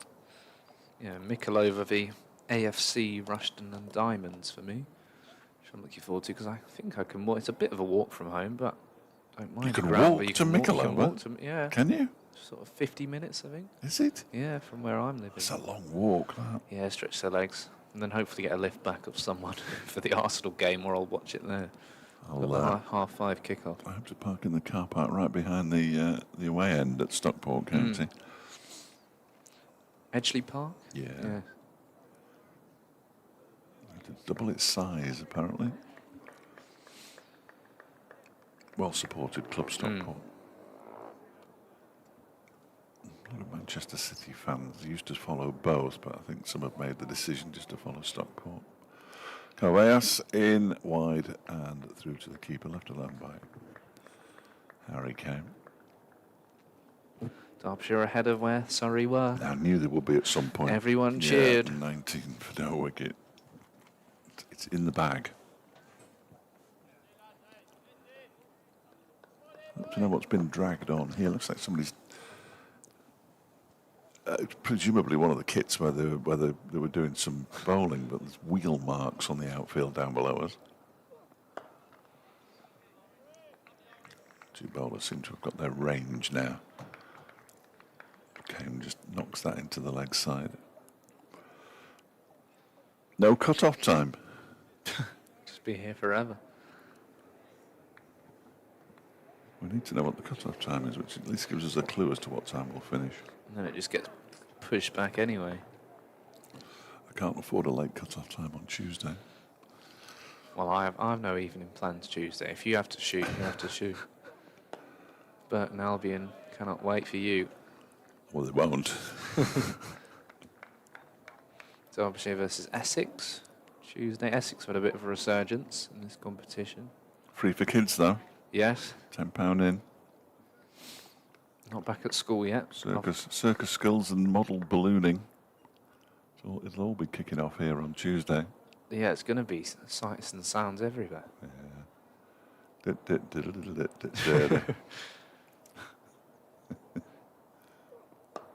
Yeah, we could interview maybe one of the circus performers instead of Brooke Guest. Or as well as Brooke Guest. Bring a clown up here. Yes. Take over from me. Nobody would spot the difference. It's true. Tell you what, this 2 more balls here. We could have the first maiden of the game. Oh, no. Don't let it happen, Harry. Nobody wants that. Ooh. It's a little uppish towards mid-on. 1 more ball. Or wouldn't I just put the tin hat on it? 50 overs without a maiden bowled by Derbyshire in conceding 388 runs. And fourth over into the reply, a maiden from a man on loan from Sussex. That's what it's all about. And it's a maiden. Harry Carvallas, 2 overs, 1 maiden, 0 for 6, 19 without loss. Derbyshire behind again after 4 overs in the first power play. They're behind on Duckworth Lewis Stern as well. They're almost, well, they're 5 runs behind on DLS. I don't think there's any danger of rain. There isn't any in the forecast as far as I'm aware. It certainly wasn't the last time I looked. We've got some more stats. Oh, here we go. We're on the camera. Give him a wave. There we go. Oh, now we're on that one as well. Good zoom in angle. 9 instances of opposition teams making 2 individual hundreds against Derbyshire List A cricket. So Thomas and Sykes joining that list today.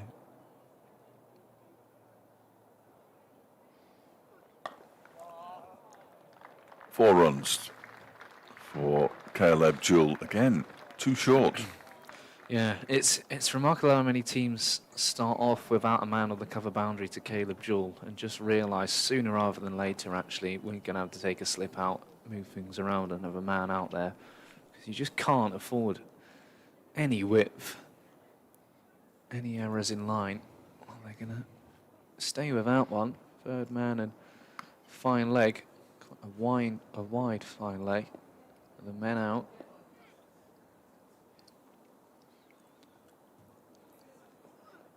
And it's 4 more, just over the top of the man at backward point. But over him nonetheless. He might well have got his fingertips to it, but it was hit with some force as it went over the top of Nick Garantla. You might have said this before, but that's the highest partnership for any wicket in one-day cricket against Derbyshire, 265. Did you have that one? I think so, and the highest for Surrey against anyone. Right. Yeah. Right. Now, David Griffin's put some pictures of the 2 Centurions individually and together. Well, at a very reasonable price, I'm sure. That one is just guided to backward point. 27 without loss in the 5th over. 3 more balls to go in the 5th over. sure the two Centurions might be going round and saying how much. Hang that on your mantelpiece. Do people still have mantelpieces? Have you got one? No, I put my pictures on my desk. I've got Does a desk. your house have a mantelpiece? No. No, I haven't got one. And then I could make some misconceptions about the county of Surrey and mantelpieces, which I'm not going to do. That one was off an inside edge, but he's picked up 2 more as Caleb Jewell. He moves on to 20. Well, the scoreboard's gone to rack and ruin. He's moved on to 22. I think Jane's made a bit of an error here. So it's always good when we can tap on the window. It's 29.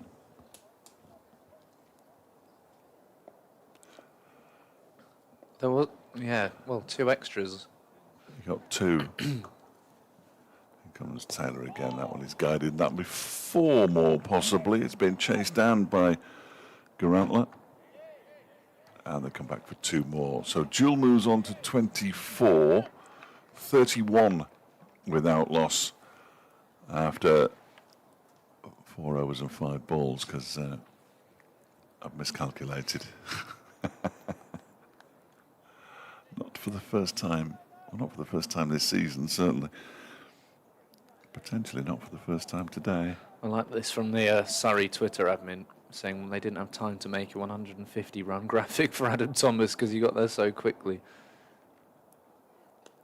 There's another boundary for Caleb Jewell out towards backward square leg this time.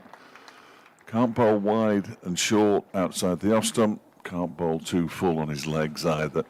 That's a terrific shot by Jewell. He moves on to 28 now, and it's 35 without loss as that ball skates away and into the groundsman's little area away to our right-hand side. 5 overs gone, then 35 without loss. They're going along at 7. The required rate 7.9. We could have a tie. He did such good touch, Caleb Jewell, isn't he? Such good touch. He's having an incredible that will year. almost certainly do for him. But yes, you're absolutely right. I mean, he's been a joy to watch this season. An absolute joy. Recently engaged as well. Yes. Went over to Copenhagen with his now fiancée. And there's the first wicket. First ball of the 6th over, Carvalhas, who bowled a maiden in his previous over. 35 for 1. Harry Kane just chips the ball back to virtual silence. Inside the county ground. Unsurprisingly. 5 off 14 balls for Harry Kane. 1-4. And he's out in the 6th over. Yeah, his hands right way in front of his body in the end. Took him high up on the bat. And a simple catch for Carvalhas, his first Surrey wicket. He's picked up wickets in every OneDayCup game he's played this year. And, well, Kane looked good against Leicestershire, but it's not been his tournament so far. More work to do. 1,004 list A runs he has to his name now for Derbyshire, having started the innings with 999. He will not get a simpler catch, Carvalhas. And he's done well as well because Jewell had got stuck into James Taylor, but Carvalhas, he bowled that maiden to Kane, and then he's got him out. Struggled to bowl into the left-handers. Well, I say that, and then Thomas scored even more runs, but the left-handers in particular just looked really untroubled. And Matt Montgomery comes out to join Caleb Jewell. Potentially only got a couple more games left this season. Derbyshire, not heard any word that he might be staying on for the rest of the county championship campaign. So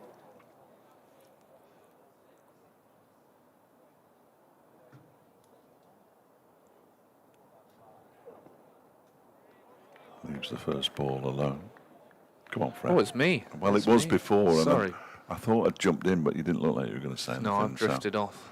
Drifted off. What a catch that is, throwing the ball across to Thomas, who can do no wrong. It's the sort of game where one of those two is going to take a remarkable catch or pick up a couple of wickets, because when it's your game, it's your game. So Carveas, from South Africa, the Greek international. Got a bustling action. Montgomery says no run again. Derbyshire's two best batters in this competition together now, both in terms of runs and averages. Jewell and Montgomery. Montgomery with 1/2 century, a century and a half century for Caleb Jewell. Just trying to find the positives. That's it. I'm done. Defended into the onside. They're going to scamper through for a single. Montgomery off the mark. The throw by Ollie Hunt was about as poor a throw as you could get from 4 yards away from the stumps there. Straight into the ground in front of him. Not quite Phil Salt the other night, but not far off. All those debut nerves. After sitting on the balcony for 50 overs waiting to bat, and then Thinking I could be in next. yeah, and Could then be in Nathan next. Barnwell getting sent in and smacking Pat Brown at the end. Yeah, both Ollie Hunt and Ralphie Albert on debut. Albert, the grandson of snooker legend Jimmy White. Well done. Got it in. Got that in. I don't know anything about snooker in particular. Oh, that's up and over again on Caleb Jewell. Bowlers just aren't really learning in this game. When they're making the errors, they seem to bowl it again in the same place. It's been a remarkable knock from Jewell so far, hasn't it? 32 off 18 with 5 fours and a 6. Bizarre. Poor old Harry Kane struggled a bit. Montgomery's got 1 off 3, and Caleb Jewell's just making it look like it's a walk in the park. It isn't. He's a very fine cricketer. Still got a slip in. They've got a deep point now and a wide, fine leg. Jewell up on his toes. Plays this one out to point. Garantler into the over. Successful one for Ari Carveas. 40 for 1. Derbyshire 10 in front of where Surrey were. Really? Yeah. Surrey had lost Oh, Rory there's the Burns. worm. Yeah, the worm's showing that. Not for long, but the worm was showing it. There it is. Oh, no, that's the run rate one. That doesn't actually tell you anything, in all honesty. I don't think the run rate one. There we Back to go. the There. worm. Well Thank you, well Matt. done, Matt. Well done. Keep it on now. Keep it on. Don't let it disappear. Keep it on. Stay there. Wait there. It's going to go now. There we are. Lovely, lovely work. Taylor then against Montgomery, cuts this one away, doesn't quite time it. Thomas runs around to do the fielding. Give you a Montgomery. Okay, let's get Caleb Jewell back on strike. Taylor's gone for 29 of his first 3 overs. And it's Jewell practicing that exact shot, a big pull. That aerial pull. Burns in at slip. Josh Blake, the man with the gloves for the last 4 games, and now this one with Ben Folkes injured. Defended by Montgomery. Leaves it for the fielders, though. I like Yeah. that. That's good. I like Make that. them innit? work. Yeah, make them pick it up. Anything could happen. 92 against Worcestershire at Repton, Matt Montgomery. 47 against Leicestershire. It's been a promising start with the bat in Derbyshire colours. Good player. Couldn't play in the win over Nottinghamshire, so yet to taste victory. That's just rose in him a little bit. Guided it out. Plenty of applause from Ari Carveas at mid-on. Alex Stewart, a couple of those coaches doing another lap round the boundary. All in their shorts because it's a beautiful day here in the East Midlands. little overcast, but Derby County and England flag over around to our right. Dabbed down to third man by Montgomery. Now Caleb Jewell will look to continue on. 32 of 19. Super Rams. Yeah, Super Rams. You must have done a fair bit of cricket and football on the same day now. Yeah, a little bit, yeah. Yeah. A little bit. Always useful as a fan when they combine. Maybe less so as a broadcaster. Will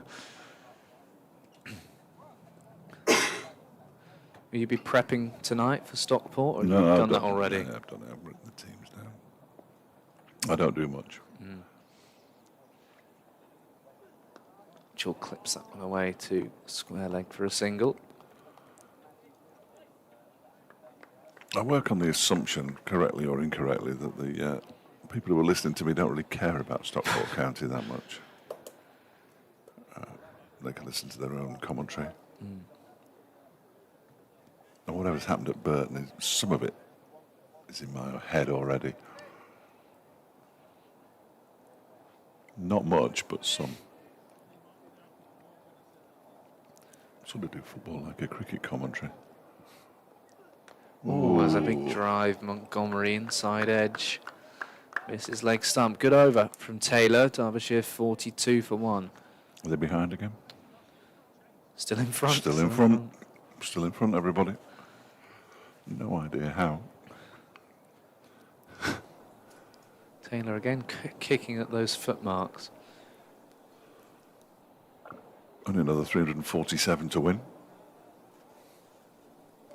At 8 and over.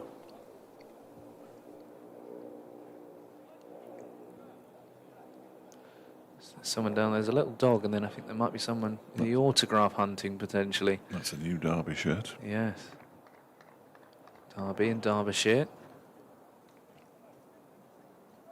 Couple in that stand as well. Carvea Savol is fourth over. Caleb Jewell goes back and cuts away. That will be fielded well. His sunglasses tumbling off. I think it's Ollie Hunt out there. I'll come back for 2. Sorry, in the all black kits. I quite like that. Mm. Bits of blue on it. I think Hampshire have a similar number. Derbyshire going down to the Utilita Bowl on Sunday. I'd imagine they'll travel tomorrow, won't they?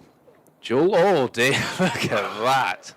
That is a remarkable shot from Caleb Jewell. Lifted over, fine leg for 6, and that's 50 up for the Falcons. Wow. That was an astonishing shot. Moved across his stumps into the offside. Just lifted it around the corner down a fine leg. Ball's taken a fearful beating on the tarmac and the wall and everything else. It'll have to be looked at by the umpire, I would have thought. Be a cursory check of it. Yeah, it looks all right, apparently. Made of strong stuff, these balls. Just waiting, really, for the cut-off time to come up. Fascinated to know what it might be. Not there yet. Jewell drives uppish for a minute. Good fielding by Thomas. Jewell at the other end for a single.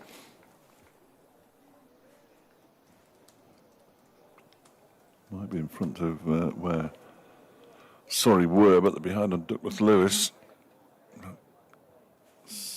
18 behind on Duckworth Lewis.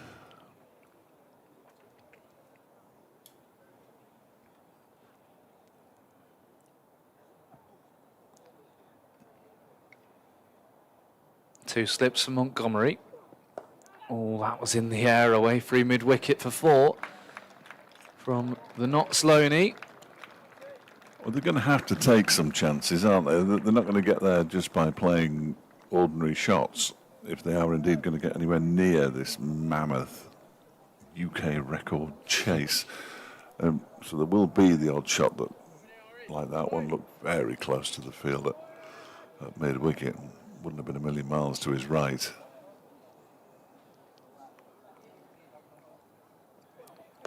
It's just defended again by Montgomery. Trying to have a look at the quickest Derbyshire List A 50s because Jules going along nicely here. 42 of 23. I think they're just down as white ball 50s, whether it's T20 or List A. That's So no good, really. and Aaron Donald has got most of them. Yeah.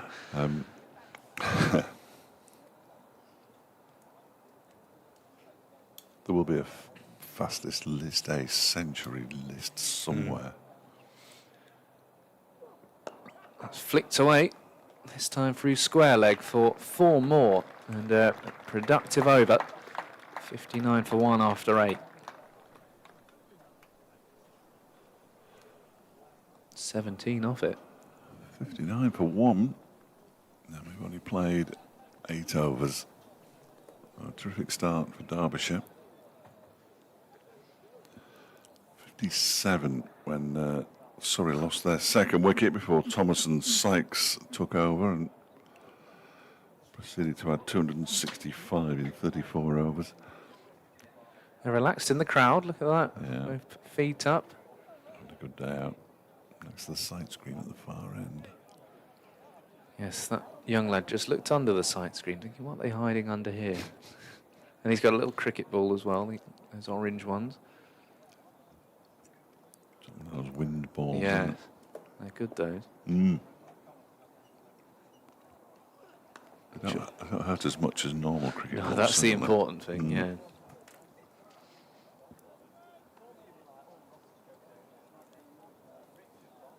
At which point will the crowd start getting excited, do you think? They're excited when Caleb Jewell's been smashing the ball around, but sort of general excitement. It took a while on Wednesday, didn't it? And then all of a sudden it got gripping.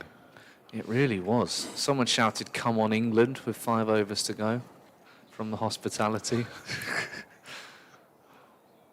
Montgomery steps across his stumps. Lights are on. Coming on. So it will go darker for a few minutes. Burns is shadow batting. He's just hit a massive 6 down the ground. Of course, his attention, not saying it's not on it now, but winning another. Oh, that's a golf swing. There you go. That's definitely golf, yeah. You can He's defeating that stereotype about cricketers liking golf. He can definitely still play for England if he plays golf. There you go, the camera on the floodlights. And it always looks darker when the cameras are on there. It's not It looks that darker dark. when the floodlights come on. Yeah. Montgomery having to reach for that. New lights as well as a new outfielder on the agenda for the winter. Busy winter. Quite exciting. LEDs come on instantaneously. First came across those at Chelmsford. Went there in COVID. So there was nobody else in the ground and it was getting really, really dark. And then they just put the lights on and instantly it was like daylight again. It was remarkable. Montgomery slashes that away. Lovely shot.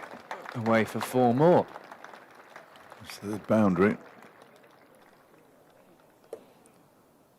Been trying to bowl wide to him to that tight offside field, and he was able to split the field as they raced up the advertising board. You can't bowl short and wide to anybody who's a decent top order batter. We all know that. But at the moment, the bowlers don't seem to realise that.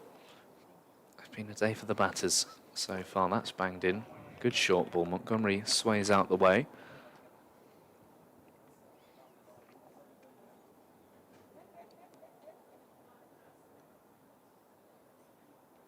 And if the coaching staff, I assume they will, the coaching staff will stay up here. Be a big hold underneath the in the boss for all those golf clubs. They'll find somewhere tomorrow, won't they? I would have The thought Surrey so. squad. Yeah, I thought so. Those who don't like golf will don't know what they'll do. Go for a coffee. That's short, wide. And we know the result by now. 4 more.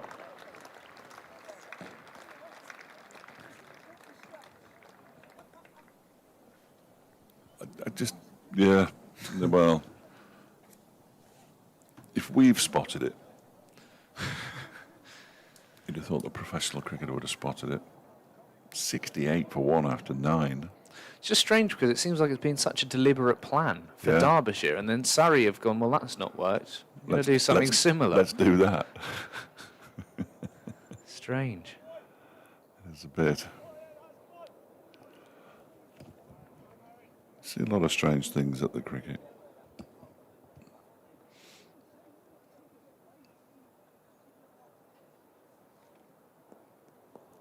Jules back on strike though, here we go. Oh, that's up and over. Down to the third man boundary for 4. Joel moves along to 47. He's just going to go after everything. And that's the right way of doing it now. I think so. I think so. There doesn't seem to be any point in just pushing the ball around, does there, when you're chasing 389? I've had a boundary in every over, apart from the one that was a maiden. Derbyshire looking to end the power play strongly. Jewel leaves this one alone. And leave. Come on, everybody. That doesn't seem right. 35, 60, 113 and 39. Caleb Jules scores in the One Day Cup this summer. Highest individual score by a Derbyshire batter is held by a Tasmanian, the only other Tasmanian to play for the club. All that's in the air.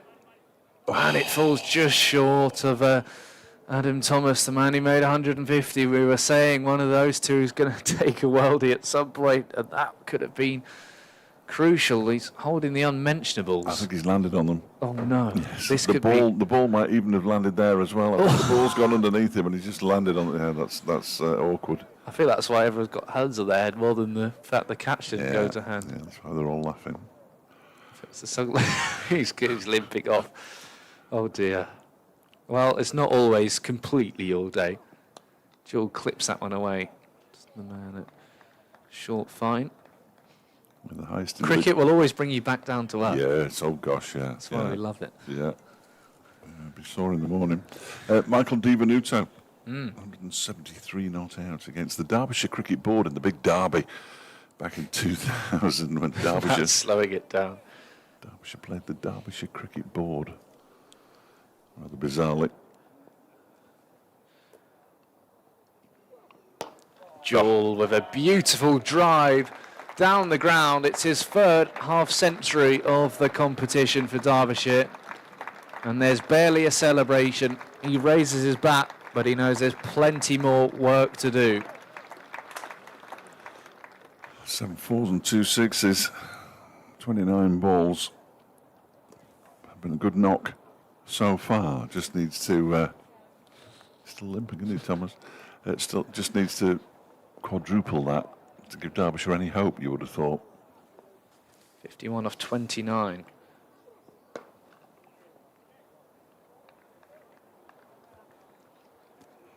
And that's the end of the power play. 76 for 1. Where does that put them ahead? 21 ahead. There you go. Don't get excited, everyone. 7 4s, 2 6s. A really good knock from Caleb Jewell. He's been an absolute joy to watch all season. And continues to move potentially towards 2,000 all-format runs. We're going to see Nathan Barnwell for the first time. First time today. He's already had his moment in the spotlight with the bat, making an unbeaten 43 off 21 balls. Carting poor old Pat Brown to all parts in that final over to make sure that Pat now has the worst bowling figures in the competition this season and not Nathan Barnwell. And we should say, if you do want to get in touch, the YouTube chat is the best place to go, but it is absolute carnage at the moment. Oh, is it? Oh, almost chops on there, Matt Montgomery. Oh, and then there's a throw from the keeper, removes the bails, just trimmed the stumps there, and he had to slam his bat down, Caleb Jewell, but everything was all right in the end. Is it just gone? Yes, from Got a bit betting. yes. But if you do want to get in touch, say hello. Any thoughts on the game? We can read certain bits out. So the Yes. YouTube chat is the best way. For people who have your email, I'm sure you've had a few already. I have, but it's sort of for a slightly different audience. Yes. If you know what I mean. Jules back on strike, 51 off 30. There's more runs here. I'm not sure he's going to get it through. He isn't before, but there's a little fumble down there by Yusuf Majid, and it means that they can come back for a second. Just got it up here, the Caleb Jules wagon wheel, Yeah. 1-4 down the ground, and then everything has been through point and through square leg. There's 2 6s backward of square over fine leg. And they've just bowled short and wide, as you say. Can't do it to him. I haven't seen any of his trademark front foot drives yet. That's a one off the back foot. It's really carved into the offside, but there is a man out there on the boundary, so as a result, they can only get one. I think that's Ralphie Albert out there. It is. Hasn't had a terrific amount to do. Was slated to come in at 5, but didn't appear. I can see Griff, he's on the What is he now? little roller down there by the Oh, groundsman's yeah. shed. Just resting. Montgomery drives up to mid-off. Oh, there's a misfield again. This time from James Taylor.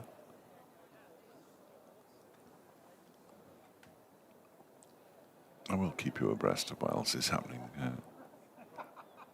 around the country, such as things are happening around the country. Nottinghamshire have been set 344 to win this, 27 for 2 against Gloucestershire in this group. And Worcestershire. That's a nice shot from Montgomery. Forward of square, a run round the boundary for the young man, Albert.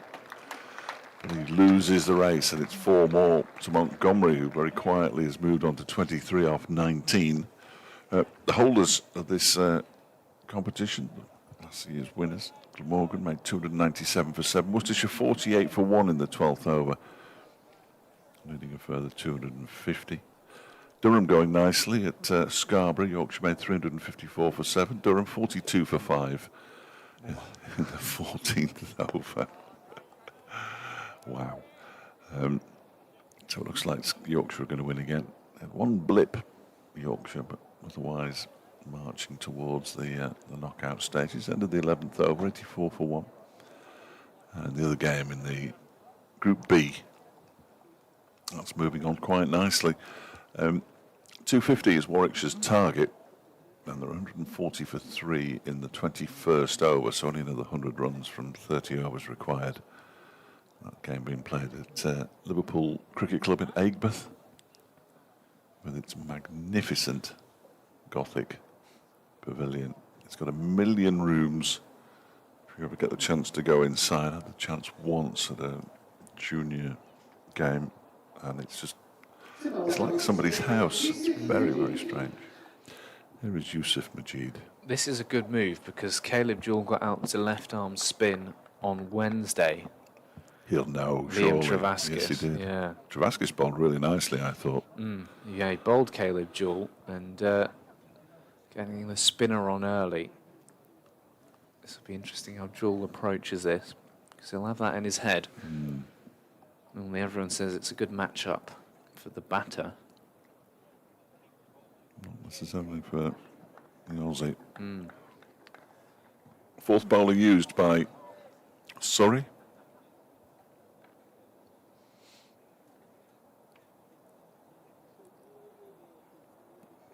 And Majid will be bowling from the racecourse end here at the Central Co-op County Ground. I thought it was a goal.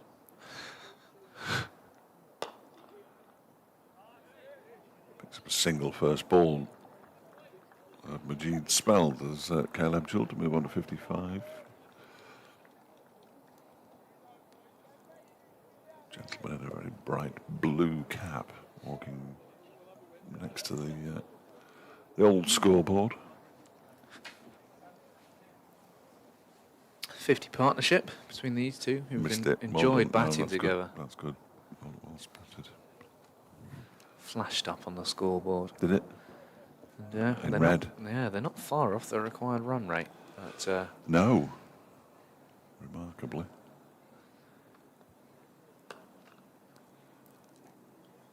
Can go along a single ball for a few overs here. Yes, it would mean that they'd drop a little bit behind the required rate, but a bad ball will come along at some point, you would have thought, as the clock ticks around to 4 o'clock.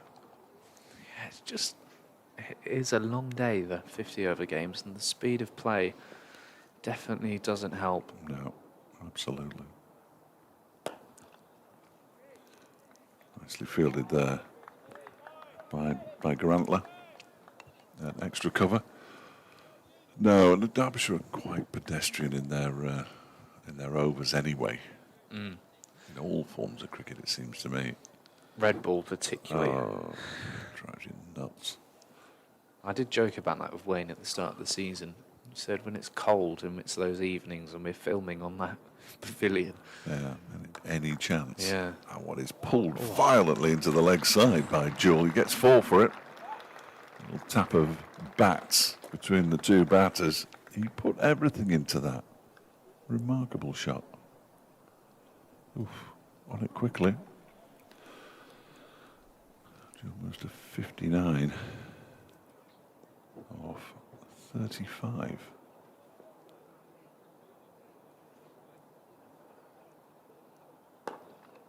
Then slaps the next ball into the offside. And there is no run. Try and find that innings from Tom Wood. There it is. Punched down the ground this time by Jewell. Gets a single.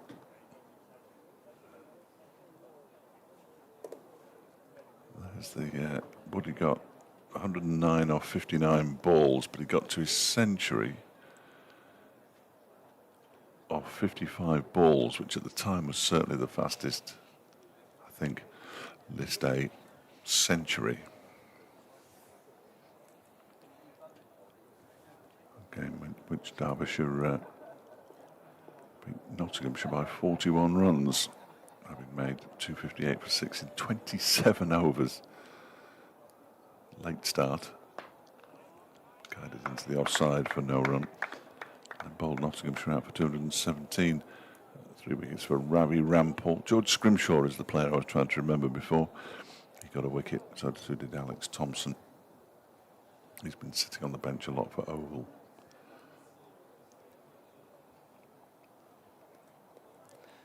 Matt Montgomery played in that very game, made 26 and didn't bowl. So there you go. All human life is here. That one's cut away. That's 4 more. That is an astonishing shot from Caleb Jewell, using Barnwell's pace to a degree, but adding plenty of his own into the bargain. Backward of square on the offside, and he's sharpish. And that replay was terrific. Just disappears to the boundary, though. That's actually what happened with the replay. It just got there so quickly. Yeah, The replay turned off. that Matt couldn't quite. There we go. He's having another go now. Look. There we go. Just a couple of seconds. Excellent bit of camera work Yes. there. Who is that? I'm going to say Luke. Excellent work from Luke. Yes. Well, he's the top man, isn't he? Oh, should have been caught. Should have been caught down below us to the right by Ollie Hunt. It's gone straight through his hands and away for 6.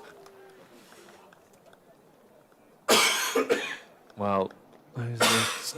Oh, he just came in off the boundary. If he'd stayed back, and he knows that, if he'd stayed back, then Caleb Jewell, Derbyshire's danger man, is out. He just took one step in, and that cost him dearly. It didn't just cost him Jewell's wicket, it cost him 6 runs as well. 100 up for Derbyshire. Yeah, had to catch that. Jewell moved on to 70 from 40. With that rather fortuitous 6. his third to go along with 9 fours. It's not really a percentage shot unless you get hold of all of it. It's that longer boundary as well. But he did hit that kind of shot in that T20 at Chesterfield, which went a country mile. Well, that one from the other end as well, where he lapped it. So you can't blame him for going for it. Just nudges this one round the corner. This time Hunt gets the Bronx cheer. Yeah, a bit of noise from the crowd. That's good. Don't mind that. Don't mind that at all. Who's situated closest to the shiny tap takeover? Yes, I wonder how that's going. Still, if there is, you know, if any of them are viewing. Mind you, this Derbyshire start, I think, in certainly the lunch break, we could have had a couple after that first innings. That one's carved away. Oh, That'll be 4 more. That's Matt Montgomery this time, I beg your pardon. Matt Montgomery picks up a boundary out to the backward point region. He moves to 28 off 22. The partnership's 71 of just 47 deliveries. I've read a lot about Montgomery's sort of paddle sweeps and reverse sweeps when he joined, which we've seen a lot of, but he plays a lot of proper cricket shots that go for 4. Everything we've seen so far has been very sensible. 13 overs gone. Well, the 283 required off 37 overs. It seems a lot, but the current run rate's 8.2 and the required rate's 7.7. Remember, it would be a UK record run chase. Yeah, and Ollie Hunt on debut didn't get the chance to bat, and he just messed up that catch there, coming in off the boundary through his hands. You'll have heard David Griffith at tea. Did you say what he would do if Derbyshire won this game? Are we able to repeat it? No, we can't, No. but it would be very amusing. We'd tell you where to gather to see this particular event take place. I did say I'd probably join him. I think he said he'd do it for a week as well. Every day for a week. I think, and he also said he'd be there this evening. Majid to continue. Long way off yet. Long way off yet. No one shook his hand, but he's a man of his word. Yes. Oh, yeah. Of course. Of course he is. Would be fairly impressive. Yeah, the police might be called, but of course he was one of them, so that'd be one heck of an explanation. A single to Jewel off Majid, moves to 72. It would be frightening. Don't bring your kids.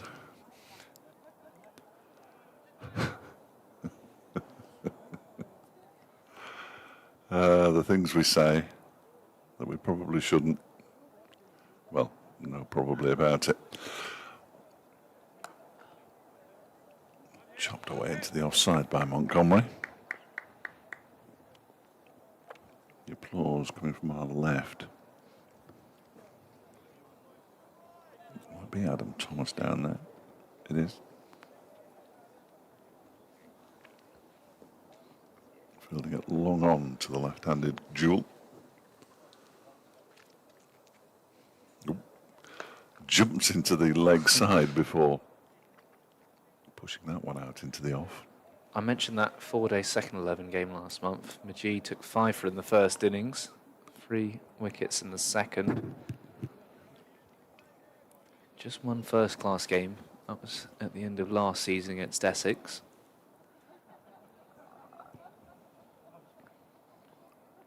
There's one of your reverse sweeps. Oh, and there's the victim of the Derbyshire outfield, Ralphie Albert. I'm afraid he dived to his left. And as he was diving, the ball's hit something. Well, it's hit the surface, and the surface is not even. And it's just gone bosh straight over his head. There'll be dentists watching this, just waiting for appointments to be booked. They're all on call. Because that has just bounced just over his head again. Yeah. Jules asking for a drink. From the tap takeover. He really wants one. Just a nice little IPA. Preferably not the alcohol-free one. Although I'm told that Shiny is popular. From Little Eton, always good to have local companies in as well. Absolutely. Well, they were here last year for the Middlesex game, and it was hugely popular. It's good to have them back. 14 overs gone then. The two batters have a drink. It's Rory Hayden who's brought them out. And then on Tuesday, the community day. Don't forget. How could you? We keep mentioning it every 5 minutes. We're on commission. If only. If only. Free for children. Adults a tenner. Get yourselves down just after the bank holiday. What better way to round off the school holidays than a day at the cricket? It's going to be glorious. I have no idea if it is or not, but I'm just saying that. Left arm spin from both ends. Ralphie Albert, who played for England under-19s against India in the recent Test series, scored 50 in the first Test and then took 10 in the match in the second. So, one to watch out for.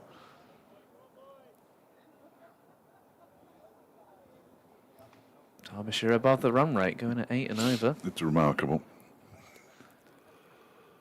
And we're now going to see Ralphie Albert bowling for the first time in list day cricket.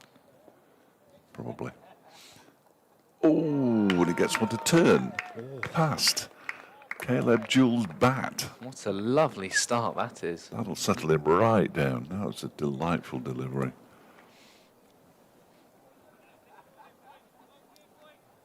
Alex Stewart behind the bowler's arm, applauding. Down the other end, sorry.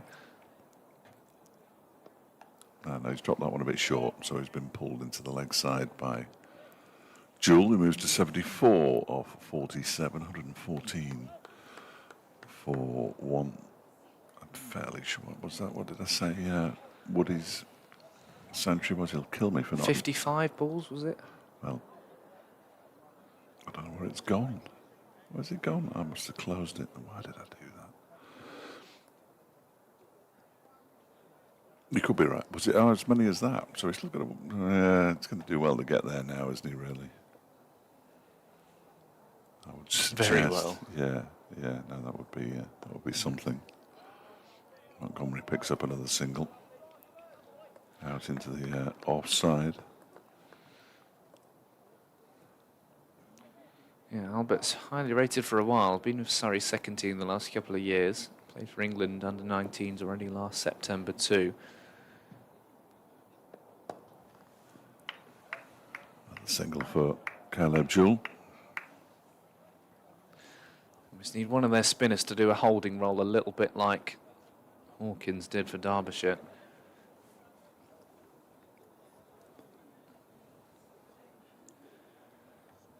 I suppose Derbyshire's tail maybe a little bit longer than the other day. Yes, I think so. Morley or Aitchison. Morley and Aitchison out. Of course, no Ross Whiteley, but Amrit Basra comes back in, which is just great. Potts can bowl, bat rather.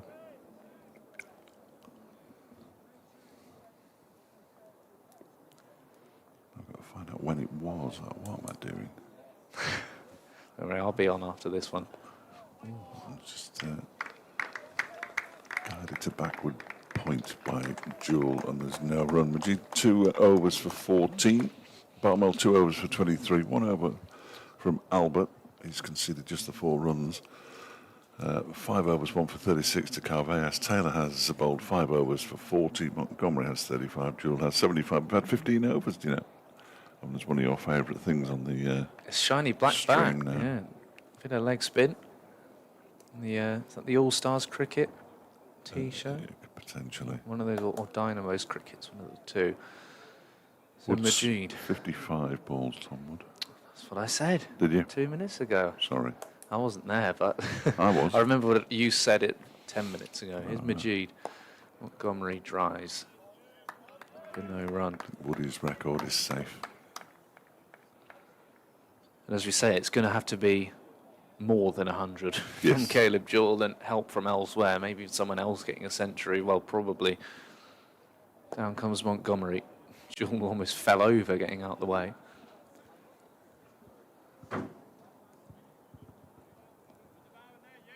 Captain Ollie Sykes comes in the ring. Test for him with the gloves today. Be hoping for some help behind the stumps. Josh Blake, 26 years old, which makes him, as you said in the first innings, a veteran in this Surrey side. They have experience. Jewel goes down the ground for a single. A handy job from these two spinners. Similar to Derbyshire, just setting that field with long on and long off back. Bowling full and just allowing them to punch it down the ground for those singles. Montgomery goes back, turns this away to mid-wicket. Nice piece of fielding by Ollie Hunt, who will hope that his debut is not remembered for dropping Caleb Jewell. Be awkward. Majid around the wicket to Montgomery. Punches this away for a single. And this is absolutely fine for Surrey. It's probably okay for Derbyshire at this stage as well, though, isn't it? 7.6 the run rate, the required rate, just below 8. As long as those don't get too far apart. Keep themselves in the hunt up to a point. Good delivery again from Majid. And just 3 off the over, 7 off the last 12 balls. 120 for 1 after 16. Surrey were 92 for 2. Nice, they raised their run rate towards the end, but the old run rate worm, if it is a worm, showing that Derbyshire just dipped a touch. Do we get the real worm after this one, I think? Possibly. Oh yeah, there we go. There's the worm. Look, Derbyshire in front. Bizarre. Love a worm. Albert.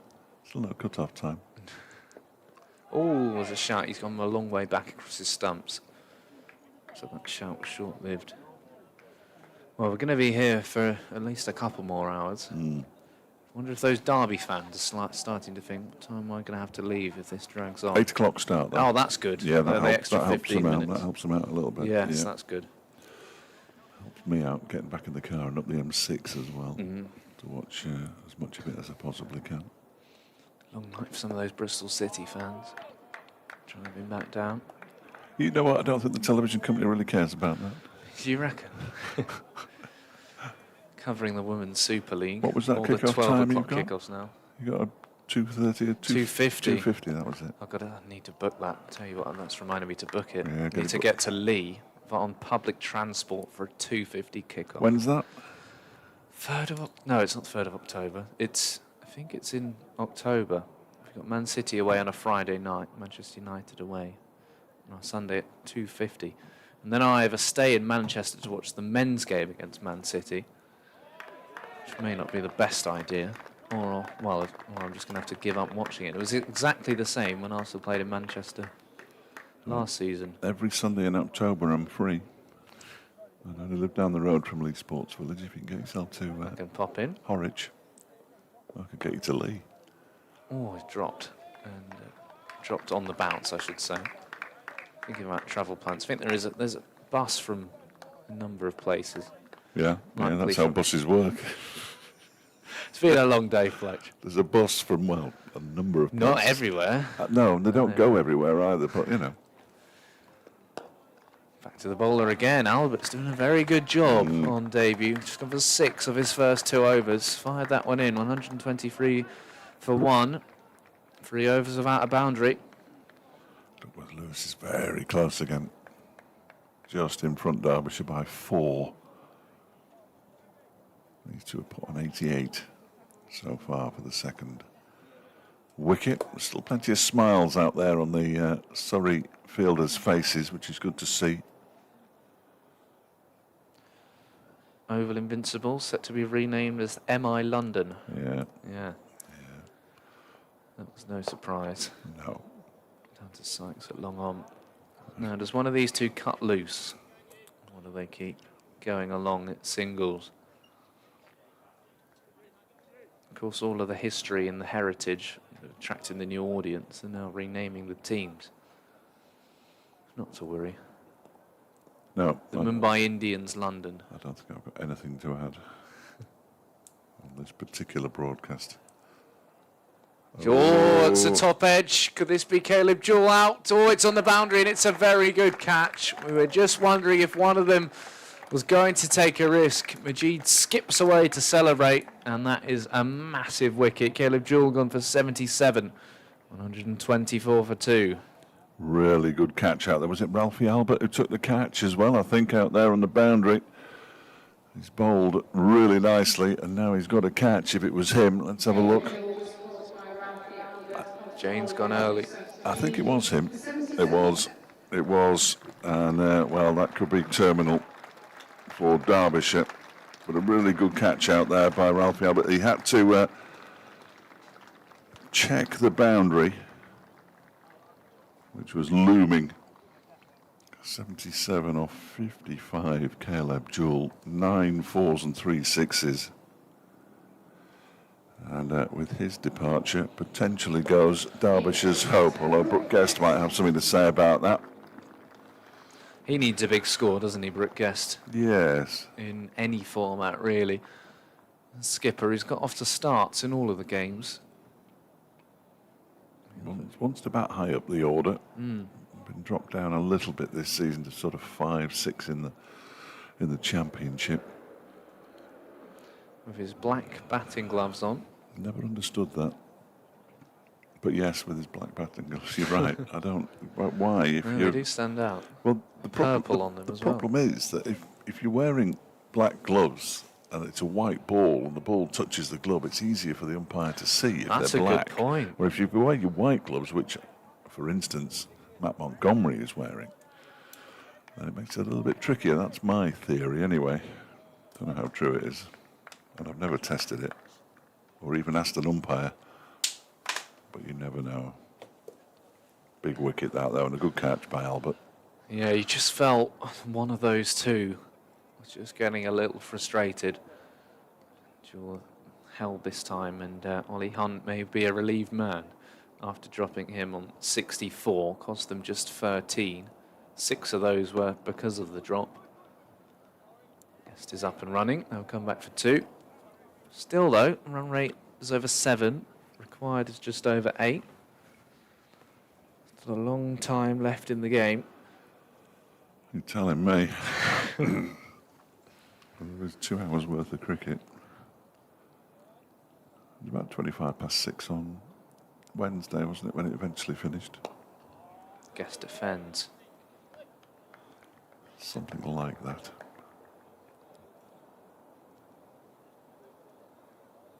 Majid's 4th wicket of the competition. And a big one. Coming round the wicket now to Brooke Guest. Goes back and defends to Ollie Hunt.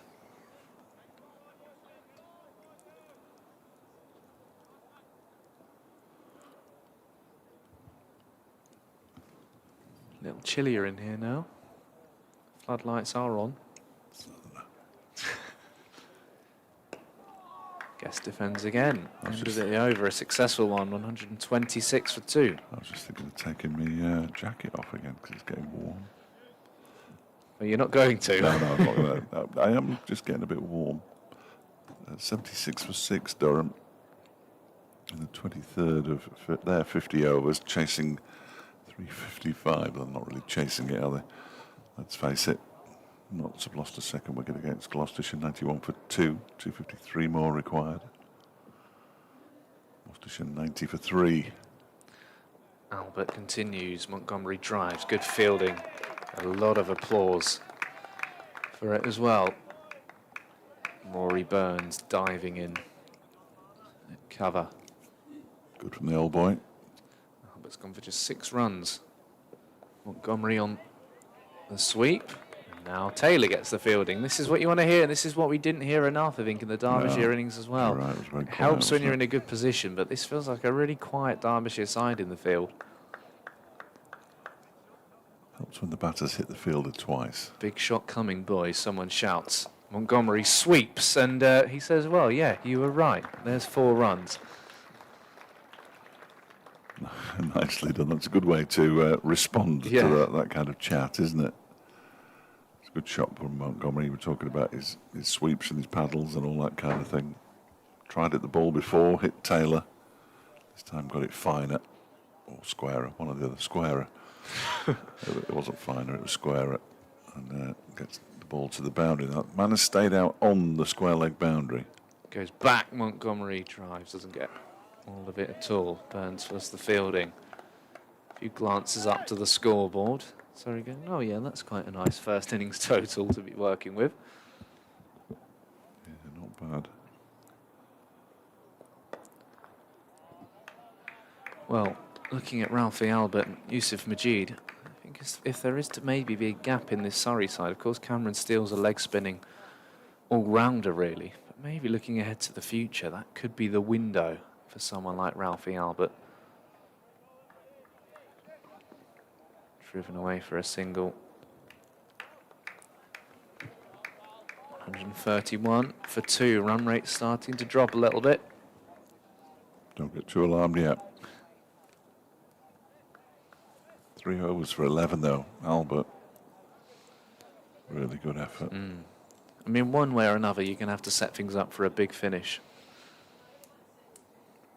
Martin Anderson due in next. Amrit Basra, well, we know what he can do. He's very early in his Derbyshire career to be relying on him. We know what Anj Dal can do, and Zach Chappell. Nick Potts is no slouch with the bat. Joe Hawkins showed down at Northampton he can hold one. And then there's Pat Brown. Who will not mind you saying that as well. No, he knows. Oh, Misfielded there by Barnwell. I did tell Pat once, one of the highlights of any game of cricket is watching him go out to bat. Not necessarily in T20 cricket, because you've usually lost the game by then, but certainly in first-class cricket, watching Pat Brown go out to bat is a joy. I remember he hit a 4 in the game against Glamorgan towards the end of last season when Derbyshire won here, and the whole balcony was up. Yeah. The players were banging on the dressing room windows. It was like they just won the county championship. Pat Brown and his family were there as well, and they were going, what's all the fuss about? 45 Montgomery. Griff stretching his legs. Turned away up to square leg for a single. Without his camera. Been out in the 40s twice, Matt Montgomery. Made 92 against Worcestershire as well. Majid doing an excellent job, as is Ralphie Albert at the other end.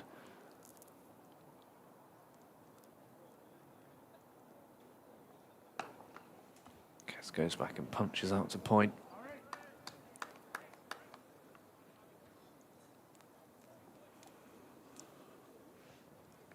Ollie Sykes, the stand-in skipper, looking very relaxed down at long on. Keeps glancing up to the scoreboard.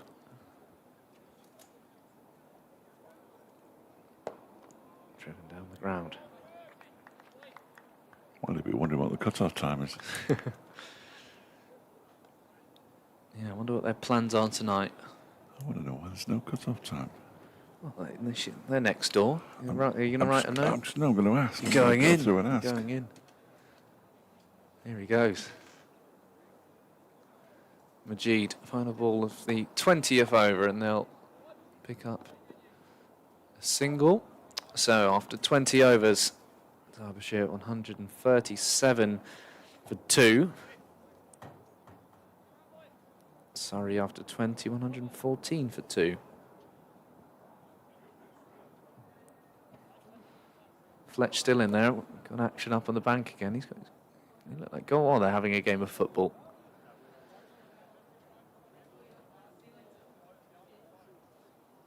Got his Barcelona shorts on. Got fans from Real Madrid, Barcelona, Manchester City. Right, what's the situation, Fletch?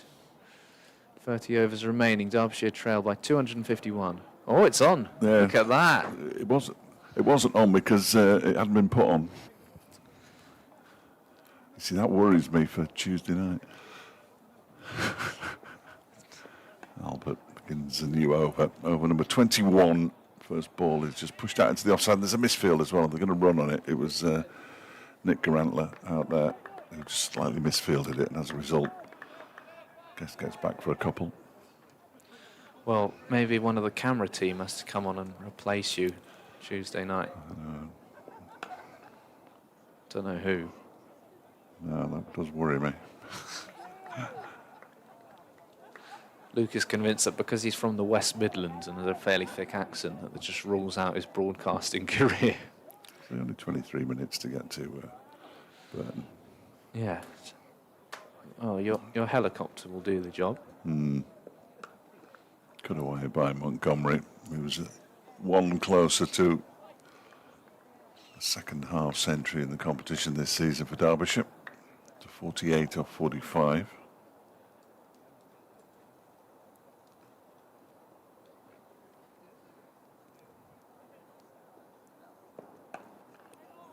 This time Guest hits the fielder. There's Rory Burns. They are behind Douglas Lewis Stern at the moment. It's very dark here. The lights have been on for a good while now. Slightly overpitched by Albert. He's fielded on the tumble in the distance, and they come back for a couple. Who was that down there? It's the leading lights of their innings, Adam Thomas down there. Long off.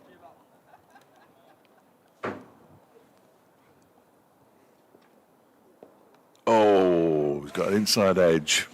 He's going to get two, I fancy. Brooke Guest, he is. Oh, that's missed the stumps, I've no idea. But it did. We might get to find out from this replay. We might not. Oh. I think he's missed it by a way, actually, in the end. Poor old Albert couldn't quite believe it. 4 overs for 19, his figures now. 145 for 2 after 21.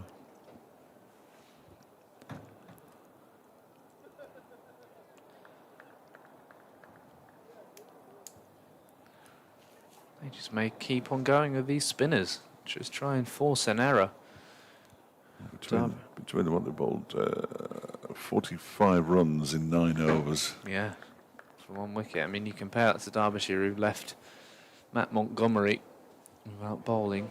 Hopefully that question is asked later, whoever goes up to do the media duty. Look at the cut-off now. It's jumped. Ooh, that strikes the pad of Matt Montgomery. It's on 48. Of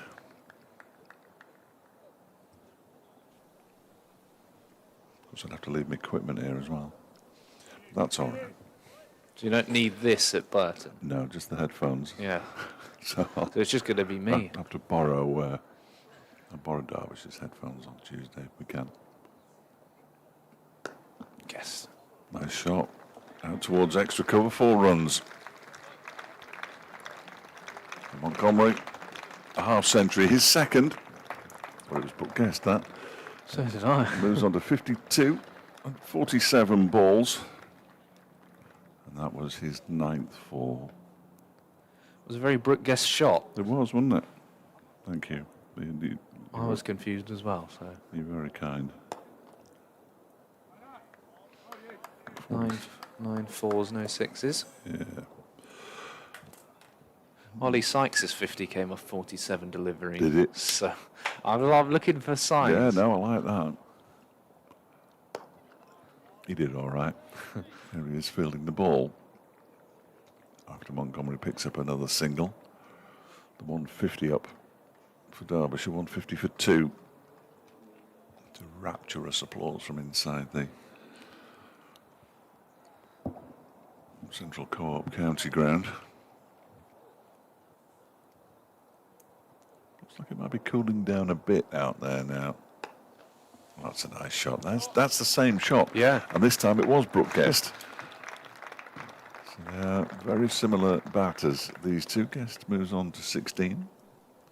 Good against the spin, both of these batters, and they need to get a little bit of a wiggle on. Don't concern yourself about that run rate just yet.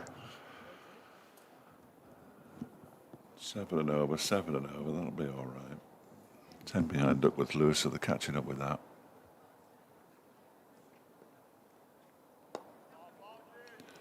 can't afford to do is lose a wicket. So Guest is going to come back for the second, and he's sent back by Montgomery, and he has to hurry back as the throw comes in from Garantler. There was a loud shout of no from Montgomery. We could hear it up here, and Guest was nearly halfway down. And I guessed who couldn't hear it. 155 for 2 after 22. I wasn't hearing the details of Matt Montgomery's half century, courtesy of James. So close. So we're picking up the microphone. It's like a symbiotic relationship we have with Jane, who sits in the next room to us. There's glass. So if I say anything wrong, she can tell me. If she does anything wrong, I can tell her. Punched down the ground by Guest for a single. Oh, we've got... Oh, hang on. What's this? We've got a visitor. It's the alcohol-free hazy pale ale has arrived. No, I'm not surprised the rest is sold out, because that's alcohol. It's pushed down the ground by Montgomery. One can of it and some glasses. I mean... Come on, Henry. No, it's fine. I'm just going to take one of these. Yeah, can we? Well, I am. It says please reuse me. I should be reusing it at home. Smells good. Let's see how good he is at pouring. Yeah, says that I've worked in a pub. He might be working at a pub again soon. Thank you. Full delivery driven by a Guest up towards the... So, hang on a minute. The we get out of Seat this Unique over. Falcons stand. Full flavoured, crisp and refreshing hazy pale without the alcohol. Put the rest of it in. Crafted with Citra and Sabro. They both sound like car names. Hops for a laid-back vibe. I think I used to have a Nissan Citra. Cheers, Henry. Oh, Oh, sorry. Is that a full can? It's never been a full can, that, has it? That's a shot. That's unbelievable. Smells quite nice, actually. Do a live tasting. It is 0.3%, so we better be careful. It's a bit strong for me. That's why we've only got a tiny bit. Nice shot by Guest for 1. You're going straight in. I am going straight in, Wait Matt. for the end of the over. If Matt wants to, there we go. Cheers, everybody. Cheers all.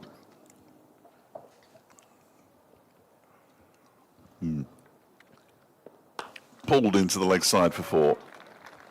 Montgomery moves to 59. Up towards the club shop, the bookshop, as was. Right then. Let's get stuck into this, shall we? We've got a quarter of a pint each here. Yes.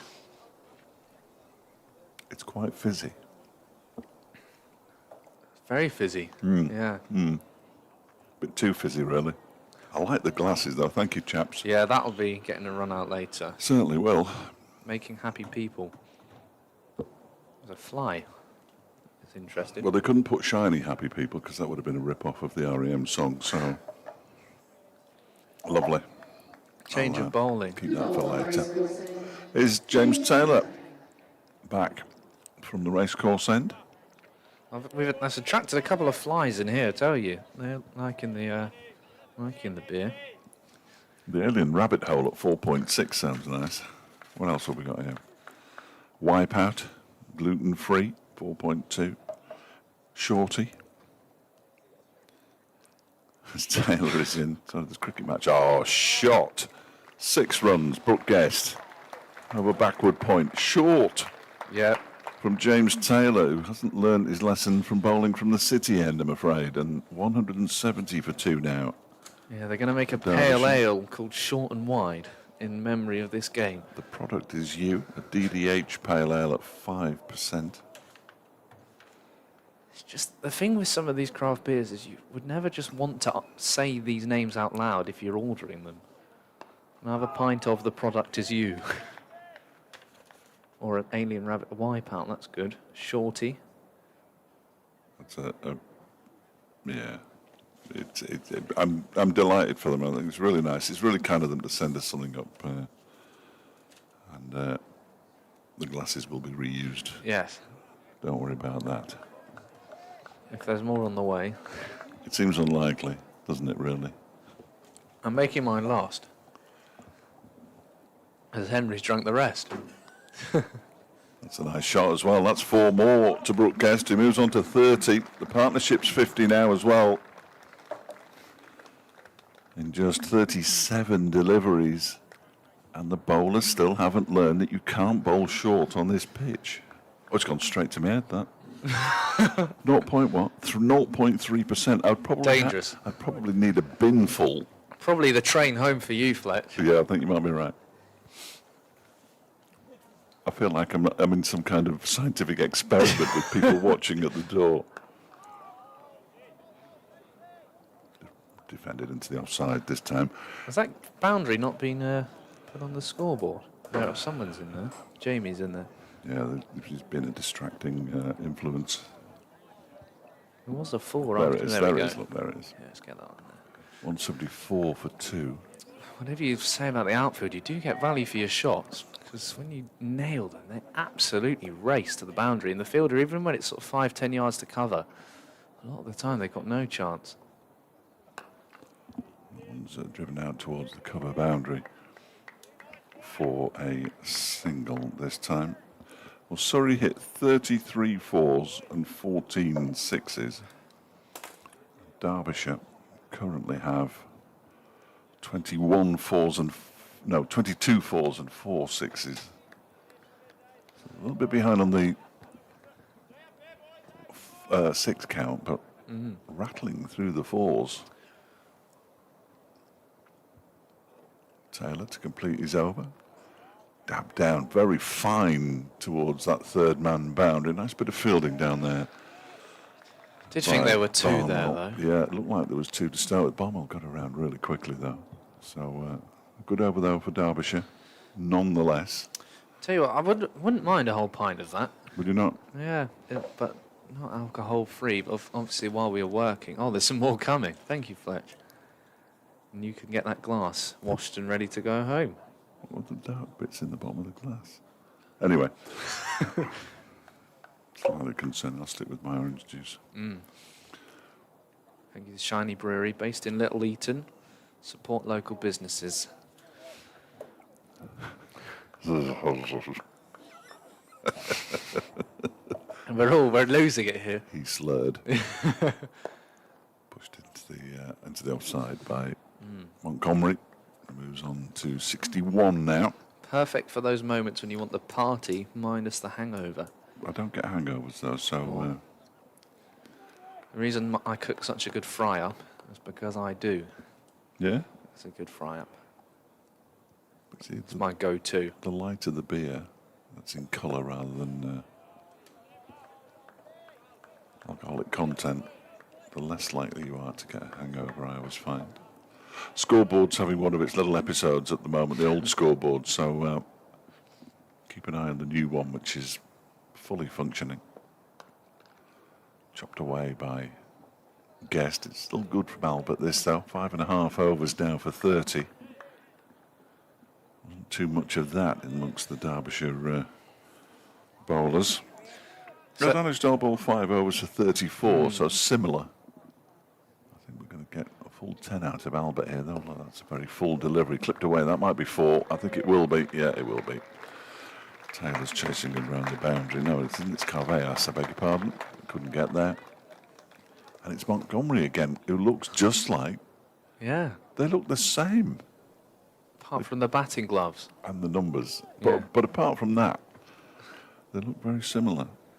So if we're being brought the non-alcoholic beer today, I just wonder what we're going to be brought on Tuesday, for What's on Community it? Day. Well, they're either going to get a dog fashioned out of balloons or a clown. Another clown. Another. Maybe when you have to go to Burton, we'll get a clown up. One of the lion tamers could come in. Yeah. He's gone for 35 and he's one ball shy of 6 overs now. As Ralphie Albert. And then after 6 overs, he's gone for 36, exactly 6 and over.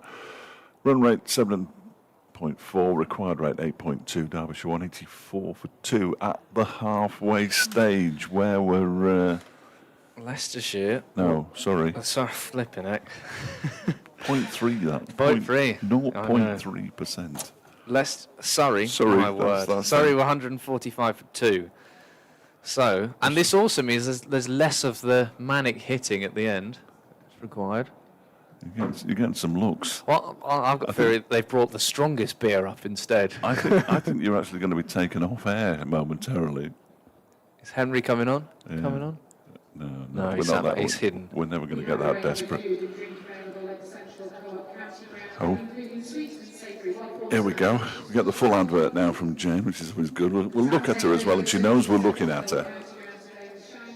Yeah.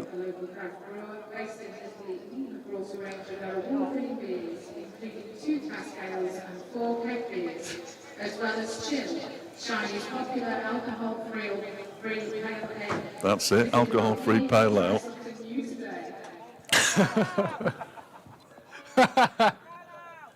We've got it to crack. Ground staff are just sorting out. Look at the dust coming up there. I wonder if they'll just repaint they'll repaint everything now, which is a good idea because they have to repaint everything with 6 overs to go. It's like when you get told off by the teacher at school and your two mates are stood behind them making silly faces. Oh dear. My work here is done. Bless her.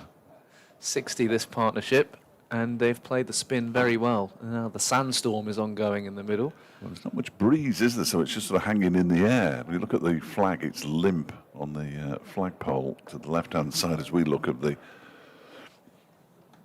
members' pavilion. It's something that our camera people clearly can't get a picture of because it's right next to them and they wouldn't be able to see it.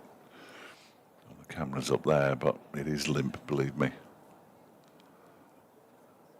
And Derbyshire are in an okay position here. It's a huge task still, and they will come under increasing pressure as the innings goes on. But as far as starts are concerned, I would suggest that 184 for 2 after 25 overs is okay.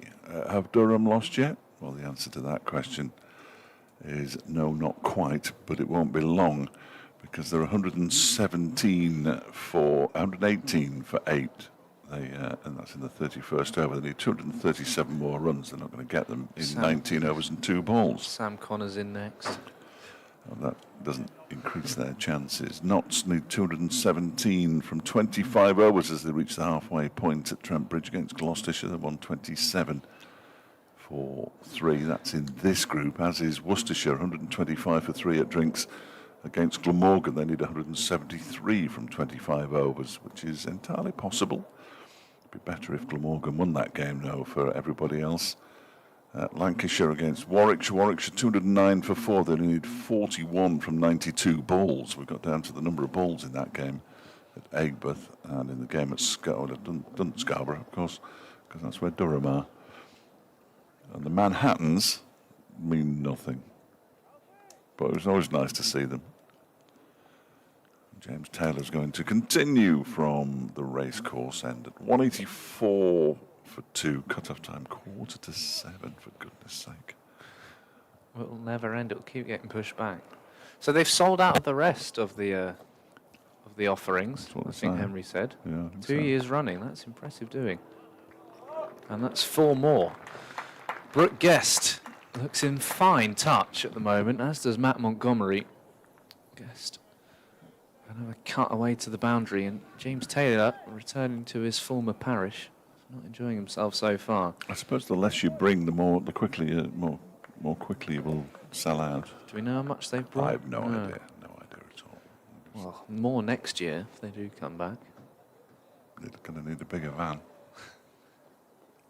Pulled by Brooke Guest. Fielded on the boundary.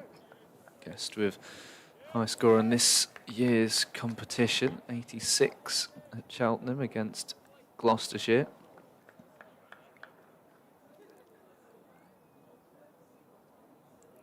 Only taken 3 catches behind the stumps, which maybe gives an idea of Derbyshire's bowling. He hasn't had many chances, has he?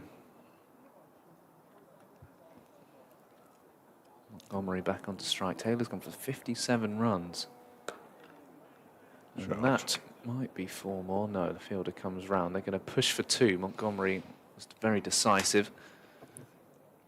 Fumbled behind the stumps by Josh Blake. I thought you did well to spot that it was Montgomery and not Guest there, because I was convinced that was Guest again. Yeah, this is really good, actually, Guest wearing these black gloves.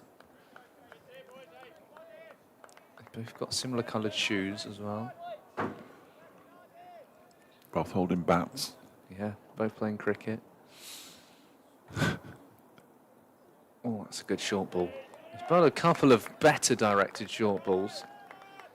Montgomery maybe just looking at the umpire, asking, few of those got given against us, but all of these have been sort of head height, whereas Derbyshire's, too many of them just ballooned over or down the leg side. That was a good delivery from Taylor. On target. He's going at almost 10 and over, though.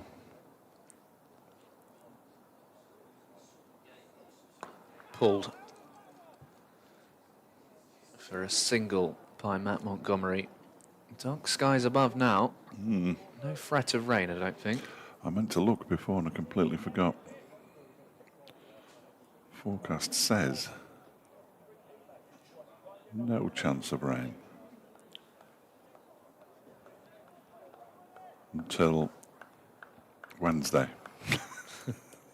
That's good news. Good news for Sunday, good news for Tuesday. Long range forecast says 26 degrees here on Tuesday. Much better. 27 on the bank holiday Monday. Yes, I should mention that as well. Derbyshire women are at home on bank holiday Monday, 10:30 start. They play Leicestershire at Duffield, which is just up the road. Also one of those cricket grounds that's right next to the train station. So that's free entry. And then they're back here next Saturday. Another 10:30 start against Sussex. That's the final Derbyshire women game here for the season. So do come down and show your support. Tickets are free. I'll be alongside Polly Starkey for commentary. Good to see her. Driven by Montgomery to cover. You prefer working with Polly or me? Well, I haven't worked with her yet, but she also does a lot of women's football. So looking forward to catching up. I can get back to you after that. Good, no, don't bother. Don't bother. I enjoy working with everyone. Montgomery defends. The small sample size in terms of commentary. We are one of my favourites. You say that to them all. Around the wicket. Albert continuing, driven away by Montgomery. Bowled well, the young man. And again, it's just another young cricketer who's come through and just doesn't look out of place whatsoever. No, it doesn't. It looks really good. Confident. He landed his first one, didn't he? And it went past the edge of Caleb Jewell's bat. Alex Stewart was right there, giving him a round of applause. And he thought, OK, that's a good start. That's what you want as well when you're someone like that is wandering around the boundary, taking such a keen interest, watching every ball. Bon Jovi time. Yes. We had that exact song at Grace Road, but it wasn't halfway through anything. Nowhere near halfway through, was it? The whole day was a slightly surreal experience, in all honesty. Are you, well, I know the answer to this question, but no music for one-day games? No need. It's a bit much after every over. I thought so. Guest drives for a single. Albert, 7 overs, not for 40. Derbyshire 196 for 2. All about the fan experience, I suppose, but There's a lot in cricket that's catered to young people, but as someone maybe they're trying to cater it to, they can often miss the mark. But that's another debate. well, you were about the youngest person in the ground, I think. And the music was going over my head. But I see a new bowler now. yeah, it's going to be the skipper with his, I think it's medium pace. No, on he's his going to sides. spin. This is spin, isn't it? Well, from where he's starting, certainly. ESPN To goal for the race boys end. was incorrect. I don't want to blame it. So Wally Sykes, the Centurion, and the skipper today. Yeah, right on medium according to ESPN. But this is going to be some off spin, I think. It's clearly never been medium pace, has it? No. Looks like off spin, the way he's just practiced that. He only bowled in their defeat to Leicestershire. He was 0 for 17. But as you say, when it's the when it's your day, it's your day. Can he break this partnership? Good start. Psycho, of course, is his nickname. Very different from Stuart Pearce. Guest goes down the ground, falls just outside the 30-yard circle. But this is exactly what he's brought himself on to do. Just try and find a wicket from somewhere. Thomas was having a drink when that ball was delivered. I'm not sure it would have got there anyway, but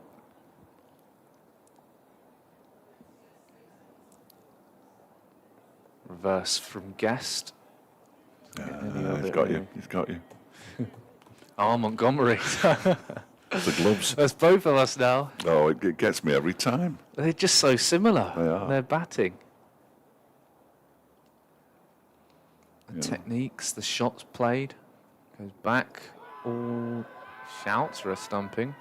He just stumbled a little bit there, Montgomery, didn't he? Which is why I think the wicket-keeper, Josh Blake, was so interested. This is where the side-on shot would be great, so we've got the front on. Look at this. Oh, he just got it down, didn't he? Yeah, he did. He did. Heart in mouth moment there for Matt Montgomery, and Sykes is making things happen. Long on. 3 men out on the leg side.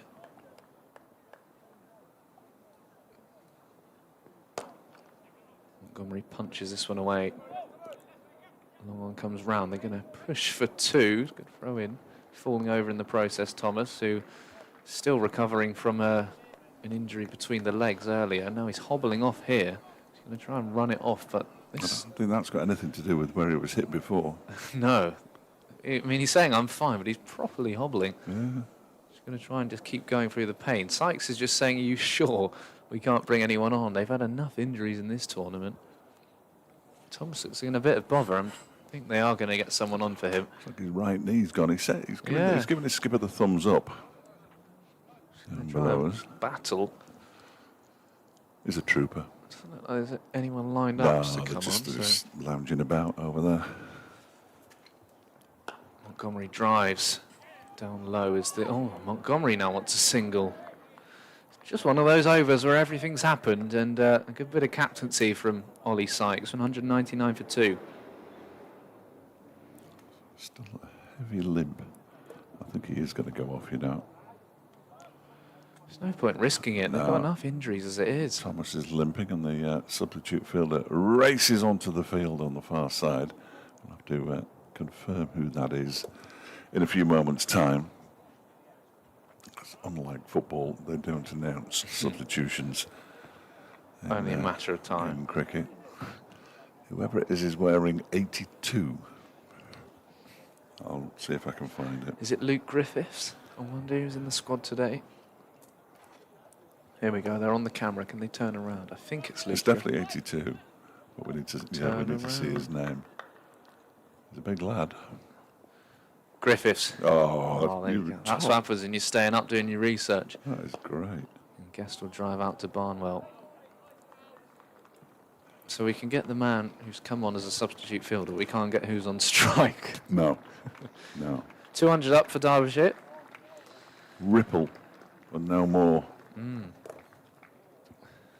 Albert break this partnership? Montgomery gets down and sweeps well for 4. And just in front of that is Adam Thomas, really limping off now. Well, he thought about stopping and running after the ball there. He can barely walk. But he's in a bad way. I don't think we'll see him again. There's no need. No need at all.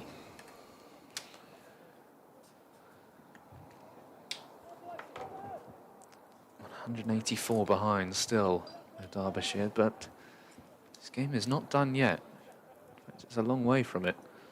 It's a big call. It's a big call. It's not done though. It's still 8 wickets in hand. I know. I'm not saying anything to hint at what might happen, but you wouldn't be leaving early yet. Montgomery turns this one into the onside. A crushing blow for Surrey to not win this game. Yeah, I was thinking that at lunch actually. It's With all for these young players. and Yeah. to not be able to defend 388 would be something. What would it do for the Derbyshire players to actually chase it down? Pitch invasion. I'm not advocating that. Guest drives down the ground. It would be remarkable, and well, we'll be off to Ilkeston, of course. Are we sure that was the 0.3? Yeah, we'd all be off to Ilkeston You Marketplace. just have to take our word for it. Yeah. You just have to. Whether it'll be worth it, I don't think it know. would. Driven back to the bowler. Guests making sure to back up after Anuj Dahl's method of dismissal at Grace Road. Don't think we can have a nerve-shredding end like that again. If they're going to win, it might have to take something like that. Montgomery reaches for that one. This has been really impressive from young Ralphie Albert. 8 overs, 0 for 47, 206 for 2. Yeah, 6 and over. Terrific effort from him. Very, very impressive indeed. Ollie Sykes only went for 3 in his first over. Derbyshire can't afford too many overs as quiet as that. I think it's fair to say if they are to get over the line here. 21 overs to go. Reverse from Guest. Oh, and he's absolutely nailed it. Not the most conventional shot, but it will bring in 4 more. Well, just look at the replay again. It looked like a top edge to me. For a moment, I thought it was going to go straight down the throat of the man at backward point. I'm not sure. Yeah, it wasn't too far away from it. It actually hit the ground on the edge of the 30-yard circle.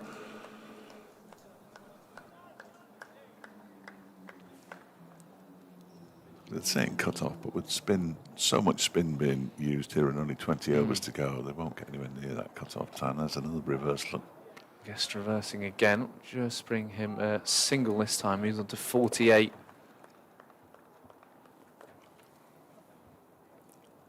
After 30, Surrey, I've gone again. Surrey 168 for 2, and Derbyshire in the 30th over 211 for 2. They're a long way in front. Don't. And I'm not saying anything on top of that. Simply stating the facts.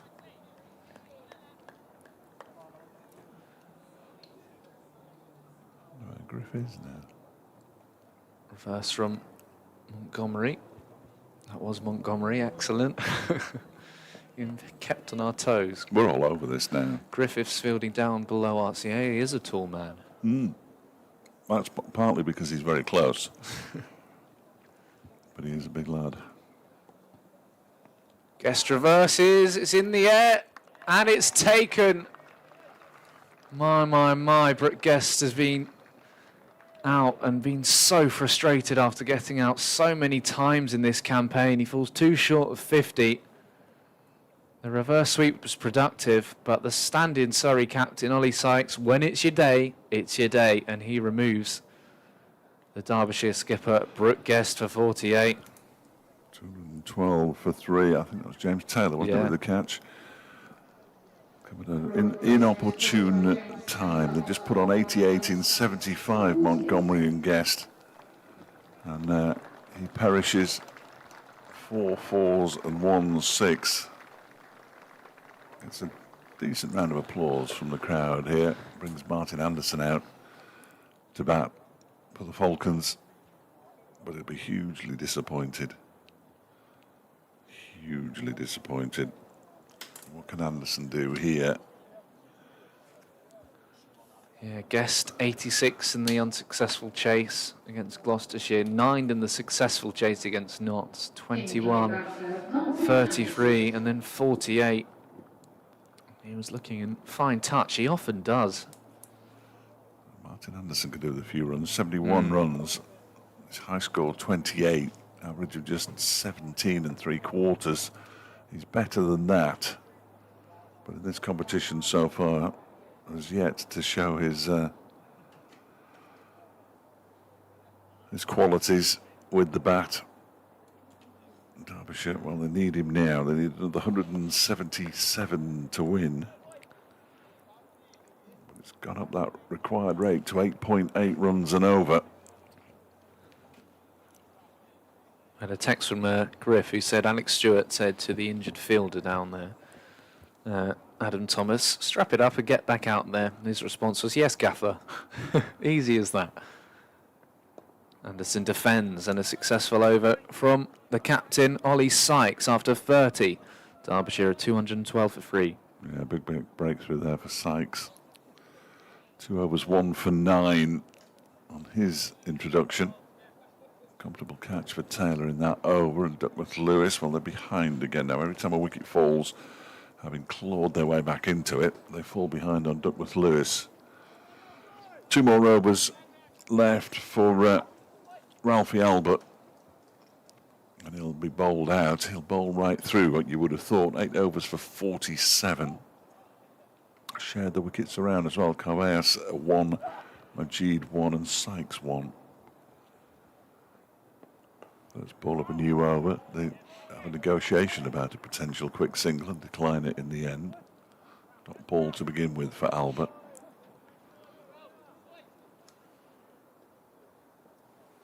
The important thing for Derbyshire is that they're able to set up something to work with in those last 10 overs and have wickets in hand.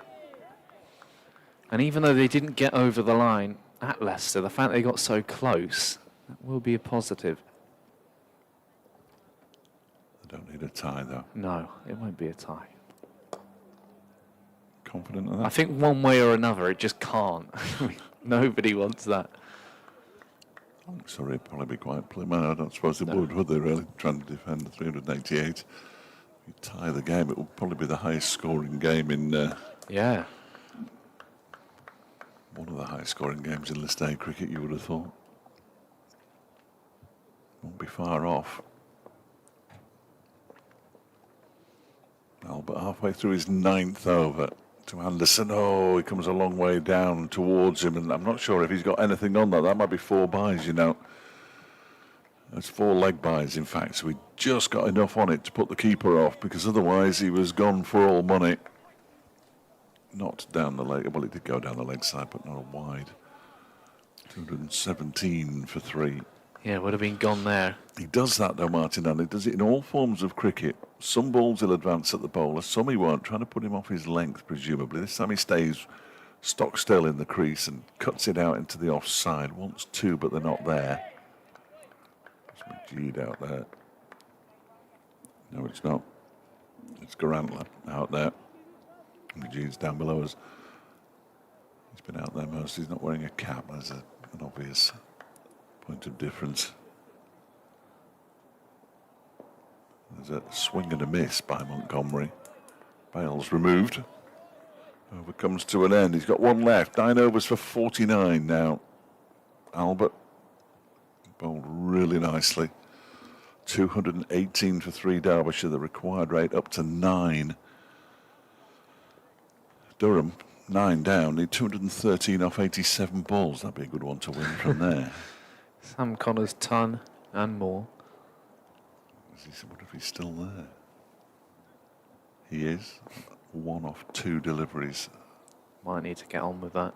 Sykes bowls reverse from Anderson straight to Taylor, who began at backward point. Yeah, they're not going to win that one.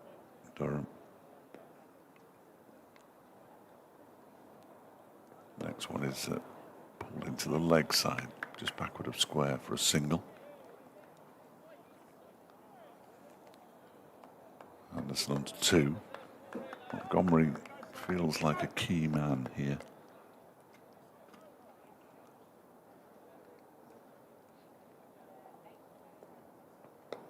It's a leading edge on that one. He was looking to turn it into the leg side. A little bit of turn then possibly for Sykes. 2.5 overs, 1 for 11. What on earth is happening? He drives this. Oh, he's out. There's another one. We've seen it twice in 2 matches now. Martin Anderson has to go. He's run out of the non-striker's end. Sykes got the touch. Anderson knew straight away he was out of his ground.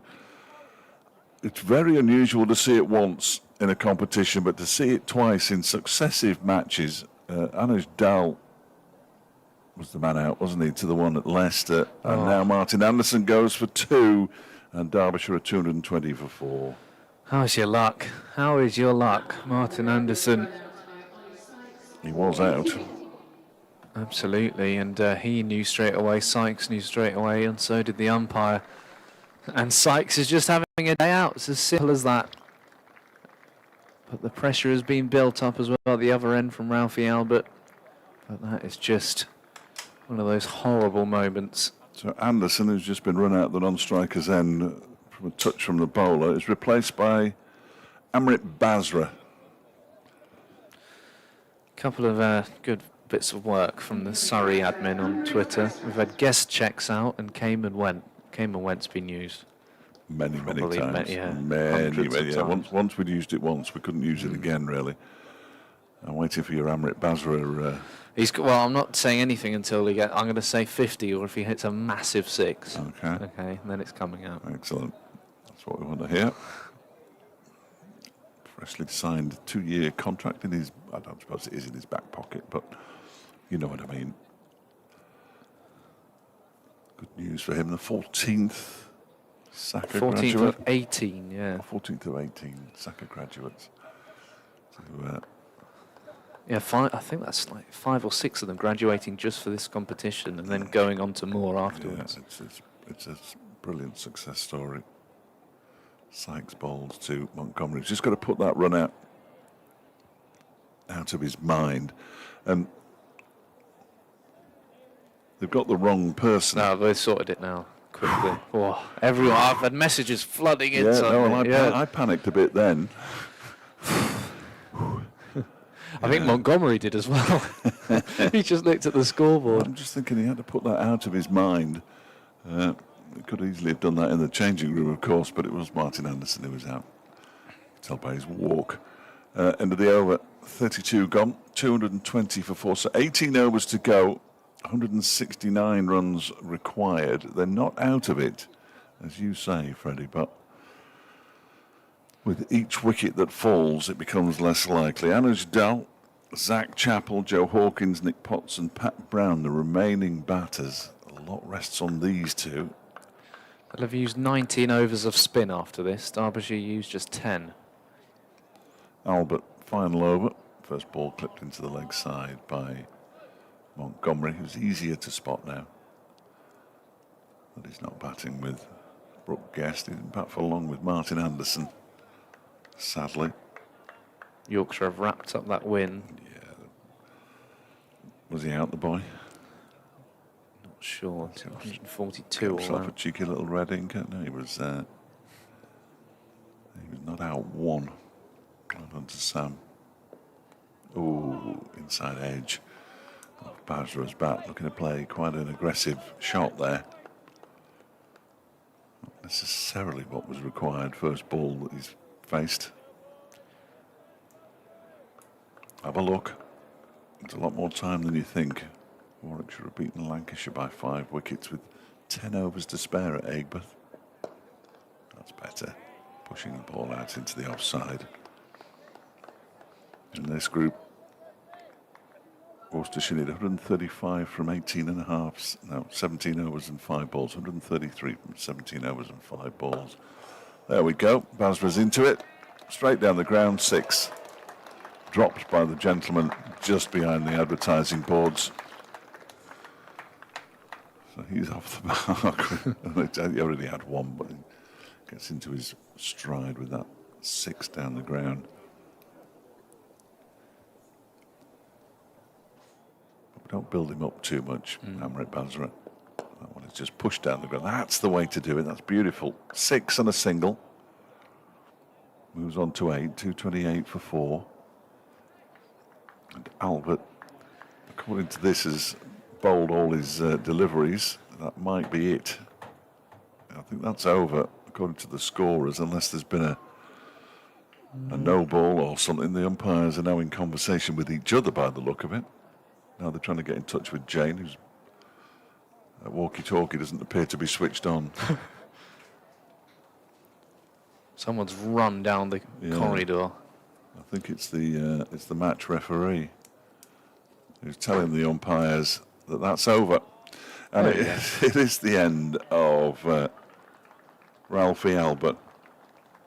And it's been a really good spell of 10 overs from him. 10 overs, no maidens, 0 for 58 on debut is a really good effort. There's his wagon wheel. That 6 rather blotted his copybook, really. 4 fours, and that's it. Yeah, superb. And spin to win for Surrey through these middle overs. Yusuf Majid now windmilling his arm, so he could have come on to replace him and bowled another 4 overs. Sykes' off spin is a discovery here as well. Picking up his first list day wicket, then running Anderson out at the non-striker's end. It's going to drop short of the fielder on the leg side. Basra moves on to 9, 230 for 4. Another one of those aircraft somewhere in the vicinity, unless it's a motorbike. Driven down the ground by Montgomery, moves to 82.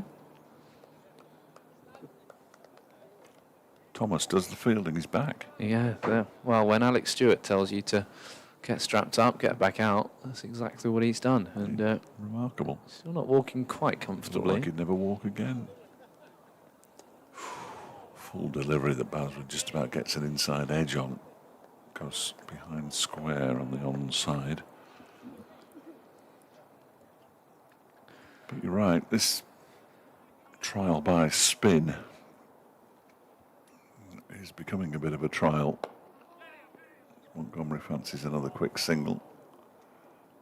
Fairly comfortable in the end, but they can allow singles. The required rate up and over 9.5 and over. The run rate itself just below 7 now. This is Sykes' 4th over. He's only gone for 14. He's also taken a wicket and effected a run out. After this, there will be just 16 overs to go. Oof. Yeah, you're not going to get many of those. Got a bit excited there, did Sykes. I'm going to stop Matt showing the replay. Not run out of time here. I'd have been surprised. Yeah. Next delivery is, well, he tries to swing that, and he half appeals for that as well. But it's 2 dot balls to finish the over. 4 overs, 1 for 14 for the skipper, Ollie Sykes. 232 for 4 with 16 overs to go now. That required rate getting closer and closer to 10 and over. Basra has 10. Montgomery has 83 off 85. The worm is still a decent distance above, but it started to drop a tiny bit there of those 2 wickets falling, Guest and Anderson. Needs to go back up again, doesn't it? Needs to go back up again. That was the run rate worm, though, wasn't it? It wasn't the proper worm. Ah, I see. Oh, there's too many worms. Yeah, there's 2 different worms. The overall worm's much better if we can see that, Matt. He's too busy drinking. Oh, there we go. See, that's the proper worm. Tells a similar story. It's the same game. Bound to. We are going to see Majid, Yusuf Majid. 6 overs, 1 for 36 in his first spell, which was from the race course end, and he's now bowling from the city end. So Matt Montgomery on 83. Cuts that a long way in front of square. There's a chase around the boundary that's going to be in vain by Nicky Garantler. Good way to start the over for Montgomery. 87 off 86 now. Nice shot from the man on loan from Notts. He'll be here. 3-year contract? Yes. From next season. Have you spoken to him yet? Never. No. I said hello to him the other day and he walked straight past me. Good start. Strong. I thought. No, he didn't walk past. We just said hello and he said hello back. Players from Nottinghamshire take a while to get used to us. You know, they're not quite sure whether we're going to be friendly or not. We probably will be. He's had a terrific start in the OneDayCup. He's just played 2 dot balls, one into the leg side and one into the off. Can't afford too many of those. Building up nicely. He cuts that one, but straight to the man at backward point. Ollie Hunt. Plenty of chat out there, as you might expect. Just trying to make sure that they stay on top of it. Surrey.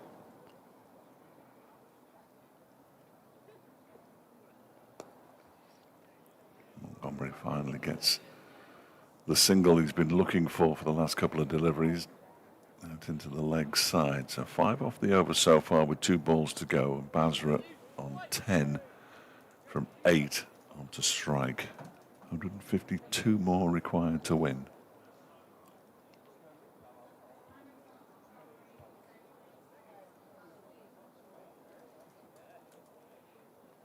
Oh, he almost chops on again, Basra. I've no idea how he's escaping out there. It might be his day today. Who knows? Picks up 2. A little inside edge. Down towards fine leg. That was the end of the over, apparently. Although the scoreboard suggests that it wasn't. I have no idea what's going on here anymore.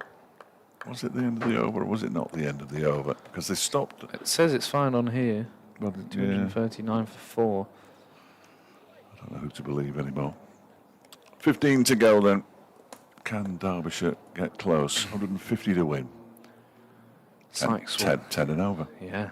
Sykes will continue. He's been a find with the ball here. Sweeps.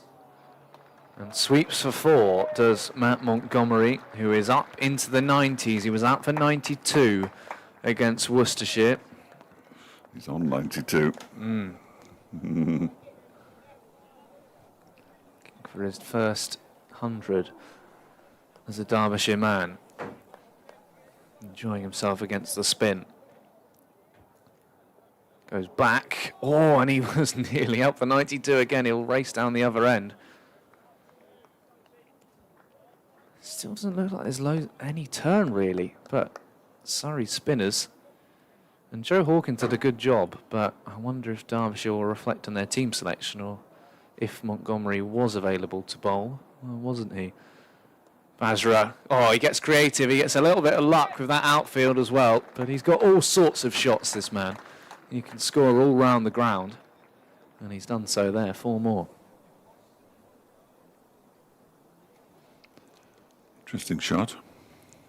Works. Again, the outfield coming into play as well. Poor old James Taylor. I don't think the outfield was like this when he played here. 250 up. Basra punches this down the ground aerially for a single. Montgomery comes back on strike. Anuj Dahl, Zach Chappell next in. Then it's the bowlers. Joe Hawkins, Nick Potts, Pat Brown. A reminder, it would be the biggest List A run chase in British cricket. We've gone the whole of Britain now. Yeah, well, that was what the article said. So I don't. It said UK. Yeah. United Kingdom of Great Britain and Northern Ireland we're going for. Yes. She'll be a mouthful if Derbyshire do it. We have to shout that at the end. Well, it'll be you shouting it. I'm delighted to say. End of the over. 200 and, well, the scoreboard's packed up halfway through it, so. Well, I think they're a bit confused. I think everybody's a bit confused. Because what we've got here is 4.3. They need to stop the game. Here we go. 252 for 4. Are we sure? The other scoreboard says 250. 95 to Montgomery and 16 to Basra. Now Basra's gone up to 17 and Montgomery's gone down to 94 and he's got 95 on the other board. Yeah, and this, if he falls short of 100 or whatever, this could be very confusing. We're going to go with the one on the big screen. Well, it's happened before. It happened to Ollie Pope. No, once, he's gone down to 248, the score. And That's ruining my notes now. I don't know what's going on anymore. And Montgomery's, 248 is the score. Someone will be scoring. I hope someone will be scoring up on that Yeah. members' balcony as well. Montgomery moves, we think, to 95. Although he's already on it on the other scoreboard. No, he's on to 96 over there. And that one's 2 runs in front. This is interesting. But we'll push on. There's some real confusion now. And if Montgomery gets out, Basra with a beautiful shot. He's just going to keep doing his thing. Up and over, extra cover for 4. That was a nice shot, wasn't it, from Amrit Basra? Potentially 19 off 13. Match referee needs to step in here.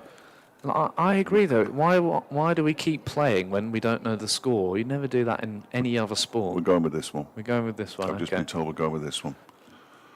19, Basra. Swings through the line. Got a bit out of shape Up a there. single. Been out of shape. Can you let Griff know we're going with the big screen? He's panicking. Montgomery on 95. He could get very confused if he hits a 4 here and he races off celebrating. All hell could break loose. Majid. Montgomery will not hit a 4. Basra has to go back, and he does.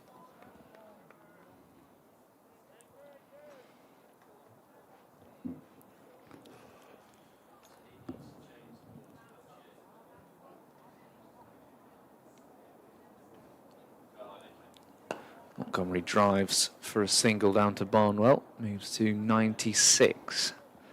And keeps the strike. End of the over, 255 for 4. 134 to win off 13 overs.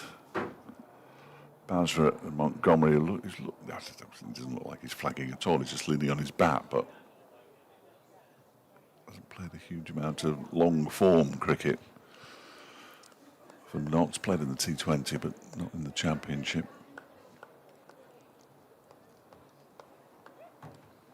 Sykes will continue, bowled 5 overs, 1 for 25. Taylor's getting ready to come back.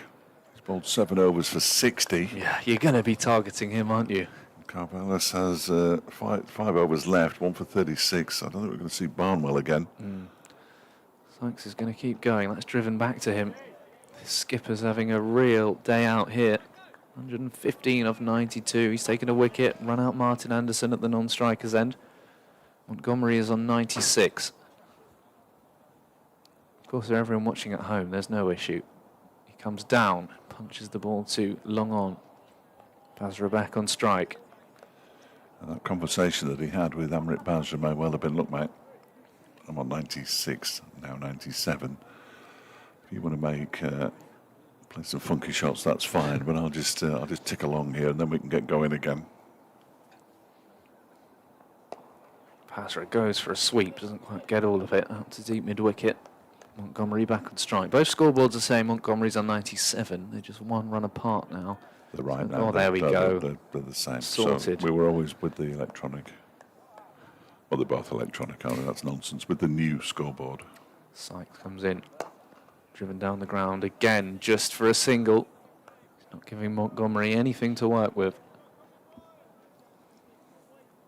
I'm trying to wait for the bad ball, but then it's not coming, are they, off Sykes? It's been a terrific effort from him. Basra gets creative. Just bring them a I'm single. not sure what has come off. Has it come off his shoulder or something? It's a leg by. 7 extras in this innings.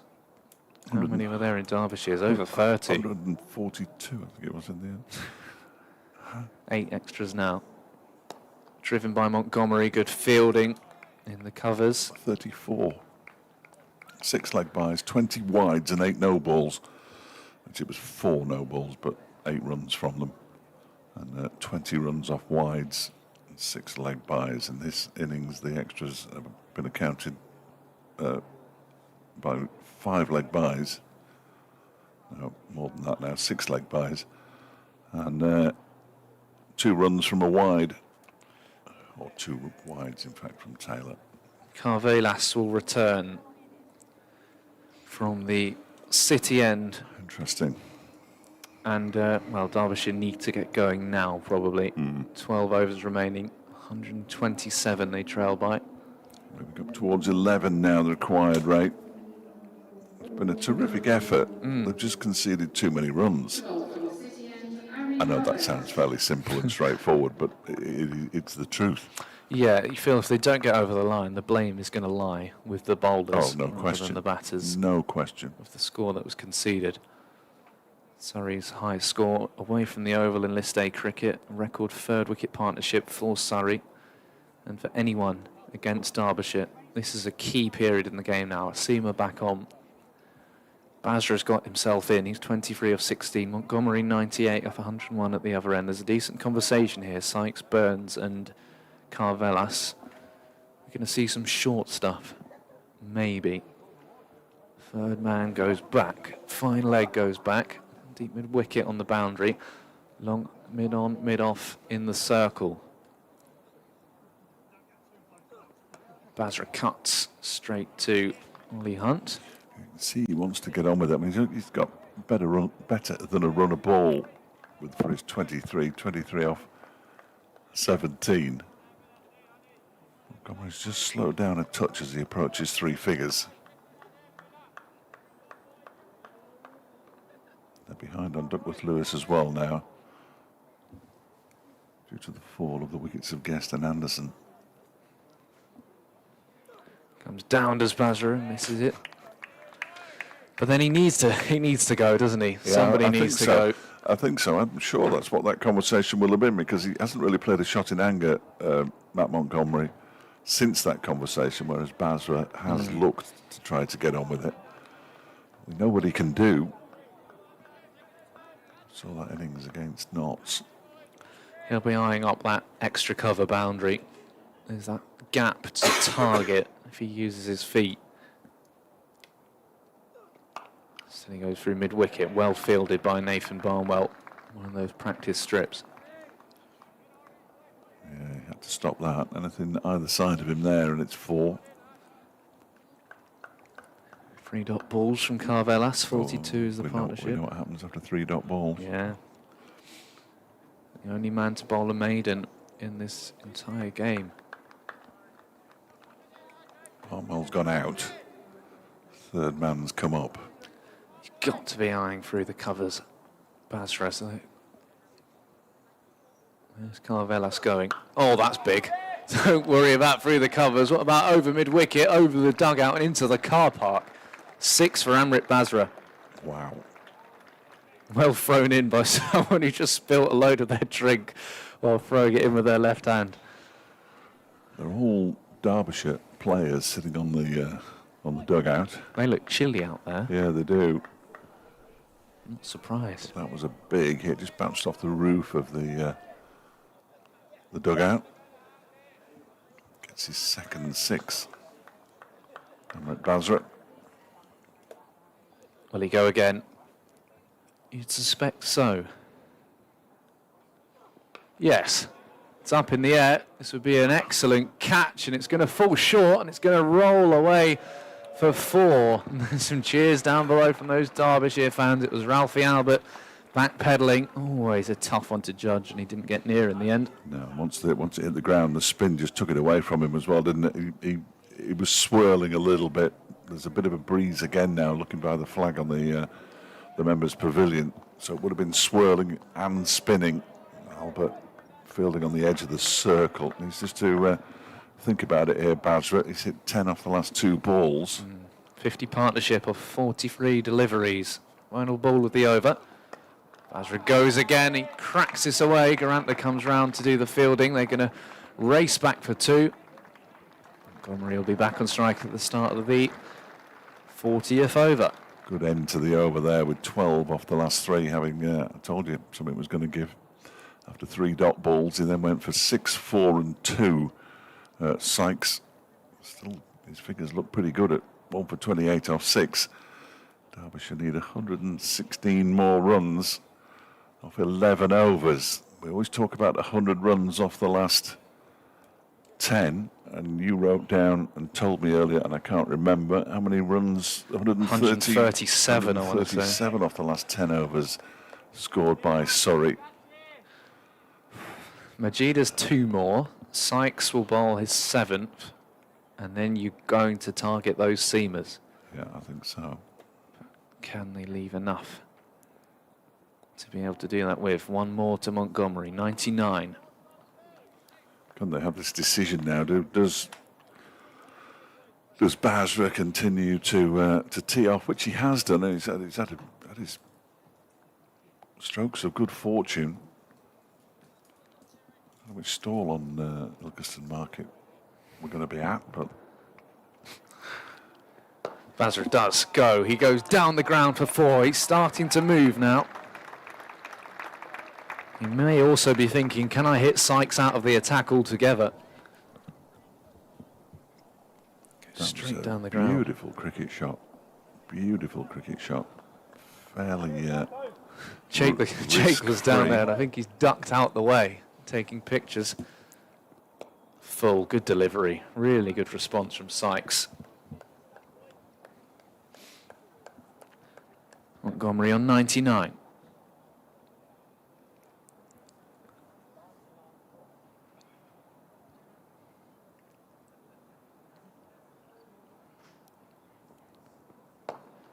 And a first Derbyshire century for Matt Montgomery. 3 more years of this, absolutely. It's been a fine start to life as a Derbyshire player. I think it's a handshake from Amrit Basra. And he's going to put his helmet straight back on and get back to work, because there's still 109 more needed off 62, but it's been a fine innings. 103 balls, 14 fours. That's big appeal. Oh, he's gone. Amrit Basra goes, and Sykes gets his man. He'd been coming after him, hadn't he, Amrit Basra? 40 off 25 deliveries. It's been a lovely little knock, but Derbyshire need more than lovely little knocks at the moment, with such a huge total. And Ollie Sykes picks up his 2nd wicket. Nobody expected him to bowl, I don't think. 280 for 5 now, with 39 overs and 5 balls gone. And that ought to bring out Anuj Dal to the middle, who we know can finish games off. Almost got Derbyshire over the line on Wednesday. Nudge on his return to cricket, really. Been a long while coming, and good to see him back. But again, Amrit Basra just shows what Derbyshire are going to get over the next couple of years with him. Matt Montgomery, 100 off 103, has got some steering to do here. Anujdal made 45 off 34 at Grace Road with 3 4s and 2 6s. Wasn't quite enough, as the game there ended in a tie. Matt Montgomery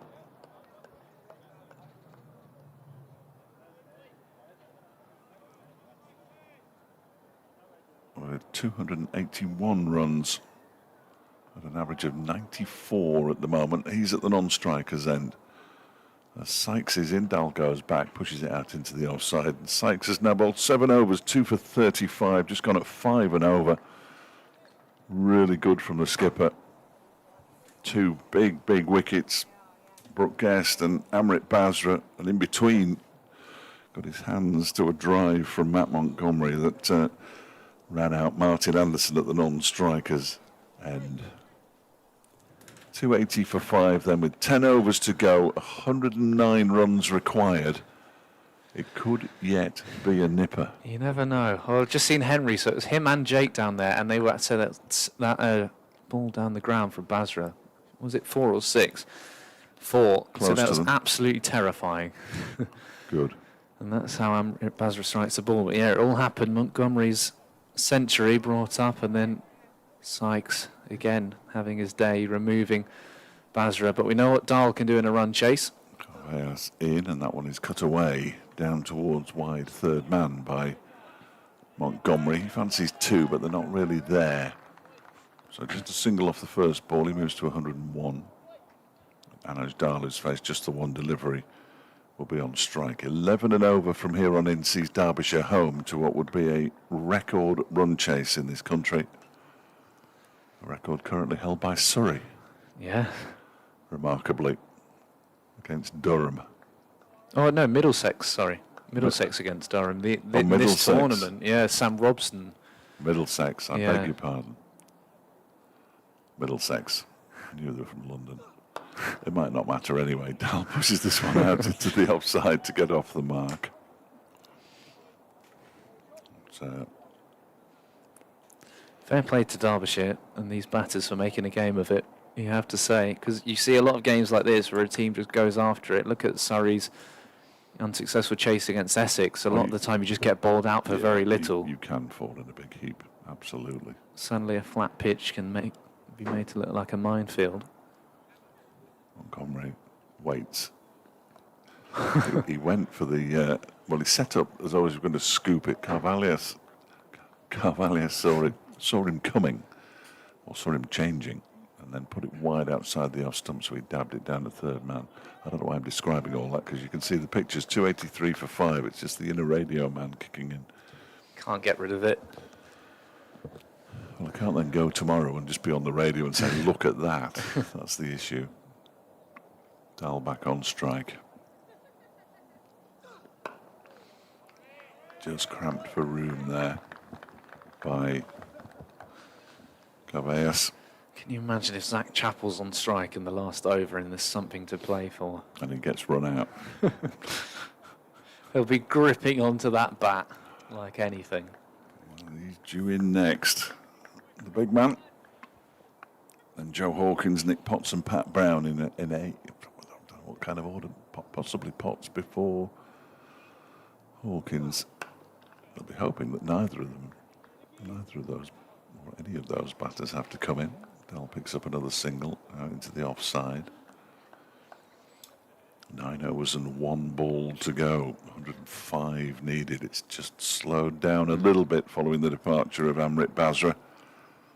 I'd be sorry, his second win in the competition would pretty much finish Derbyshire's chances off. Oh yeah, absolutely. That would be it, you feel. Yeah. Hampshire up next and then Essex. That one is pushed by Montgomery up to mid-on. He'll keep the strike. 285 for 5. We have 9 overs to go. 104 runs are required. And the excitement's too much for me. Derbyshire continue to be ahead of where Surrey were. Sykes will continue. Let's have a look at some of the other scores. Warwickshire chased down 250 at Liverpool with 10 overs remaining. Notts need 138 runs and 77 balls to beat Gloucestershire. They have 5 wickets in the bank. Worcestershire 75 of 57 required, 7 wickets remaining, and Yorkshire thrashed Durham at Scarborough by 212 runs. Sykes will bowl his 8th over, 2 for 35 and a run out. Montgomery comes down, it was aerial. Sykes is just playing with a smile on his face. A couple of players out there, him and Adam Thomas. Ralphie Albert bowled superbly as well, even though he went wicketless. It'd be massive for the confidence of some of these young players to get this over the line. They should from this position, but you never know. Dahl comes down. They're not quite nailed that, but it's going to run away for 4. A hand came off the bat. The runs need to come soon, and they need to come thick and fast. Sykes has his hand on his head. That bat ended up pointing straight up into the air. And it's Dahl, who played a very good hand alongside Zach Chappell at Grace Road on Wednesday and was run out at the non-striker's end. Pushes this down to Thomas at long on. I missed anything? Mr. Anoj Dahl boundary. Oh, excellent. Hold on, Nudge. 28 of 51. The lights have been on for most of this innings. I'm sure they're entirely necessary now. There is a bit of brightness in the sky. Traffic at the Pentagon Island all snarled up. 5:45. Heading to Pride Park. Reverse. We'll bring him a single. It's a good throw, and it's only just missed the stumps there. Our hands on heads. Montgomery gets through. Nudge. Anajadal just gives him the thumbs up to say, oh, sorry, I thought you were as quick as I was. Yes, you have to get to know Anaj as a teammate. And you've got to know, you've got to be on your toes, because he is rapid between the wickets and in the field, of course. 3 men out on the onside. Burns in at mid-wicket. Deep point. Dahl turns this away. Do well to get 2 here, and they will not chance the arm. Dahl might have done. He'd love to be able to run on his own. Dahl. Yes, yes. 96 off 8 overs and 1 ball. Tall order.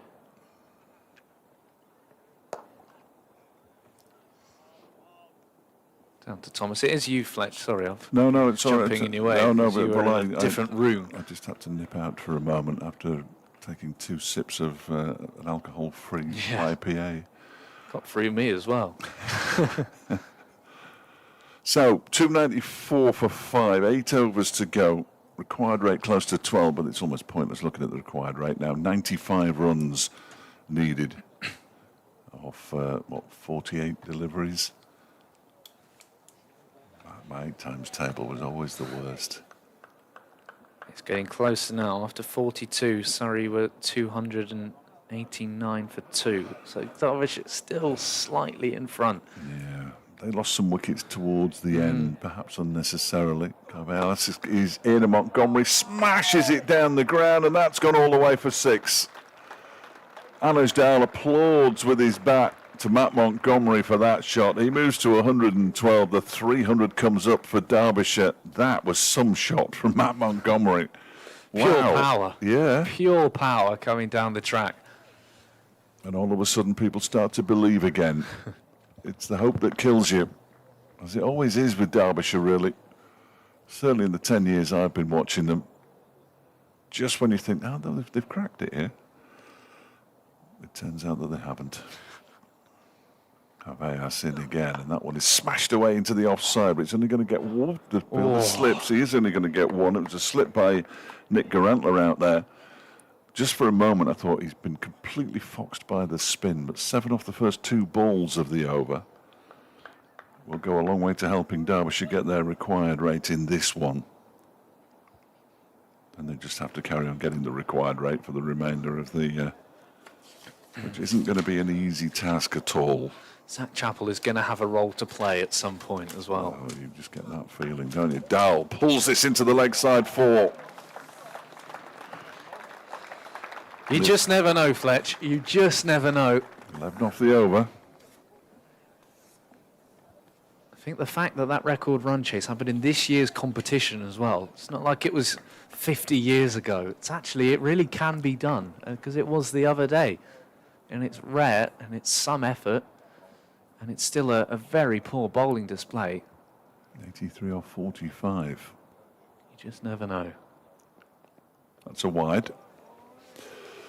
82. Count them down. I'll do the countdown when you do the last 5. I love a countdown. 83 off 45 balls with... Oh, you don't need to do a countdown. It's on the You've got it screen. on there, now. yeah. I always forget that. I've got the bit of paper out and everything. I'm going to put it away. Don't want to waste that paper. Last thing you want is us to do maths. Use it for the next penalty shootout.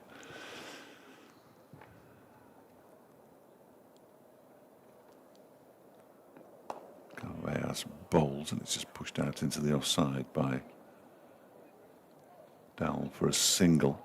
What doesn't make any sense is that the over still on there says 42.1 when it's actually 42.4. So that's incorrect. So it's not as foolproof as you might think.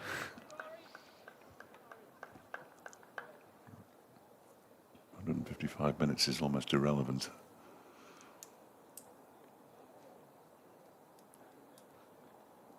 10 to 6 on a Friday night. Where else would you rather be? Watching Derbyshire try to make history.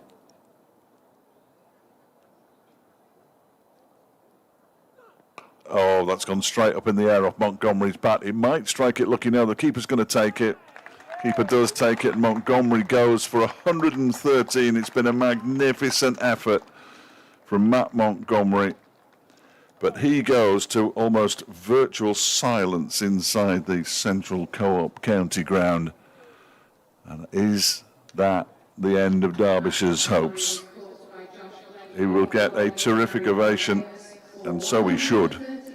But Josh Blake held on nicely to a swirling catch. Here's the applause for Matt Montgomery. He's gutted, as you would expect. 14 fours and one big six in an innings of 113. It will be Zach Chappell and Anuj Dahl reunited again, but that's a big blow to Derbyshire's hopes. Montgomery's batted superbly. He slowed down a bit against the spinners, but he kept things ticking over with Brooke Guest, and he's given them hope. You'll have to remind me, it was 2 days ago. So when Dahl was run out, it was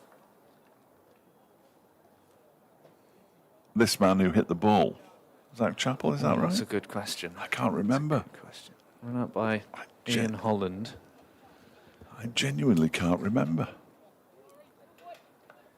That's terrible, isn't it? Well, if it wasn't him, it would have been Anderson. I don't think it was him. Basra didn't play. Or was it Ross Whiteley? I don't think it was Whiteley him. was out before. I think it was Chappell. I think it was Chappell, Yeah. you know. They'll have had a chuckle about it, I'm sure. Dahl made 45. Chappell made 49. 7.1 overs remaining. Jake's text is saying it was Chappell. Thank you, Jake. Thank you. We were only there, They weren't. sitting on the edges of our seats. 307 for 6, 7 overs and 1 ball remaining. Zach Chappell, who was almost the hero at Grace Road, gets off the mark straight away by turning the ball into the leg side. He'll keep the strike. He will also be facing a spin bowler, which concerns me. 308 for 6, 81 to win in 7 overs. Well, we've been here before. We were here last week. This week. I don't think I can take much more of this. 81 of 42. In fact, I know I can't. I don't want another message off Fletcher Jr. saying, how on earth has that happened? Derbyshire needed 1 to win from the last 3 balls and ended up tying. And Sykes to continue from the racecourse end. Bowled beautifully. 8 overs, 2 for 44. Required rate 11.5, and he's gone for 5s.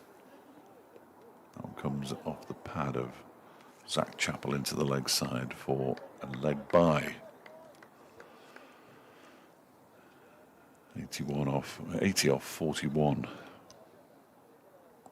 Anybody said anything nice about us? No. No. As expected. We shouldn't go fishing for compliments anyway. No. If you want to say anything nice. Dahl back on strike, 13 off 9. For Anuj Dahl. Sykes is on his way in. Dahl drives, just a single. Square on the offside. Nearly 5,000 people tuning in, which means this is the game to be watching. It always was. It always was. Because there are fewer and fewer games left being played at the moment because games are finishing. That one is driven one-handed. That one nearly falls over his bat. Did you get a flashback then? Yes. I did. Oh, yes. One-handed shot, and I thought he was going to trip over his bat again then, Zach Chappell, but he didn't. 78 to win off 39. Oh, edge. Doesn't beat the fielder at short third man, James Taylor. So we've talked about the Surrey captions, about guests checking out, came and went, and then they said Montgomery burnt. That'll be, Mr. Burns was Montgomery Burns, wasn't he? Yes. I think. He wasn't caught by Burns, though. He was caught by Blake. Otherwise it would have been good. Yeah, they're trying too hard now. Mr. Burns. They're trying too hard.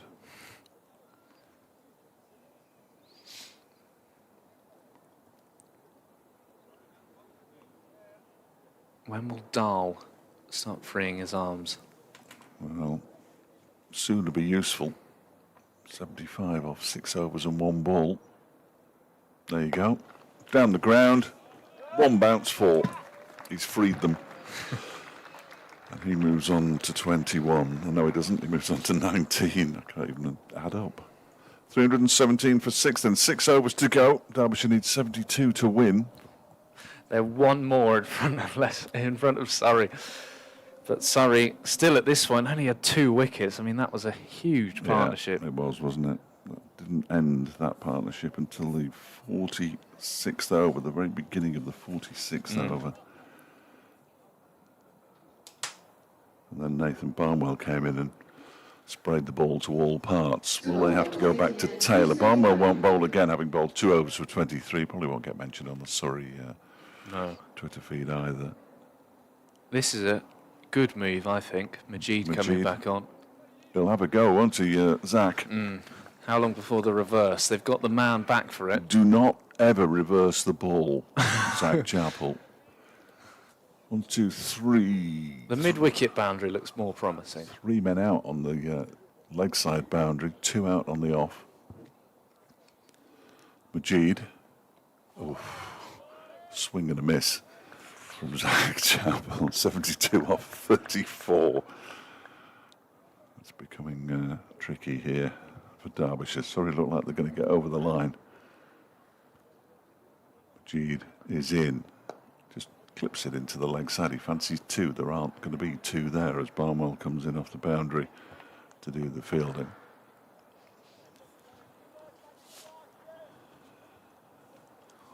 I don't know why I'm counting down either, because you can see it on the screen. Just for my own peace of mind, really. And sanity.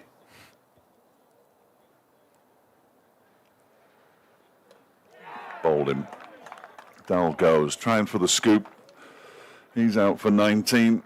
Silence again inside the Central Co-op County Ground. And that might be it. Bowled by Yusuf Majid. And Derbyshire are now 318 for 7 in the 45th over. It's not a shot he often plays, that, Anuj Dahl, and not one that you usually use against a left-arm spinner. It's usually used with pace on the ball, and it's just too full from Majid. Who's this then? Nicely flighted. I think it's Joe Hawkins, you know. Dahl leaves the field. He gets a quiet word from Anuj Dahl. I think it's Joe Hawkins. I think you're right. But yeah, I wouldn't swear to it, right. but it's just bending down on the... Yeah, it is. So they are going... And it's Nick Potts and Pat Brown. Potts can bat. That's all I'm saying. Hawkins can hang around, as he did against Northampton. She came in as the night watchman, of course, at Wantage Road. Well, 10 overs for 61 earlier. You rather feel as though Zach Chappell might have to do a lot of the heavy lifting here, though. Yes, and there's a lot to do. It's very heavy, isn't it, that lifting? Very heavy indeed.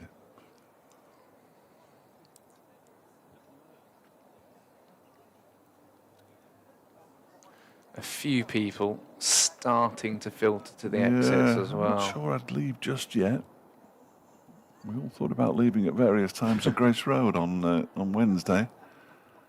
Oh, he goes for the cut shot. First ball, misses it. Calm down, Joe.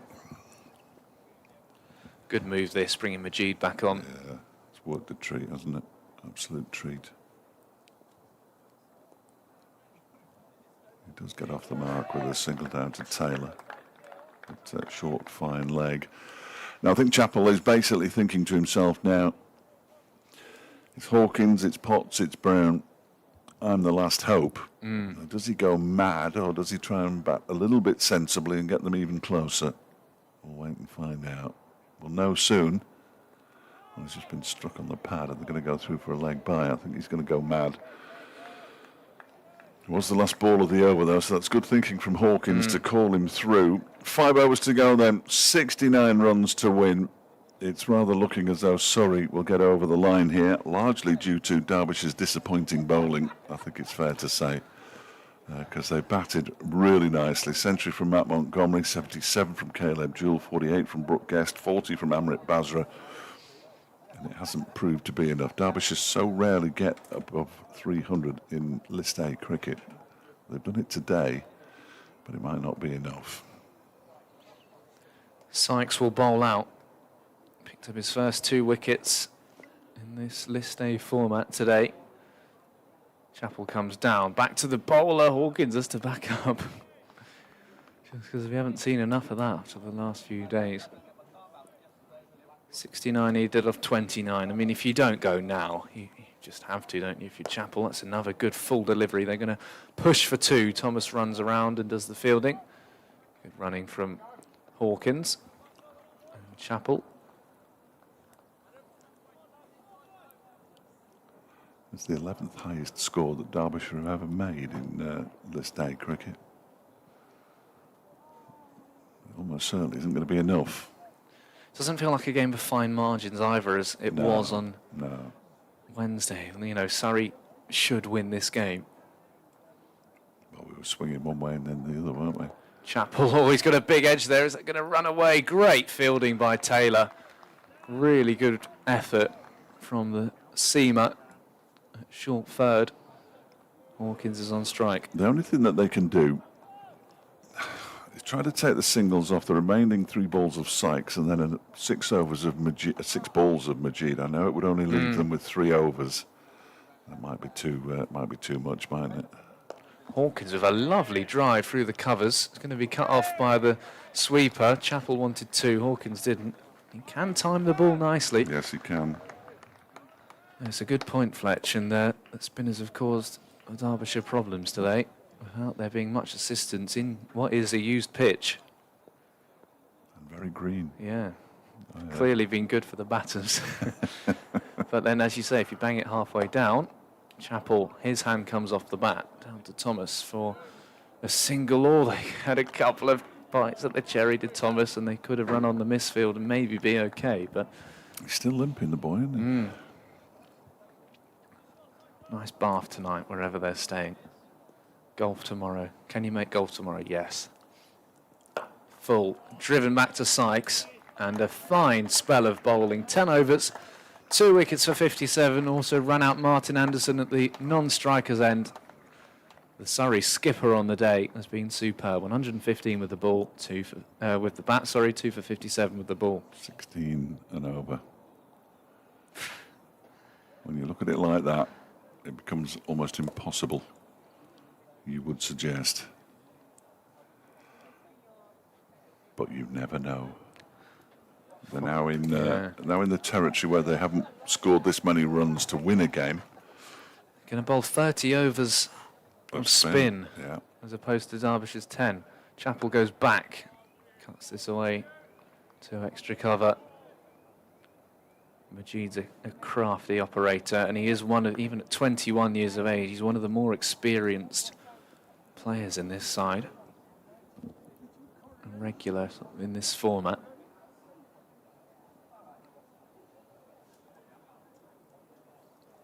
Hawkins, will he go? Oh, he does. He goes up and over extra cover. He will look for 2 and get back for it. Nicely done by the young man. It shouldn't be forgotten that he is still very much, his career is still very much in its infancy. Joe Hawkins. Surrey with plenty of players injured, 15 at the 100 to close out their second win of the competition. Hawkins goes back and down the ground just for a single.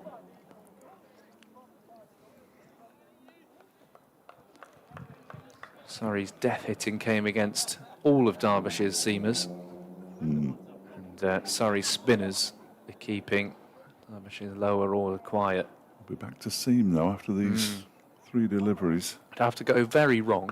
Chappell, that's high. It's gone wrong. And that should be taken, and he's not going to have a chance against the Seamers because Majid has picked up a 3rd wicket, and if the game wasn't done already, it is now. Zach Chappell gone for 9. There'll be no last over drama for him again.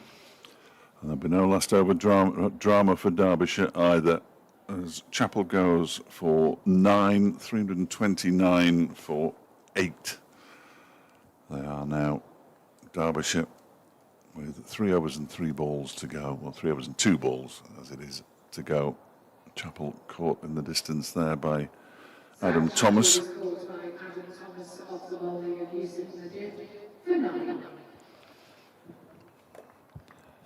What are we saying in here now? I'm getting some messages.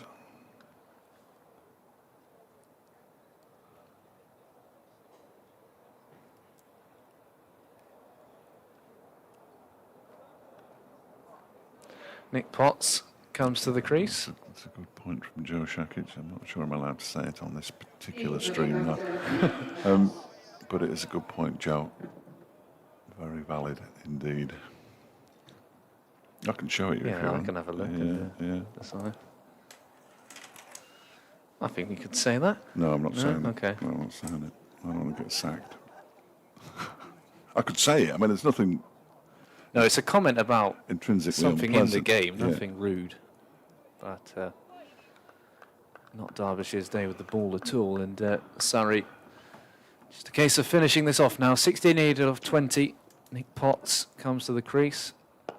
Drives this back to Yusuf Majid. This is now in the top 10 highest scores by Derbyshire in List A cricket. It's not going to be enough. Every one of those other scores wasn't enough either. No, that's not true. That's a nonsense. Forget that. Ignore that. Ignore that. What's Nick Potts got? Oh, that's risen him a little bit, and it's dropped. It's dropped by Ollie Hunt, who dropped Caleb Jewell earlier as well. And he wanted his part to play in this win, and should have taken that. Should stay off the golf course tomorrow, Ollie, and practice his catching. In case it matters at some point, he just gets a low 5 from his captain. Now, here we go. There's only 3 overs left, I know. And they still need 60. Or thereabouts. And it's James Taylor. He's got 3 left. Carvalhas has got 2 left, so he'll bowl 1 from the... you would imagine, unless they surprise everybody and give Barnwell another go. He's gone for 23 in his 2 overs. They need a huge over here from Nick Potts. To have any chance. And or Joe Hawkins, but Potts is on strike. Yeah, kitchen sink time, if it wasn't already. And Potts doesn't time that. They may well push for 2. Hawkins doesn't think so. No, Thomas no. comes round to do the fielding. Leave it to Joe.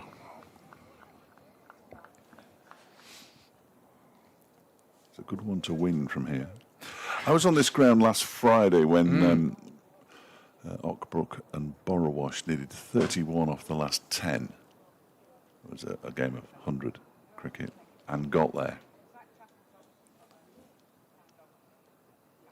Hawkins, that's in the air. Should be a simple catch again for Thomas, and it is. Taylor has his first wicket against his former county. Derbyshire 9 down. Joe Hawkins is gone. Thomas again. Yes. Done well on one leg. 331 for 9. And Hawkins goes for 5 off 7. As Derbyshire slowly sink towards defeat here. Look at those figures, they're all remarkably similar, aren't they? The spinners, Albert 10 overs, 0 for 57, Sykes 10 overs, 2 for 57, 0 for 58 rather, and Majid 10 overs, 3 for 57. Here he comes, Pat Brown. Well, it might be cruel to suggest that he owes Derbyshire a few runs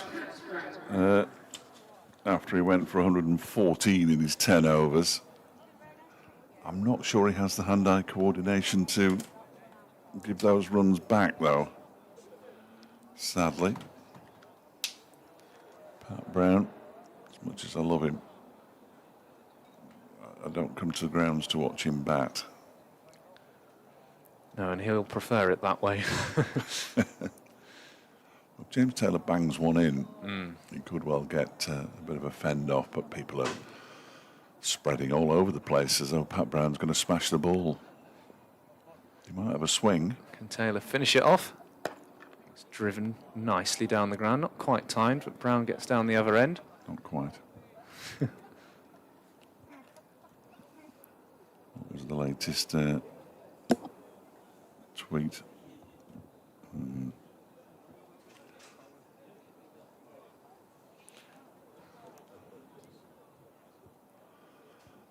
Still busy out there as well on the Pentagon Island. That's not good to anybody, is it really? Always busy. Now a number of people making their way. Wide ball, that'll help. A few more of them. First extra, I mean, again, looking at the extras comparison, 12 for Surrey, over 30 for Derbyshire, 19 wides, 4 no balls. With no balls, of course, come free hits. Those were put away.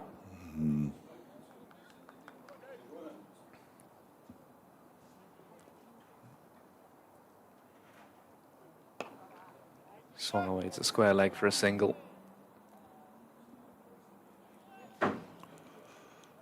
Seen 722 runs today.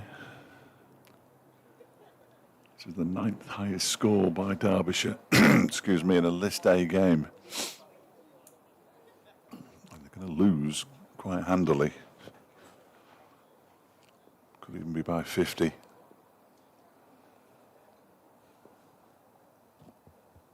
Almost certain to be. Aerial. Free move wicket for a single. Barnwell runs in to do the fielding.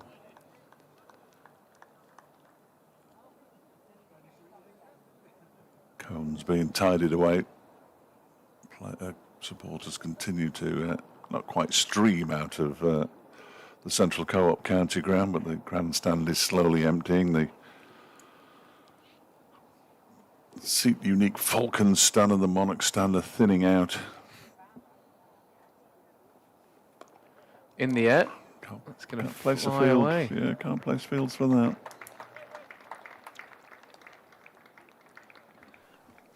2 overs to go. 339 for 9. 25 and over is a tall order, isn't it? A little bit. Just a little bit. So we can write Barnwell in because he's not going to bowl again. Yeah, Carvelas will look to finish things off. And if he doesn't, Taylor will bowl the final over. And yeah, Surrey's day here in Derby. Tough test for them going down to Trent Bridge. But what confidence this will do for so much of this team. The headlines: Adam Thomas 150, Ollie Sykes 115, and 2 for 57 and a run out. Pat Brown goes back down the ground, so take some catching. It goes over his head for 4. Someone shouted "Shot Brownie," and then laughed. Yeah, fair enough. Wasn't an awful shot. Would have been a very, very good catch. His sunglasses wouldn't it? flew off. It would.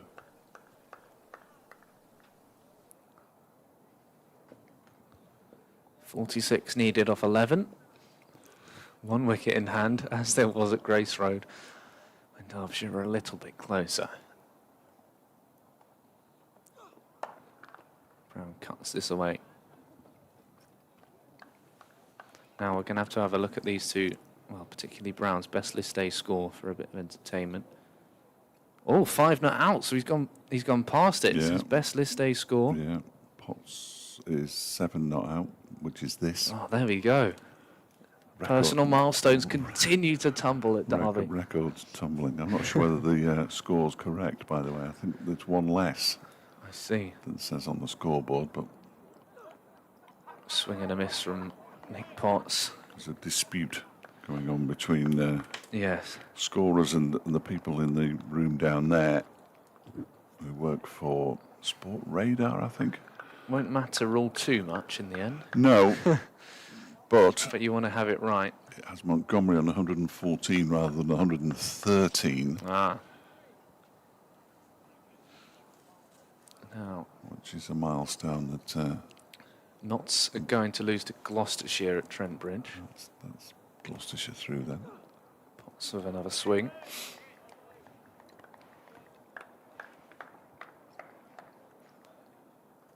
It's a new list A record for matches involving Derbyshire in terms of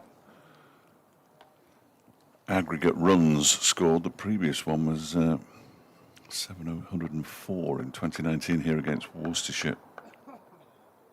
And we're already way beyond that. The frustrating thing as well, it's the fact that Derbyshire didn't have a crack at a couple of those debutants and get into the tail. Yeah. That partnership is carried on for far too long. As Potts lifts that one away, that will be his highest list A score. You know, Nathan Barnwell was sent out and it was an effective role in the end with Ollie Hunt, Ralphie Albert. So sat there waiting to bat, and they left nothing out there. Surrey.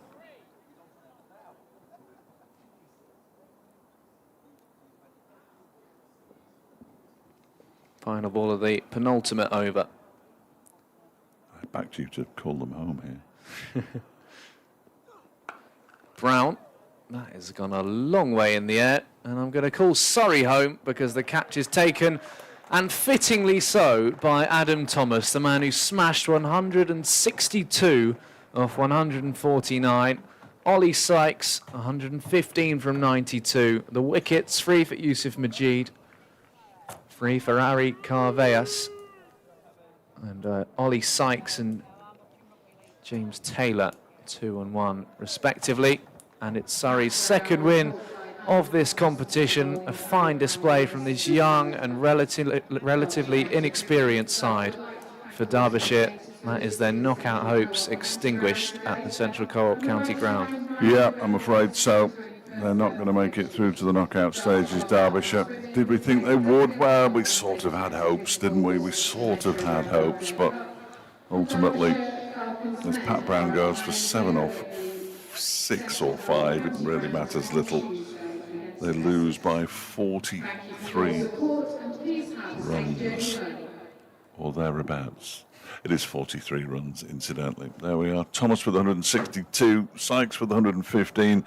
Montgomery's century, his first for Derbyshire, 113 or 114, depending on who you believe. They're not 100% convinced out there. Still, the umpires about the scorecard. 3 wickets apiece for Majid and Carvelas. 3 wickets for Zach Chappell earlier on as well. He bowled quite nicely, but 1 or 2 were a bit too expensive. And Derbyshire, well, they conceded too many runs, quite frankly, as the visitors made a very healthy 388 for 4. Don't forget, Tuesday, Essex, kids go free, adults just £10. It's Derbyshire's last game in the competition this season, the last game at home as well. Award-winning, family-friendly Falcons experience. I think you'll enjoy it. Balloon modelling, circus skills, I'm desperate to find out what they are. Plenty of stuff for the kids to do, so come along. Perfect way to end off the school holidays with a game of List A cricket here at the Central Co-op County Ground. Thanks to Freddie. It's been a delight as ever. And one more to go. One more to go. We'll see you all. There we are. Look, we'll see you all on Tuesday. Ta-da.